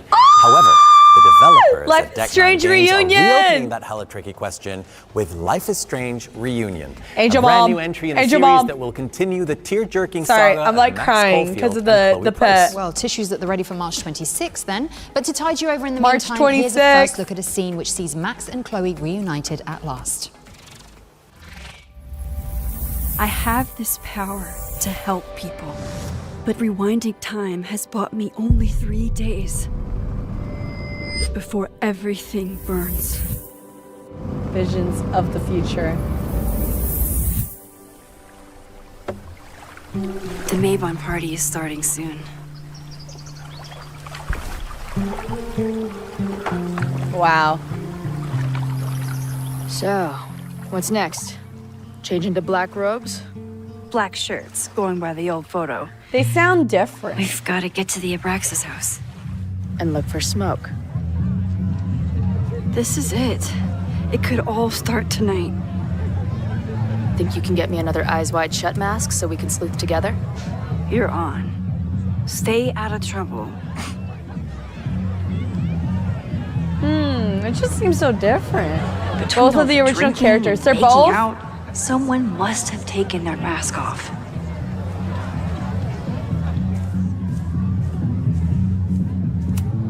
Not their usual logo. This rooster snake has been doused in nightmare fuel. Literally. Password? Rooster snake. I think you mean Silsat, which would have been correct. Too bad. Okay, I've got the password. Just need to use it now. Password? Silsat? That's cool.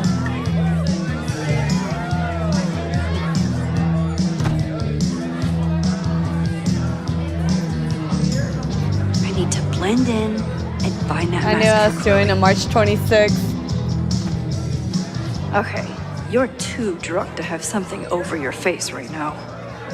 This isn't theft, it's a safety issue.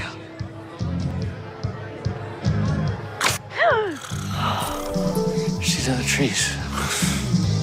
Poor guy. Hunting for a secret room in a spooky house? This is nice. Chloe's gonna love this. I've been to plenty of bonfires. And a handful of pagan parties, thank you, Portland. But a secret society pagan bonfire, that's a new one for me. It's Vermont air. So fucking peaceful. Here. Jesus! Oh my gosh. I think you should check out the basement. The door password is Silsat. So they don't show us? Split up? Meet at the bonfire when we know more? I just want you to know, I'm so excited to make these memories with you.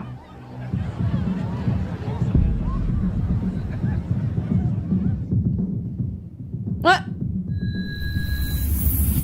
What? Man, I feel like I need to watch the original for me to like Decide get it, your man. own story when Life is Strange Man, Reunion comes to PC, PlayStation, and Xbox next on March month or 26th. this month. Now, our Oh next gosh. game blew up on social media, and for good reason. Wow. It's a wonderfully silly concept Gate where you Guard man the gates Simulator. of a medieval town Wait, to that decide looks who fun. makes it inside and who ends up in stocks. Yeah, Here's she a sounds brand different. new gameplay trailer for Gate Guard Simulator. Watch out Yeah, for she the cheeky sounded geese. different. The gods, a pig in rusted mail, too dumb to stand, too drunk to fail. If hell showed up, the fool would grin and let the devil stroll on in the gate. Oh my god, it's like the crime, or it's like that sick simulator. Provided the gate isn't guarded by a moron. The peasant pulls a rusted cart, the cheese he's carrying smells like rot. He promptly pries two nuns apart and made it from the shavings. Now see the priest attempt to pass with pox upon his underparts. It preaches that women hell, but spends his evenings bashing the bishop with war. Wait, this looks fun. Like Papers, Please, yeah. The gate will keep us safe, provided the gate is guarded by a moron. Wait, I like that. I like that a lot. Gate Guard Simulator is all about using your deduction skills to protect the people. Unless the gate is protected by a moron. Yep. Medieval Gate Guard Quarantine Simulator Zone, is yeah. coming to PC later this year, but you can wishlist it right now on Steam. Wow. Okay, great. Future game. From Gate Defense to Wave Defense, here's a closer look at Killing Floor 3's Chilling Season 3 update. Okay. Update. Oh my god, it's a 2-hour-long conference. It's a lot.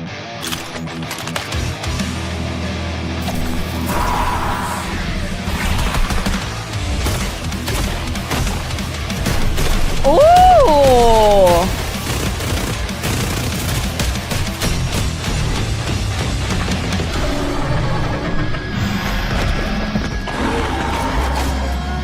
Shut up and die. Filthy mutant. Oh! Wait, that was pretty cool though. Like these whole like shooting games though, they do seem pretty fun.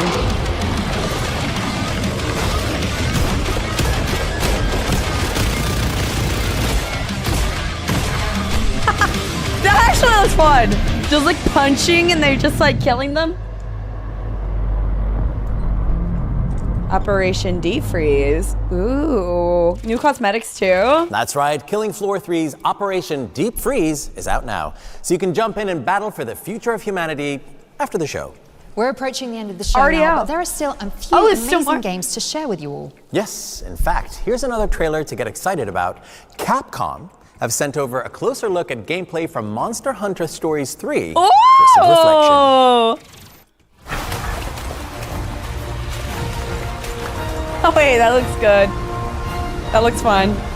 Yeah, I thought this was like Zelda, but with monsters. Monster Hunter community team at Capcom USA. We're all so excited for the launch of Monster Hunter Stories 3 Twisted Reflection coming in just a few short Hi, William. hours. We actually have a free Really demo far. I didn't even know that this game was. That was a pain playing guess. Really? Huge Take guess. the skies in the back of your Rathlos to save the kingdom from peril. Animated Resident Evil, yes! Or worse. To kick things off, you'll customize your prince or princess as you see fit. Make them as royal or rowdy as you like. And don't worry, you can change your look at any time. That's cool. You'll start out by exploring the hustle and bustle of Azuria Castle to meet the royal family, your ranger partners, and the various townsfolk. Once you leave the castle, you'll take flight on the back of your Skyscale Rathlos. You'll meet Brando, thank you so much for the Twitch Prime. Welcome back. Appreciate it. Hello. That was, wait, I have so many things open. Thank you so much for the 2 year. Welcome back for 2 freaking years. That's a long freaking time. I hope you enjoy your new sub badge. Thank you so much for sticking around for that long. Thank you, Brando. Thank you. This does look like Zelda, right? That or, there's like a few animated games that I feel like also remind me of it. Hold on, let me pull this up. Boom. Hell yeah. Okay. even more monsters along the way that'll make your journey one to remember. Alongside your new monster and ranger friends, you'll battle wild monsters. The approachable turn-based combat system is simple to use, but lets you and your teammate fight in satisfying and flashy ways.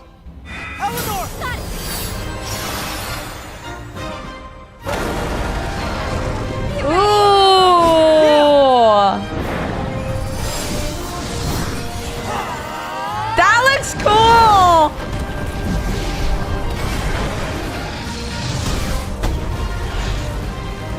Capcom. Wait, that actually does look fun. Just like other Monster Hunter games, collecting materials lets you craft even stronger weapons and armor. Ooh. And there's habitat restoration, a new feature where you nurture endangered species, repopulate locales, and hatch monsters with special traits. Okay, that's cute. There's tons to do That's and even cute. crazy tough monsters to fight, so be sure to give it a try. Be careful. Your story begins in Monster Hunter Stories 3 Twisted Reflection, available March 13th. March 13th? That's so soon! Gear up and bond with your favorite monsters in Monster Hunter Stories 3 Twisted Reflection. It's launching tomorrow, March 13th on PC and consoles. Yeah, that's tomorrow. So just one more sleep till Monster Hunter Christmas. The holiday we should all celebrate, That's Shine. cute. That's right. Now, we are getting a brand new look at Ritual Tides, Vertpaint's spine-curdling horror game set on a remote island. Ooh. That literally small. Ooh, this looks like a fun, cozy, relaxing game. Yeah!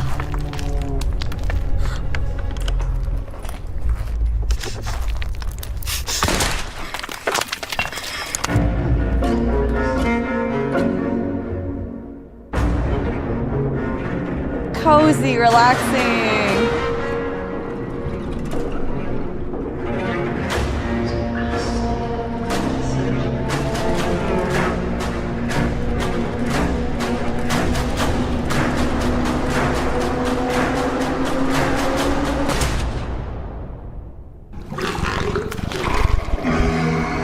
Oh my God!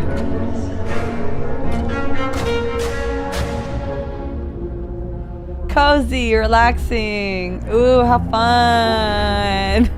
That looks so fun. It's Nice Chuck, trip to the countryside literally. there. Reminds me of my childhood. Oh, does What it? the hell? Ritual Tides is coming soon, though, so make sure it's on your wish list. Okay, time for a look at the latest project from the creator of Just Cause. Samson is an intense big city brawler where you navigate the pressure of same people that crushing made debt Just Cause? one punch at a time. No. Aww. As Liquid far back as I can swords. remember, I worked for other people. They called it opportunity. I called it debt. The city never stopped moving, and neither did what I owed. I never picked the smart job. I picked the one that brought me another day. In Tyndallston, nobody waited their turn. It's like If you Bully. gave them space, they took your It's teeth. Bully, but out of school. Sometimes you didn't need skill. You just needed something solid. You hear that? Yeah. That's the Bully. sound a face makes when it meets regret. Pain built up. Adrenaline took over. I didn't fight to win. I fought to finish. Cars had weight. Oh my Every God. hit mattered.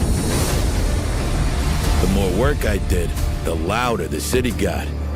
Miss a payment, and they reminded you. They weren't negotiators. They were punctuation. Man. When the day ran out, so Speaking did of Bully, I your luck. downloaded a mobile version. There's a mobile Sleep version. didn't fix a thing. It just reset the clock. It was all connected.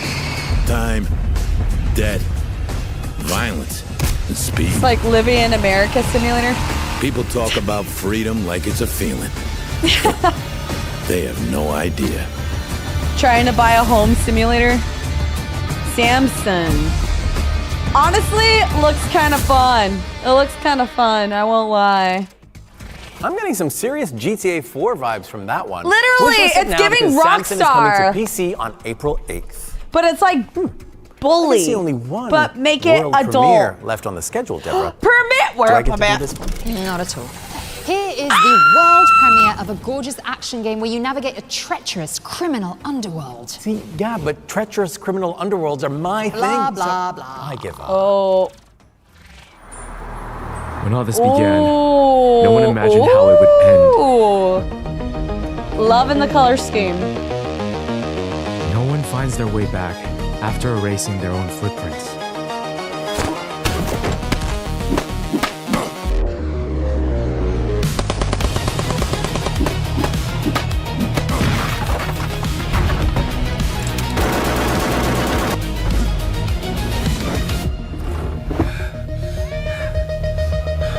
sometimes, a lie can protect something worth believing in.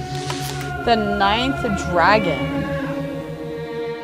Wow, it looks pretty smooth. The 9th Dragon is a voxel brawler where you topple the kingpins of Kowloon City. It's coming soon to PC and your wishlist very shortly, I'm sure. Oh, well, that's it. We're out of trailers. Really? I didn't even get to say it. The whole point of doing one of these shows, and all right, well, it's been real. Oh, Shai, come back, come back. There's another one come for on, me? Listen, I may have some good news. There could be one more thing. Oh, Really? Swear to God. Swear to me! Okay, go on. Do your thing. Okay, here's our final world premiere. Oh, okay. The last one. Okay, here's a brand new entry last into a one, it cult has to be survival big. horror series. Enjoy. Resident Evil 10. Yeah, he did it. What are we willing to do to save our children? It's Highguard.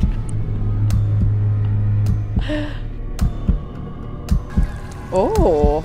The bodies of 4 of the previously reported missing people have been found.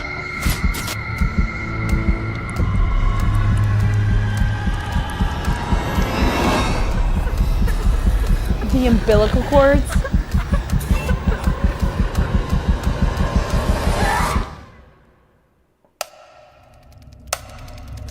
A child is dreaming in REM phase. Red Nun's open wings, Legacy. Remothered. is the place. Work in progress gameplay footage.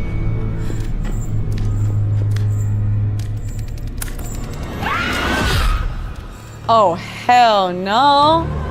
That looks scary. Wait, that mask is crazy. That mask looks crazy. I bet you didn't see that one coming. No, I didn't. I do love a twist. No, I did not. Remothered, Red Nun's Legacy is the 3rd entry in Stormine Games' psychological horror franchise, and it's coming to PC and consoles later this year. Of course, you already know what to do. That's right, wishlist it, chop chop, or the Red Nun will get you. What? Joking, of please course. no, please no. Or am I? No, Yeah, no, that's no, no. really no, scary, no, no, Deb. no, no, no. Well, but on a serious note, this does mean we've reached the end of the show. I'd like to thank I think you, it was pretty first and good. foremost, for being an amazing co-host. Likewise, Shai, it's been an I absolute feel like pleasure. there's a good amount of wish lists that I want to We'd grab. also like to thank the viewers, You better wish list. I viewers will. for tuning in, I will. and the team behind the scenes, and of course our sponsors, HyperX. Remember to enter that competition. That's right, because you've got to be in it to win it. You do, Also, make sure to check out our dedicated Steam page to follow up on any games that caught your eye. but don't go anywhere because I'm not. FGS Live from GDC Festival of Gaming is coming up right after this I think show, it'll be okay. like literally in a few seconds. So Nah, I do think that's- keep watching. It's our sister show featuring the best and brightest games from the GDC show floor, including an exciting world premiere from Focus Entertainment, a big update for fans of Deep Rock Galactic Survivor, and over 20 amazing new trailers. Don't miss it. But that means Bro, we actually have to get that's out of a here. lot. So let's say our goodbyes, shall we? It's already Thank you for a lot. watching. I'm Shai Matheson. And I'm Deborah Wild. And this has been the Future Games Show Spring Showcase 2026. Huge! That was pretty good.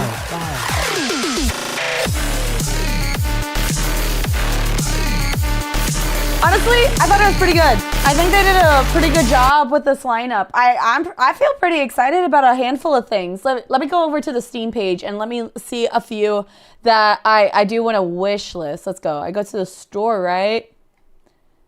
It should be up at the front page. Yeah. Future game show. Wait, future game. Right? Future game show. Future game show. How do I find it? Wait, I want to find it. I don't know where to find it though. Is it under community? No. Store? No. It's not popping up for me. Browse. Store home. Steam Defense Fast. Oh, right here. Boom. Future Showcase. Yeah, I found it. Okay. The few games that I do want to hold down or note would be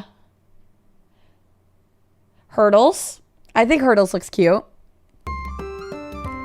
Hurdles would be one on wish list. Hello Sunshine. Yeah, that one looked pretty fun. Request access to playtest. Yes. Your interest has been registered.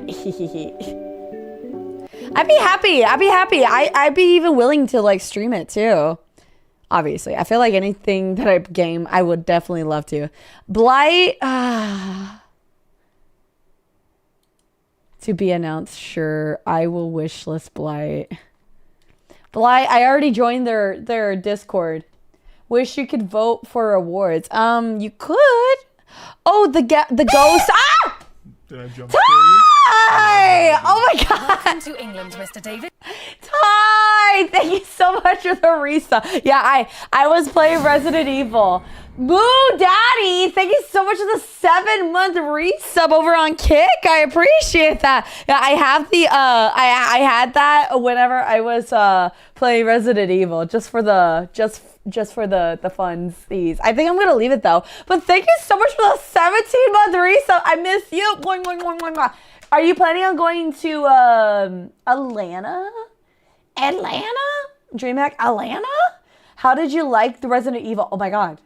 I would say Resident Evil 9 was like my favorite. I also saw that you were also playing Resident Evil on your gaming channel. By the way, she has a gaming channel where she's not watching chat. She's dedicated to focusing on games. It's Tyrex Plays. Tyrex Plays. Check her out on YouTube. By the way, yes, so far. Wait, you were, last time I saw, you were playing Resident Evil. I saw you were doing the Claire story. I thought you already finished, and I think you were doing Resident Evil. You were doing Resident Evil, Resident Evil 3. Ah! I got it. Yeah. I said it before you said it. Just so you know. I said it before you said it. Just so you know. I said it before you said it. But yeah, I think you would really like. I think you would really like Resident Evil 9. I think you would enjoy it. I definitely am gonna go back and play more of the gameplays. And I'm really excited to watch your gameplay.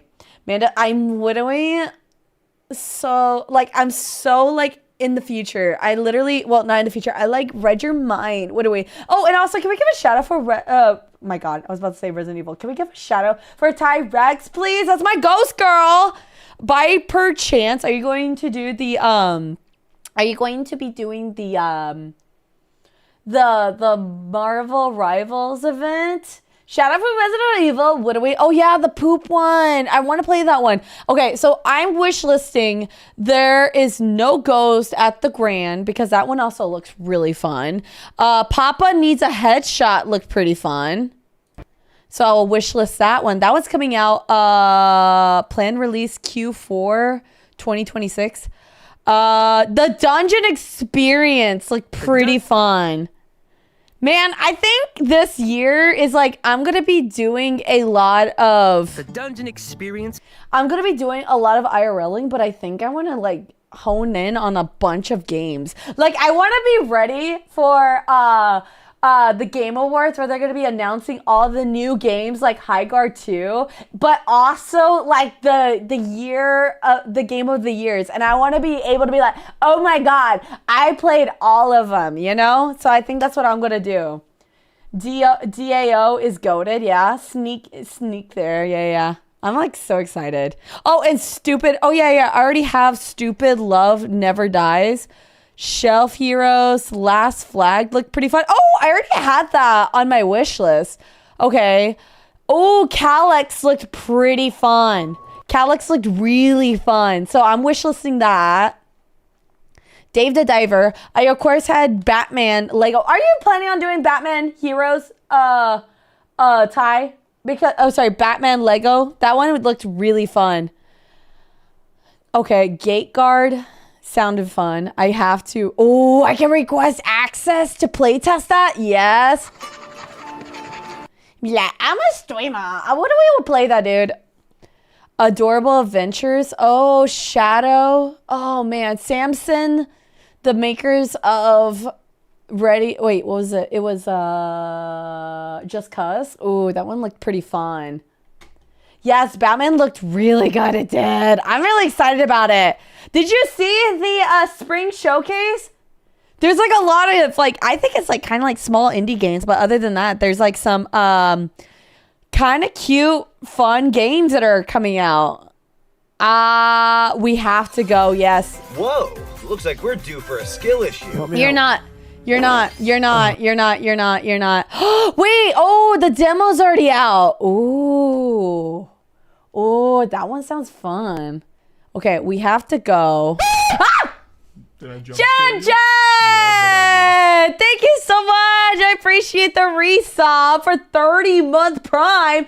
Thank you. Why, hello there. Hello. I think I gotta leave the alerts there. I gotta. So where I was gonna do, okay, unboxing Mr. Koo sounded fun. And the fact that it was a hand-drawn looked very fun. I'm going to also do Shadowstone. I'm going to add to wish list, and I guess I'll join the playtest. Welcome to the playtest. Oh, I can already play. Okay, so Shadowstone, you can already request to play that. And then Highguard Gate, that one is just like quarantine game. I already have that on my wish list. And then Quite a Ride seems so spooky. I'd be happy to try that out. Okay, so I got a few games already on there. So I'm very excited. Let me know which game you guys are excited down in the comment section down below. What game are you excited for the spring? Because there's so much. There's a lot gonna get released this year. So be sure to... Wow, I'm so tired. I'm gonna do that again. Wow. I'm trying to do YouTube things, man. What comment section down below? It's going to be a YouTube video. All right, guys, that is my reaction to the future game show. And I think they have a lot they're going to be releasing this spring. What game are you excited for? I have a few that I already wish list. So let me know down below. Let's see if we're going to match. Lastly, if you guys enjoyed this, if you guys enjoyed my reaction, be sure to leave a comment. Wait. Back up. If you guys also enjoyed my reaction, be sure to subscribe, like, comment, all that fun YouTube stuff. And I hope to see you guys in the next one. Peace out. Bye-bye. Bye-bye. Bye-bye. There we go. Vanguard. No. Dude, we watched so much already. We watched a lot of reaction. You know, one last thing I want to react to is Moist Critical reacted to Penguin Zero. He did another one for the multiple lawsuits incoming. Bitch almost. Okay, this one looked crazy. It's a lawsuit possibly gonna get brewing up. So let's check it out. Have you ever wanted to be sued? Perhaps. Yeah. Have you ever wanted to be sued by multiple entities at the same time, filling every orifice with a lawsuit? I would imagine no. That's an awfully Mr. hot Moist. copy Yes. spot. We're talking about Pikmin copying the homework of multiple big titles to like an seems almost like it'd be comical crazy. degree. Like, this would be something that I feel like would be almost satirical from like a game development student in college making this as like a right. I don't know, a project piece for Just class. like saying like I Never could do it all. actually anticipating selling it or anything because they know that they would get fucking biblically smacked down by the companies that they are heavily borrowing from. And borrowing is doing a lot of heavy lifting there. That is loosey-goosey because it is almost one-to-one carbon copy a clone. That's right, I'm talking about Pikmin. Pikmin is a game that came out of nowhere with a trailer literally, I didn't even see this coming got a lot out. of eyebrows raised because it is strikingly similar to Pal World, Pokemon, Zelda, and even a sprinkle, a hint was out of nowhere. Overwatch. So Where was Pikmin is it being announced? developed by a studio named Pocket Pear, who has a remarkable track record of was out of nowhere. The first game. I'd be interested. Now, if the he name wasn't a college Pocket professor, Pair it'd be might have, amazing. made you feel like you'd heard it before, and it's because you're probably getting it confused with the developer of Pow World. Their name is Pocket Game. It seems Pocket Pair was very inspired not only by Pow World itself, but even the studio's name. They wanted to take inspiration from almost one-to-one. That is... Not only studio name, they also... Bro. That's freaking Charizard. Now Pikachu is right here. Your trainer's here. What was that dragon right here? Wait, I also know this one. This one's the mega evolution of that freaking the starter, man. Really liked the description that Pow World uses on their Steam page, because they lifted that bitch almost one-to-one as well. Dive into a vast, uncharted continent filled with ancient civilizations and mysterious creatures called Pikmin. In this multiplayer open-world survival crafter, you'll team up with your Pikmin to fight, farm, and build industrial empires while thwarting a shadowy organization's plot. Oh my god, it actually does sound just like Pow World. And I'm like, Pow World was already dealing with the lawsuit with Pokemon. So literally calling it Pikmin, Pokemon, making them all look the same with guns. Pow World. Oh, no, Pow World's still there. Now let's take a peek at what Pow World describes its game as. Fight, farm, build, and work alongside mysterious creatures called pals in this completely new multiplayer open world survival and crafting Honestly, game. I gotta admit though, Pow World was such a fun game. I still love Pow World. You just literally played Pow World last weekend, dude. It's still such a good game. It's still so good. I'm so happy they decided to still make it and still update all of it. That's pretty close. Watch to me, the trailer, it it's sounds like hilarious. Pikmin, the developers I gotta said, see it. Hey, Grok, can you take this description and add a few more words to it? Maybe a Literally, little buzzwords about... This popped up on my feed, and I was like, okay, I literally love when I get my news from Moist Critical. Like, it is like, he is like the best news anchor any person could ask for on the internet, because he is just, I love how blunt he is, and he's so funny. Farm and fuck your way to the top or something with our Pikmin. It's pretty close. The DNA is still very much intact. Now, Pikmin is being published by a company called Network Go, whose name to me already feels fishy. That sounds like the name of the Wi-Fi. Okay, wait, do I pause it? Here, let me pause it. And I'm going to open up another video and let me see. I'm going to put on the Pikmin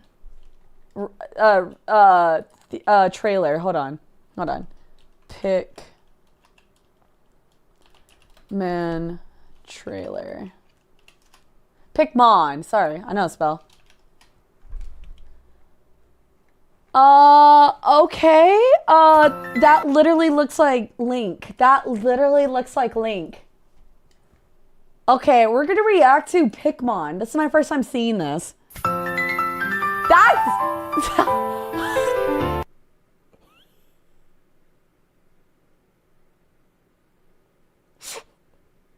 There's no way. Literally the same exact outfit. Oh my god.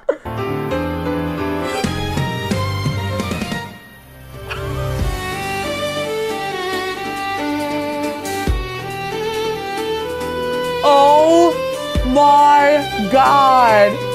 Oh my god. They literally look just like Pokemon.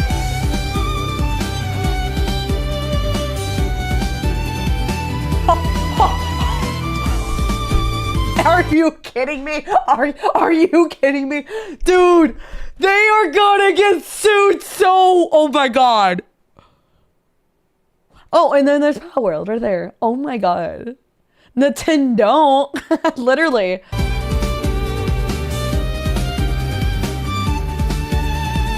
That's literally Link. That's literally Link, dude.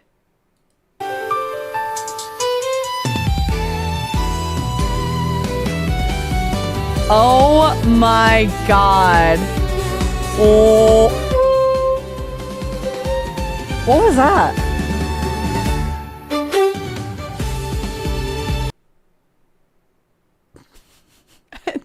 There's also Yu-Gi-Oh! Also in this as well. That's crazy.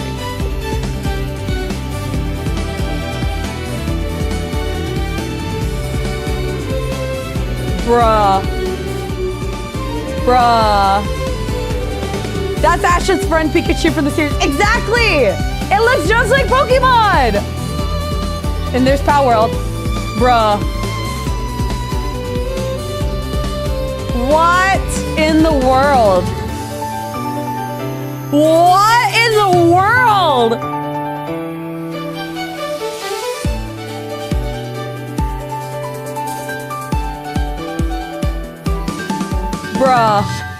Bruh. They're kind of like not even hiding it. Oh my god, is it that Mewtwo? Is that their Mewtwo? That has to be their Mewtwo, right? Oh my god, and freaking skydiving?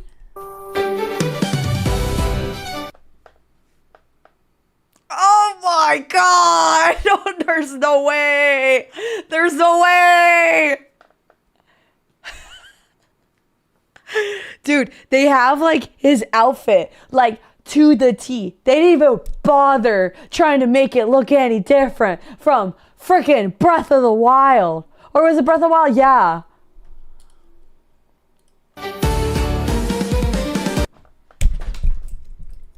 There's no way!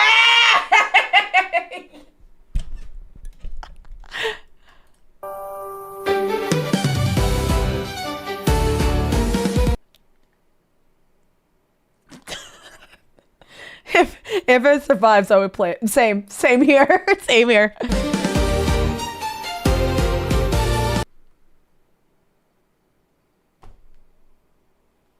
is that? Highguard.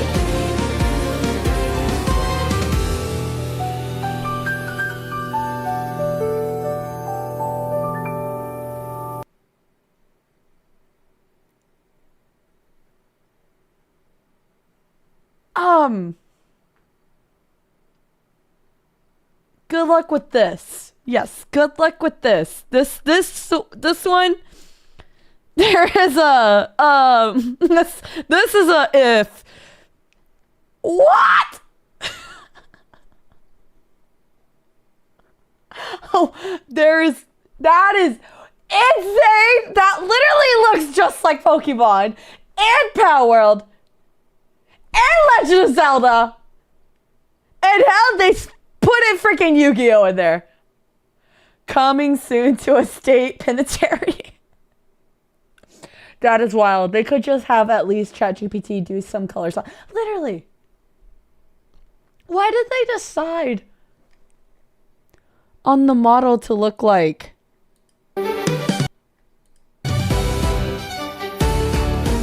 What made their decision to make this?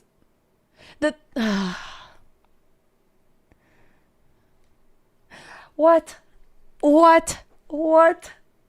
There is no way. When did this get released? Their opener was insane too, by the way. The opener is insane.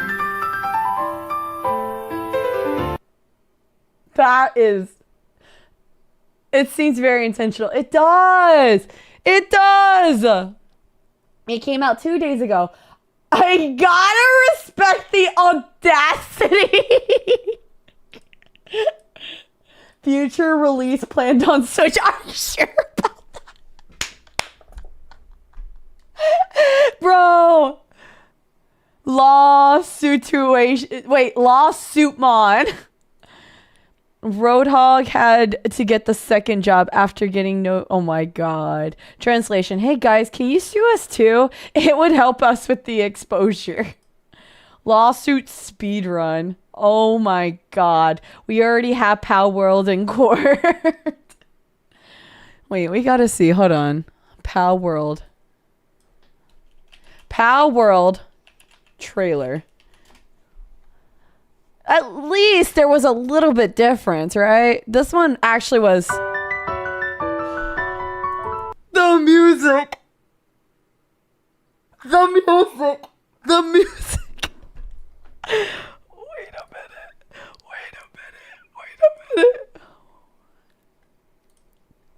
Oh my god. Hold the fuck up. Hold on.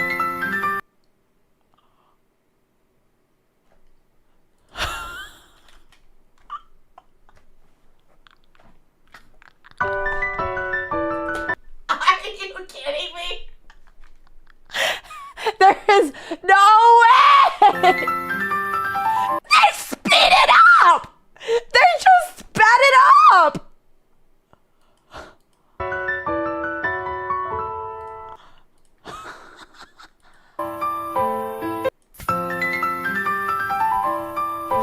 There's no way.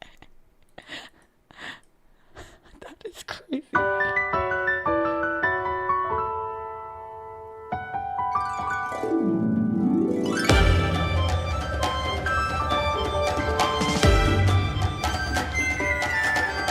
That is literally talk about copying homework. That is.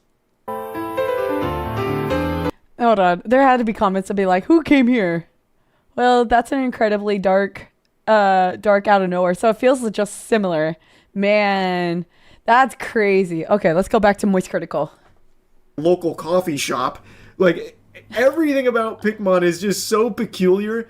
And it's apparently a very real game that they're looking to release.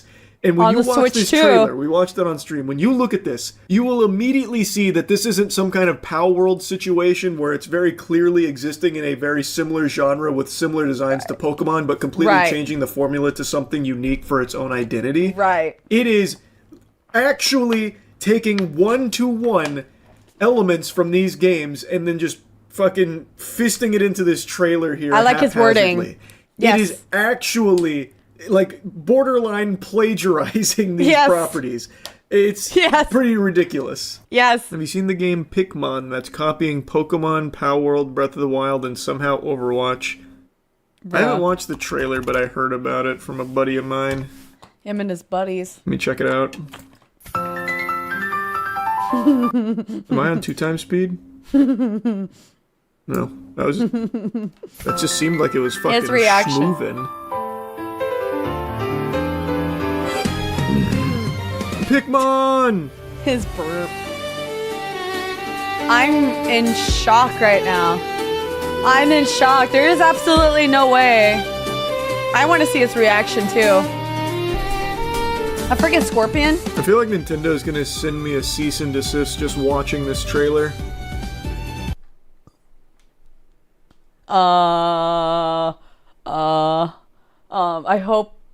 I hope I don't get a cease and I hope I don't. I hope I don't. Nintendo's scary. That's pretty shameless. Education. That is pretty shameless character design there. It literally is. Who's making this? What studio's making this? Pocket Game. Let's see. And the creators of Pow World. They don't even have a website. Oh. Godfather, thanks for the follow. This is literally just a random Steam dev. Dude, that is wild. Hold on. We already saw the trailer, but I'm more curious to see his reaction towards the ending. Wow. Wow is in the word I would use too. I guess the strategy is get sued for marketing, maybe? And it'll probably get him out there. Idea. Oh, didn't mean to click that. There's apparently an after credits scene here. There is? Oops. It's probably gonna be Luigi or something. Steal from literally everything. That's fucking Gandork. That's freaking Gandork right there at the end. Bro, that's literally Pikachu. I mean, yeah. Dude. They did just direct rip Dude, many, how many did things. they just decide to do this? Pretty That's interesting. Crazy. It is. It does like look good. A stupid idea. Because like Pow World, while it's clearly Pokemon inspired, it's totally different, night and day, to a Pokemon game. This is literally using Pokemon models and direct ripping Pal World game. Yes. Yes. Like, there's no argument. Yes. I still can't get over Literally. just how egregious it is. It They is. didn't even bother trying to hide it at all. The audacity is crazy. They literally have Roadhog. They have Roadhog. I wouldn't be surprised if they just took the assets from these games and just said, all right, now they're in Pikmin. Try us. Now it's not Roadhog. Literally. It's Pickhog. Or it'd be Hogmon or something. It's out of control. And the Pikachu... That one, that is a giggle-worthy moment because it is actually Pikachu, but then they just put on, like, a faux hawk or something and said, no, it can't be Pikachu. So wild. Pikachu doesn't have a faux hawk. Don't be ridiculous. That's clearly something very different. It's a Pikmin, not a Pokemon. I am so interested to see how this unfolds. I'm baffled, too. It is taking a lot from quite a few huge games without even really attempting to pretend that it's unique to Pikmin. I have to imagine that there will be like cease and desist letters hitting their doorstep Oh, me too. I'm gonna get something too. I'm just reacting, Nintendo. Please don't hurt me. quickly. I would wager a guess based on the trailer here. Now maybe this is all placeholder stuff and they plan on overhauling the designs by launch. I don't know. I couldn't tell you what the strategy is. It is mind-boggling. I had to yap about it a little bit. Anyway, that's really about it. See ya. Oh my god. It's rare that I can't... Oops. Chris, I just saw that what you mentioned. Wait. Oh. Oh my god. I will talk to you about it. I'll talk to you about it. Oh my god. Yo, honestly, that is insane. And the audacity. Like, yeah, just like what he said. At least Palworld had a more creative concept, you know? But holy shit. They straight up are taking all the assets. I'm baffled. Well, I also want to see if they can make it through. And if they could, I want to try it out. Hopefully Nintendo doesn't sue me either. That would be crazy. All right. Well, what other thing? I honestly think I'm at my last energy brain cell right now. So I think I probably will end it there. But I also want to say this too, guys. I think I'm going to take tomorrow off. I think I want to take tomorrow off. Yeah. I think I want to R&R. And I'm also going to take, have like a mini photo shoot for my birthday. So that I can have like photos already like done for, my birthday. So no stream tomorrow. Gotta rest. I'm also gonna edit all my YouTube videos because I am so extremely behind. So canceling stream tomorrow. I'll make an announcement in the Discord about it as well. Let's make Palworld look more like Pokemon with Link. Yeah, they're like, you know what's missing about Palworld? Everything from Nintendo. And let's also put it in on the Switch. They will like that. They'll totally do good. Next stream Monday. Next stream is going to be the start of my subathon. So yes, it will be Monday. The 14th? What did I tell the mods? Dicks! Ah! Bro, 14th is Saturday. Yeah, it's not the Saturday. It will be Monday. It will be the 16th. There we go. The 16th. Yeah. I will not be available. I also mentioned, this is something I'll probably need to ask about replacing me, but I did sign up for a Ghost Gaming tournament on Saturday, but since I'm doing stuff for the birthday thing kind of like overlaps. So I want to see if I can have someone take my spot as a captain. Oh, it's a big prize pool too. Shit.